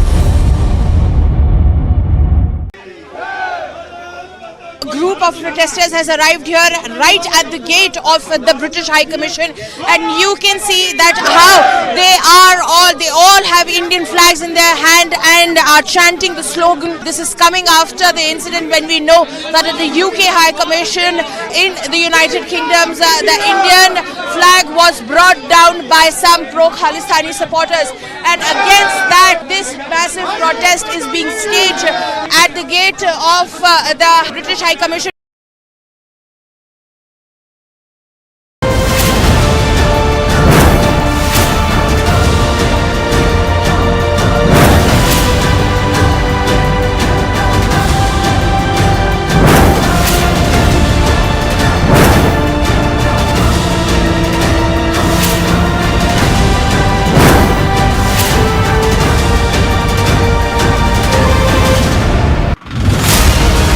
Prayagraj का ये रसूलाबाद इलाका, दोनों दुकानें मोहम्मद गुलाम की ही हैं। उसको तोड़ने का जो काम है वो यहाँ पर किया जा रहा है। इस पूरी इमारत को मोहम्मद गुलाम ने अवैध रूप से खड़ा किया। काम को तेजी के साथ अंजाम देने के लिए एक और बुलडोजर यहाँ पर आ गया है और ये देखिए, ये आगे पूरा सब कुछ मिट्टी में मिला दिया गया है। We have to be much tougher as a nation. If a state government does not defend national interest and national security, then the center has to immediately step in. We cannot be so soft and so indecisive that a person like Amritpal, a nobody, first becomes a national security threat, then becomes so out of control that he organizes a private fully armed battalion around him, attacks state policemen. When the state wakes up, this man Amritpal vamooses and organizes a car chase with thousands of security forces in Punjab. Now we know that drug dealers are giving Amritpal Mercedes SUVs to drive around in. Why? Didn't the security agencies not know about all this till now, or did they allow? If a state government does not defend national interest, then the center has to step in, whether people like it or not. These are not legal matters. These are matters of national security.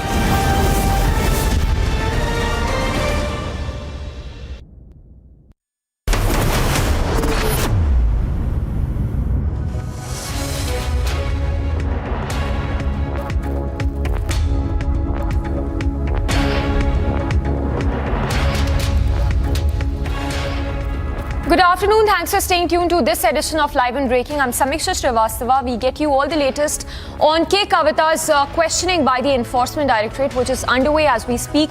This, of course, after she was quizzed for more than 10 hours in the national capital yesterday. First up, we begin with the top headlines this Tuesday afternoon. जिसने भी पंजाब के social भाईचारक सांझ को जिसने भी पंजाब की अमन शांति को तोड़ने की रत्ती भर भी कोशिश की तो पंजाबियों ने उसका मुंह तोड़ना जवाब दिया। 74 hours on, fugitive Amritpal remains untraceable, but Punjab Chief Minister says nothing to worry. Bharat सरकार नो ऑब्जेक्शन सर्टिफिकेट जारी करती है और वर्ष 2018 में एंटीगुआ की सिटीजनशिप मेहुल चोकसी नाम के उस आर्थिक अपराधी को मिल जाती है।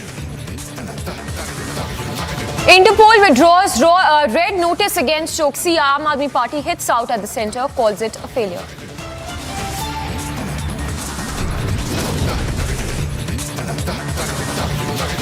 Kannada actor Chetan Kumar arrested over alleged anti-Hindu social media posts. Political storm in Parliament amidst apologise Rahul demand. Opposition raises Adani matter, stages protest inside and outside the Parliament. DRS leader K. Kavitha being grilled by the Enforcement Directorate in Liquorgate alleges political witch hunt.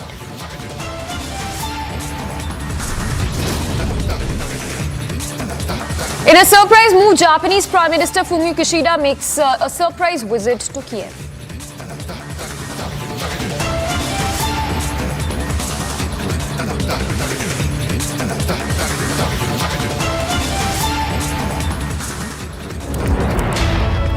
Now, top focus remains fugitive Amritpal, who remains on the run for more than 72 hours now. So, it's been more than 3 days that the Punjab police continues to trace the location of Amritpal Singh. This even as questions arise over the law and order situation in the state. Punjab Chief Minister Bhagwant Mann, who maintains that there is nothing to worry about, and Kejriwal also saying that law and order is under control in the state of Punjab. So even as questions are being raised on the law and order situation in Punjab, while the Punjab police still does not have any clue on the location or whereabouts of Amritpal Singh, Chief Minister Bhagwant Mann and Aam Aadmi Party's national convener who maintain that law and order situation is in control in the state of Punjab. Listen in to what Kejriwal had to say just a short while back on the whereabouts and the action being taken by the Punjab police and Amritpal Singh. Punjab में कानून व्यवस्था लागू कर रखने के लिए और शांति बहाल रखने के लिए पिछले कुछ दिनों के अंदर भगवंत मान साहब ने और आम आदमी पार्टी की पंजाब सरकार ने कई कठोर कदम उठाए हैं।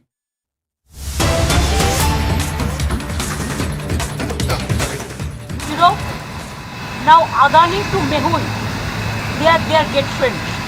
Only BJP government is working for them, and that is their minus TRP. I am telling you, and there will be 0%. दीदी अखिलेश यादव ने पहले ही कह दिया है कि कांग्रेस ने भी एजेंसी का मिसयूज किया था और अब बीजेपी भी कर रही है। प्लीज ऐसा तुम कंट्रोवर्सी कंफ्यूज मत करो।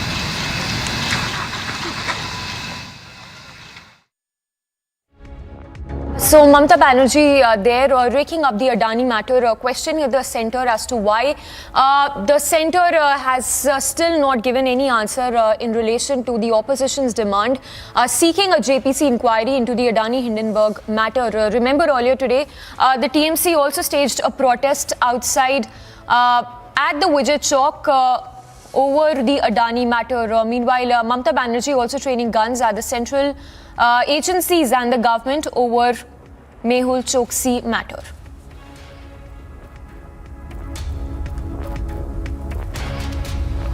And of course, earlier this morning, Congress President Mallikarjun Kharge also hit out at the central government over fugitive diamond heir Mehul Choksi's removal from the Interpol database of red notices, saying talk of patriotism by those giving protection to such type of people is a joke. So Congress, the Aam Aadmi Party and now the TMC questioning the centre over fugitive diamond heir Mehul Choksi's removal from the Interpol database of red notices.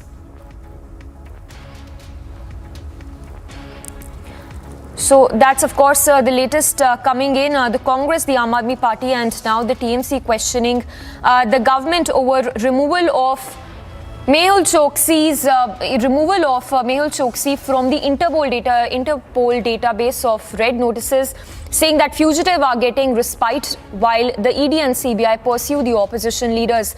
A short while back, the Aam Aadmi Party leader Raghav Chadha also hit out at the central agency over Mehul Choksi's removal from the Interpol database of the red notice. दो बड़ी developments, चौंका देने वाली खबरें आज सामने आई हैं। नीरव मोदी और मेहुल चोकसी ये वो लोग हैं जिन्होंने 13,500 करोड़ का बैंक घोटाला किया।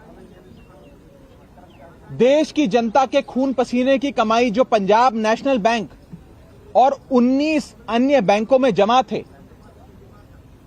उन बैंकों का 13,500 करोड़ रुपए खाकर डकार कर फरार हो गए। उस आर्थिक भगोड़े मेहुल चोकसी को दूसरे देश, एंटीगुआ नाम का एक कैरेबियन देश है, उस देश की सिटीजनशिप दिलवाने के लिए भारत सरकार ने नो ऑब्जेक्शन सर्टिफिकेट दिया, यानी कि एक एनओसी जारी कर यह कहा कि भारत सरकार को कोई परहेज नहीं है अगर मेहुल चोकसी नाम के आर्थिक अपराधी को एंटीगुआ की सरकार अपना सिटीजन बनाकर उसे सिटीजनशिप देती है, उसे पनाह देती है, भारत सरकार को कोई आपत्ति नहीं।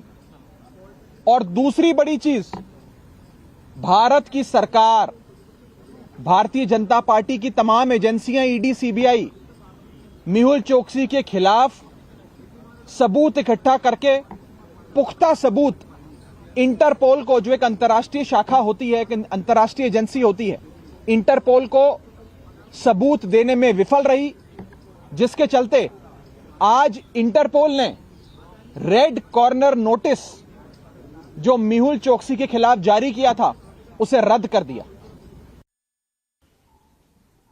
ना खाऊंगा ना खाने दूंगा, मोदी जी की गुब्बारा से हवा निकल चुके हैं। और सारे ईडी सीबीआई कैसे राहुल गांधी को बदनाम किया जाए, कैसे विपक्ष पार्टी की नेताओं को कमर तोड़ने की, फिर वो बच जाते हैं रेड कॉर्नर नोटिस से, उनका नाम खत्म हो जाता है। देखिए अब क्या क्या बंद होता है। सर, पंजाब की स्थिति को कैसे देखते हैं आप? जो वारिस पंजाब दे हैं, उसका जो प्रमुख है वो फिलहाल अभी फरार है, उसको पकड़ने की कोशिश की जा रही है। आज इंटरनेट सस्पेंड, अभी तक भी internet suspend. It is a 13,000 crore fraud. Because the country, only few people are running. Bank is totally penniless, not giving money to the 100 days job, but which people have collected lots of funds. LIC became zero, State Bank became zero. Now Adani to Mehul, they are get friends. Only BJP government is working for them, and that is their minus PRP, I am telling you, and there will be zero. So Mamata Banerjee there also hitting out at the central agency. This of course after Mehul Choksi has been removed from the Interpol database of red notice earlier today. And moving on to a quick roundup of news in brief from across the globe. The White House responded to Chinese President Xi Jinping's visit to Moscow to meet the Russian president on the war with Ukraine and warned any attempt by the country to call for a ceasefire that does not include the withdrawal of Russian forces from Ukraine will not be accepted by the world.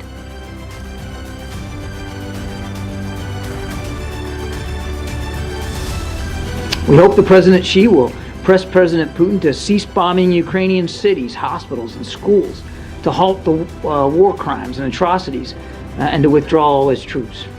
But we are concerned that instead, China will reiterate calls for a ceasefire that leaves Russian forces inside Ukraine's sovereign territory.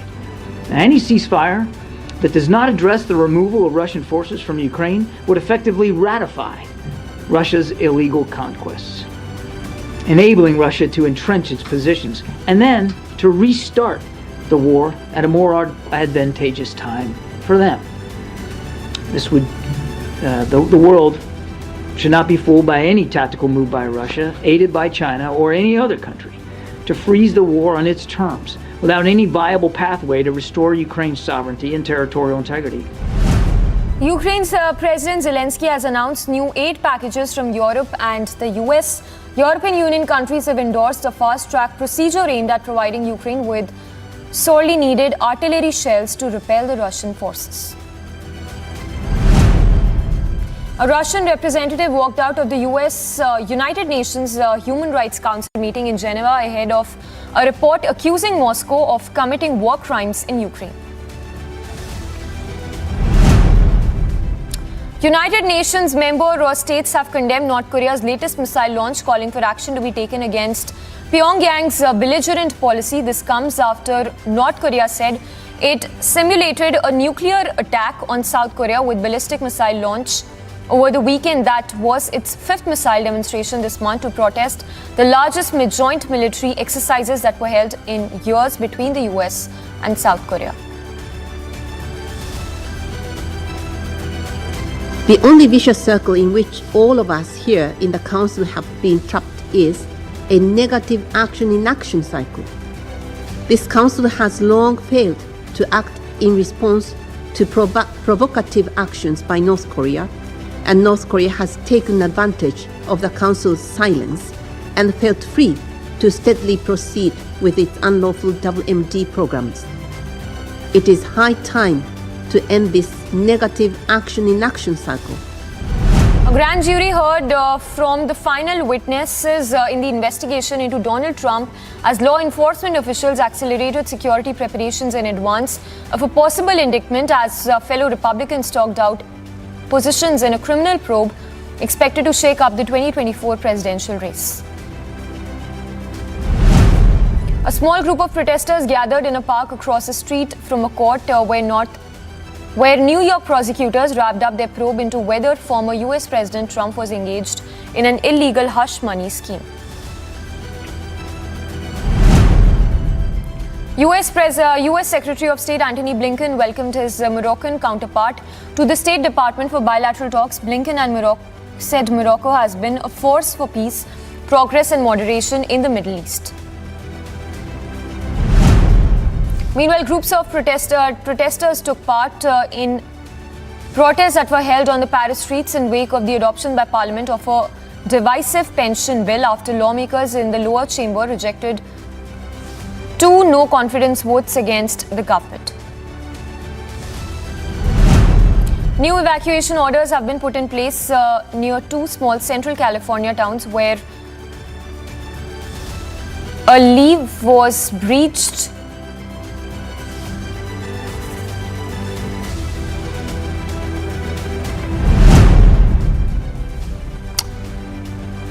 Thousands of people celebrated Newroz or the Kurdish New Year in the semi-autonomous Kurdish region in northern Iraq.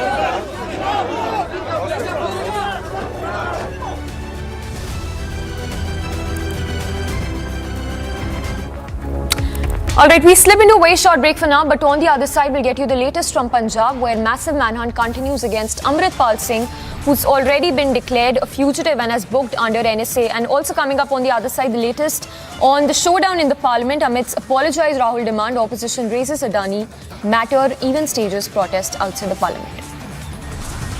And BRS leader K. Kavitha being quizzed by the Enforcement Directorate in Liquorgate alleges political witch hunt.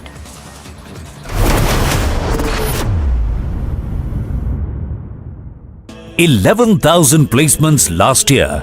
At Amity, we are committed to nurturing passionate, hardworking and proactive professionals. Prayagraj का ये रसूलाबाद इलाका, दोनों दुकानें मोहम्मद गुलाम की ही हैं। उसको तोड़ने का जो काम है वो यहाँ पर किया जा रहा है। इस पूरी इमारत को मोहम्मद गुलाम ने अवैध रूप से खड़ा किया।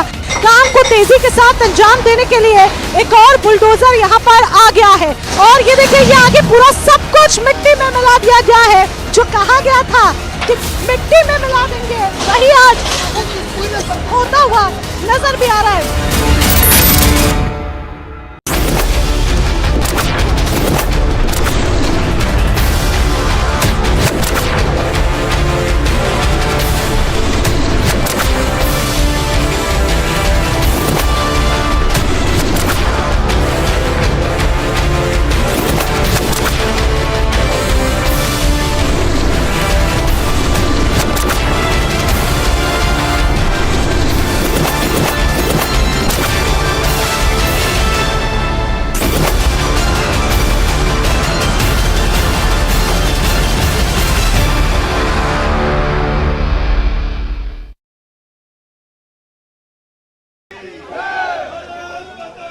of protesters has arrived here right at the gate of the British High Commission, and you can see that how they all have Indian flags in their hand and are chanting the slogan. This is coming after the incident when we know that at the UK High Commission in the United Kingdom, the Indian flag was brought down by some pro-Khalistani supporters, and against that this massive protest is being staged at the gate of the British High Commission.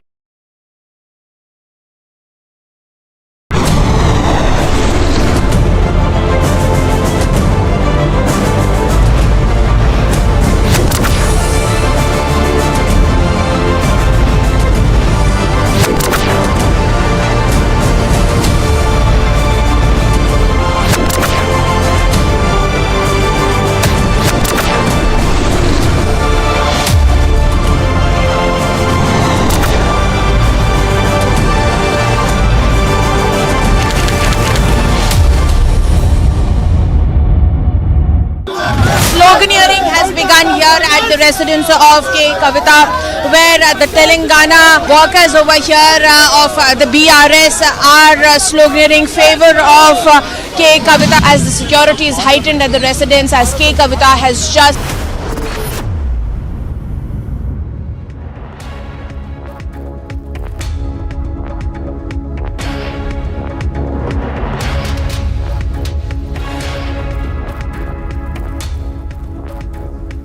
Alright, and more news from across the globe. Groups of angry demonstrators took to Paris streets, this in wake of adoption by Parliament of a divisive pension bill. This after lawmakers in the lower chamber rejected 2 no-confidence votes against the government. Several hundred people walked through central Paris as bins and plastic bags were set on fire, while some even called for the resignation of the French president.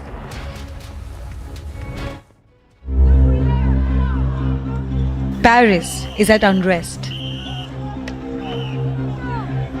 Demonstrators are voicing their anger against the President Macron's plan to raise France's retirement age from 62 to 64. The French government, meanwhile, survived the 2 no-confidence votes in the lower chamber of the parliament proposed by the lawmakers who objected to the pension reform. Hundreds marched through central Paris calling for Macron's resignation. Slogans were raised and bins and plastic bags were set on fire. With no conclusion over the controversial bill, showdown in Paris continues unabated. Agency report, Republic TV. Alright, we slip into a very short break. Coming up on the other side, details of the mega face-off over Mehul Choksi as Interpol now withdraws red notice against Mehul Choksi.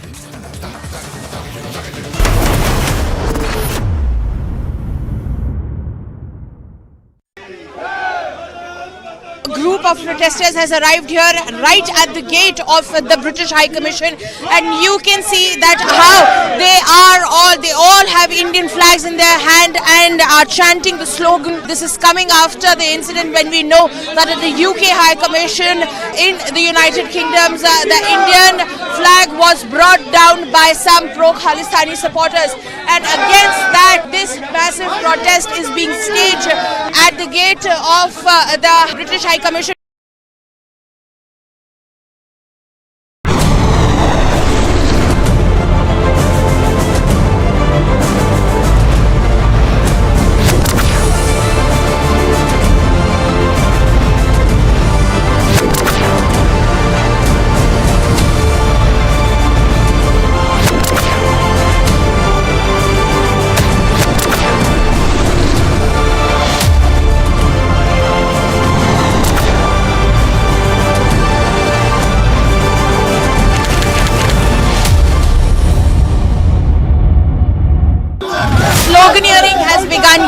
at the residence of K. Kavitha, where the Telangana workers over here of the BRS are sloganeering favor of K. Kavitha as the security is heightened at the residence, as K. Kavitha has just left for the Enforcement Directorate office in the national capital. According to the Enforcement Directorate, is at the helm of this South group that has been brought in the picture.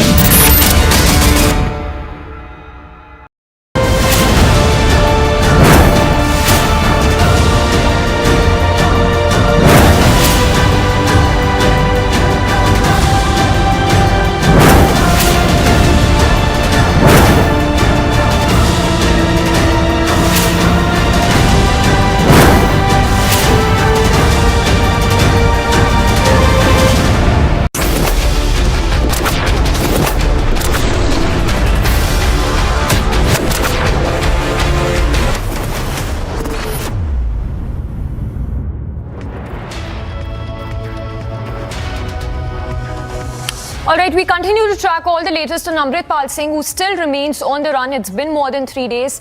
Meanwhile, we are now given to understand that an affidavit has now been filed by the Punjab government in the High Court, where they've stated that several cases have been registered against Amritpal Singh, while the High Court, they're pulling up the Punjab government as to why and how Amritpal managed to escape if this operation was so big in this case. So that's, of course, the latest coming in. The details of this affidavit that we've accessed, that's been filed before the High Court by the Punjab government. Let's go across to Amandeep, who's getting us the details of this affidavit. Amandeep, quickly take us through the details of this affidavit that's been filed by the Punjab government in the court. Well, Samiksha, a very detailed affidavit has been filed by Punjab government, and in fact everything has been mentioned regarding Amritpal Singh, his activities, his ideology, his pro-Khalistani agenda. 6 FIRs has been registered against Amritpal Singh and his associates, 4 in Amritsar, 1 in Moga and 1 in Jalandhar.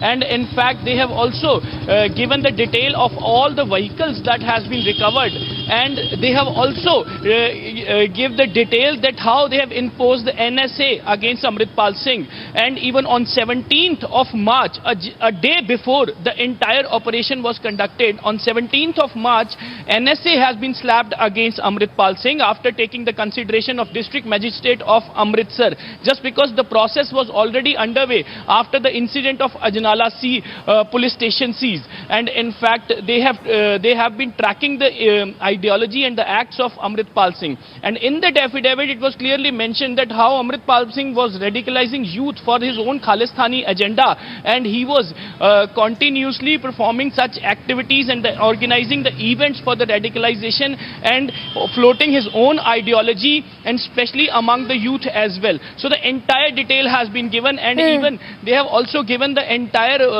operation details also in that affidavit, and even that report has been filed before High Court, and every information has been given. And the most important point is, for which the hearing was went today itself in High Court, that petitioner was claiming that Amritpal Singh was in custody of Punjab police. In that affidavit it was clearly mentioned that Amritpal Singh is still on large and he is absconded. Police is continuously trying to track his location, just because he is the one who is the prime target of this entire operation, and he is not at all in the custody of Punjab police so far. So a very detailed affidavit has been filed by the Punjab police before the High Court, mentioning everything about Amritpal Singh and his associates regarding the cases, regarding the recovery, regarding his agenda, and regarding NSA also.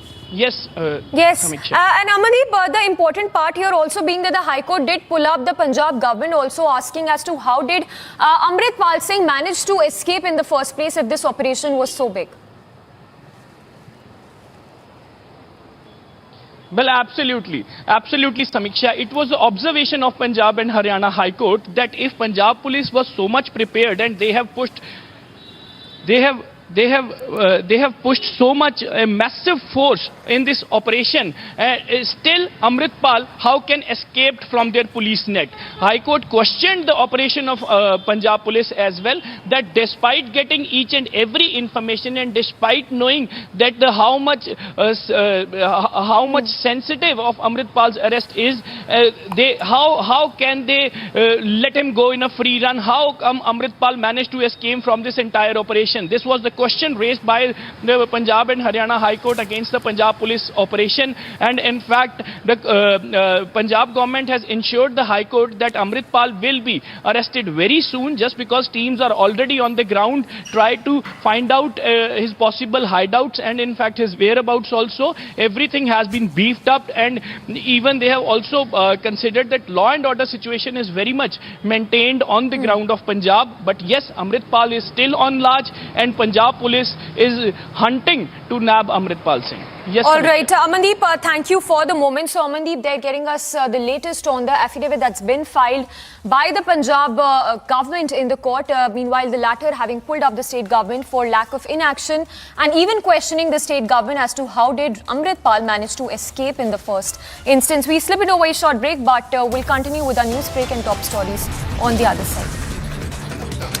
And the political storm in Parliament continues amidst apologized Rahul demand. Opposition raises Adani stages protest. BRS leader K. Kavitha being quizzed by ED in Liquorgate alleges political witch hunt by the central government.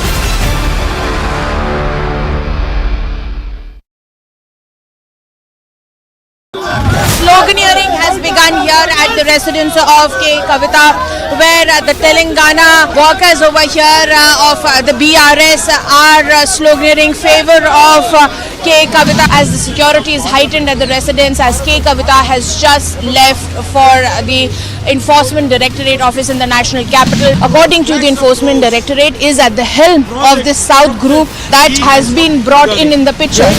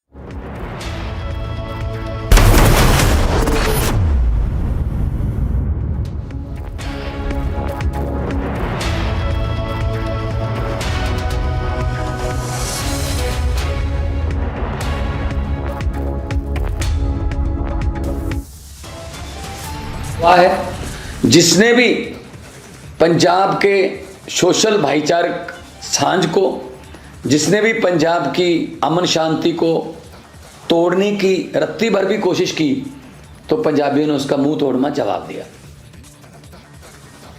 74 hours on, fugitive Amritpal remains untraceable, but Punjab Chief Minister says nothing to worry.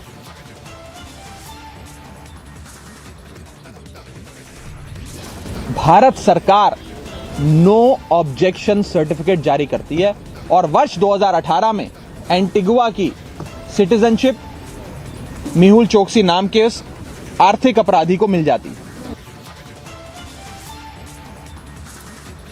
Interpol withdraws red notice against Mehul Choksi. The Aam Aadmi Party hits out at centre, calls it a failure.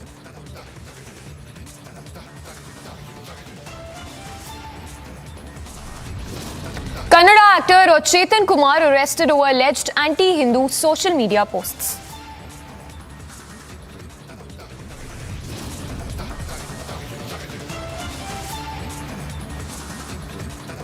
Political storm in Parliament amidst apologise Rahul demand. Opposition raises Adani again, stages protest.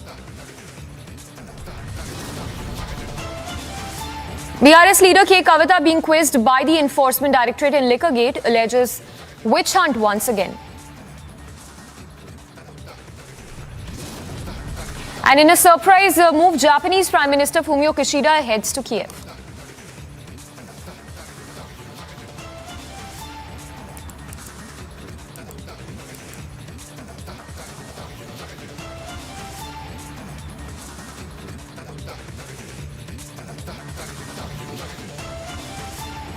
Very good afternoon and thank you for tuning in. You're watching Live and Breaking at 2 p.m. I'm Suesha Sawant and we get you the latest on this story as there was a massive political showdown with logjam continuing in Parliament ahead of the session.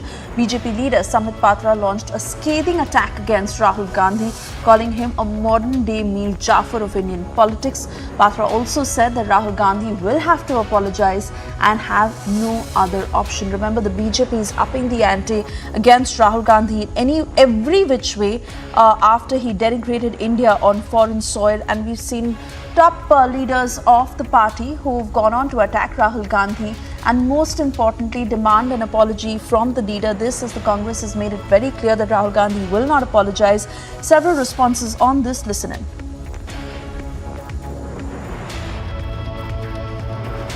Rahul Gandhi जी का विदेशी धरती से भारत पर बार बार प्रहार करना, बदनाम करना और झूठ फैलाना और उसके बाद माफी भी नहीं मांगना, चोरी ऊपर से सीना चोरी, ये अपने आप में दिखाता है कि वो, और हमने एक सवाल पूछे उसका आज तक जवाब उन्होंने नहीं दिया है। उन्होंने कहा ऑक्यूपेशनल फोर्स है भारतीय सेना लद्दाख में और अरुणाचल प्रदेश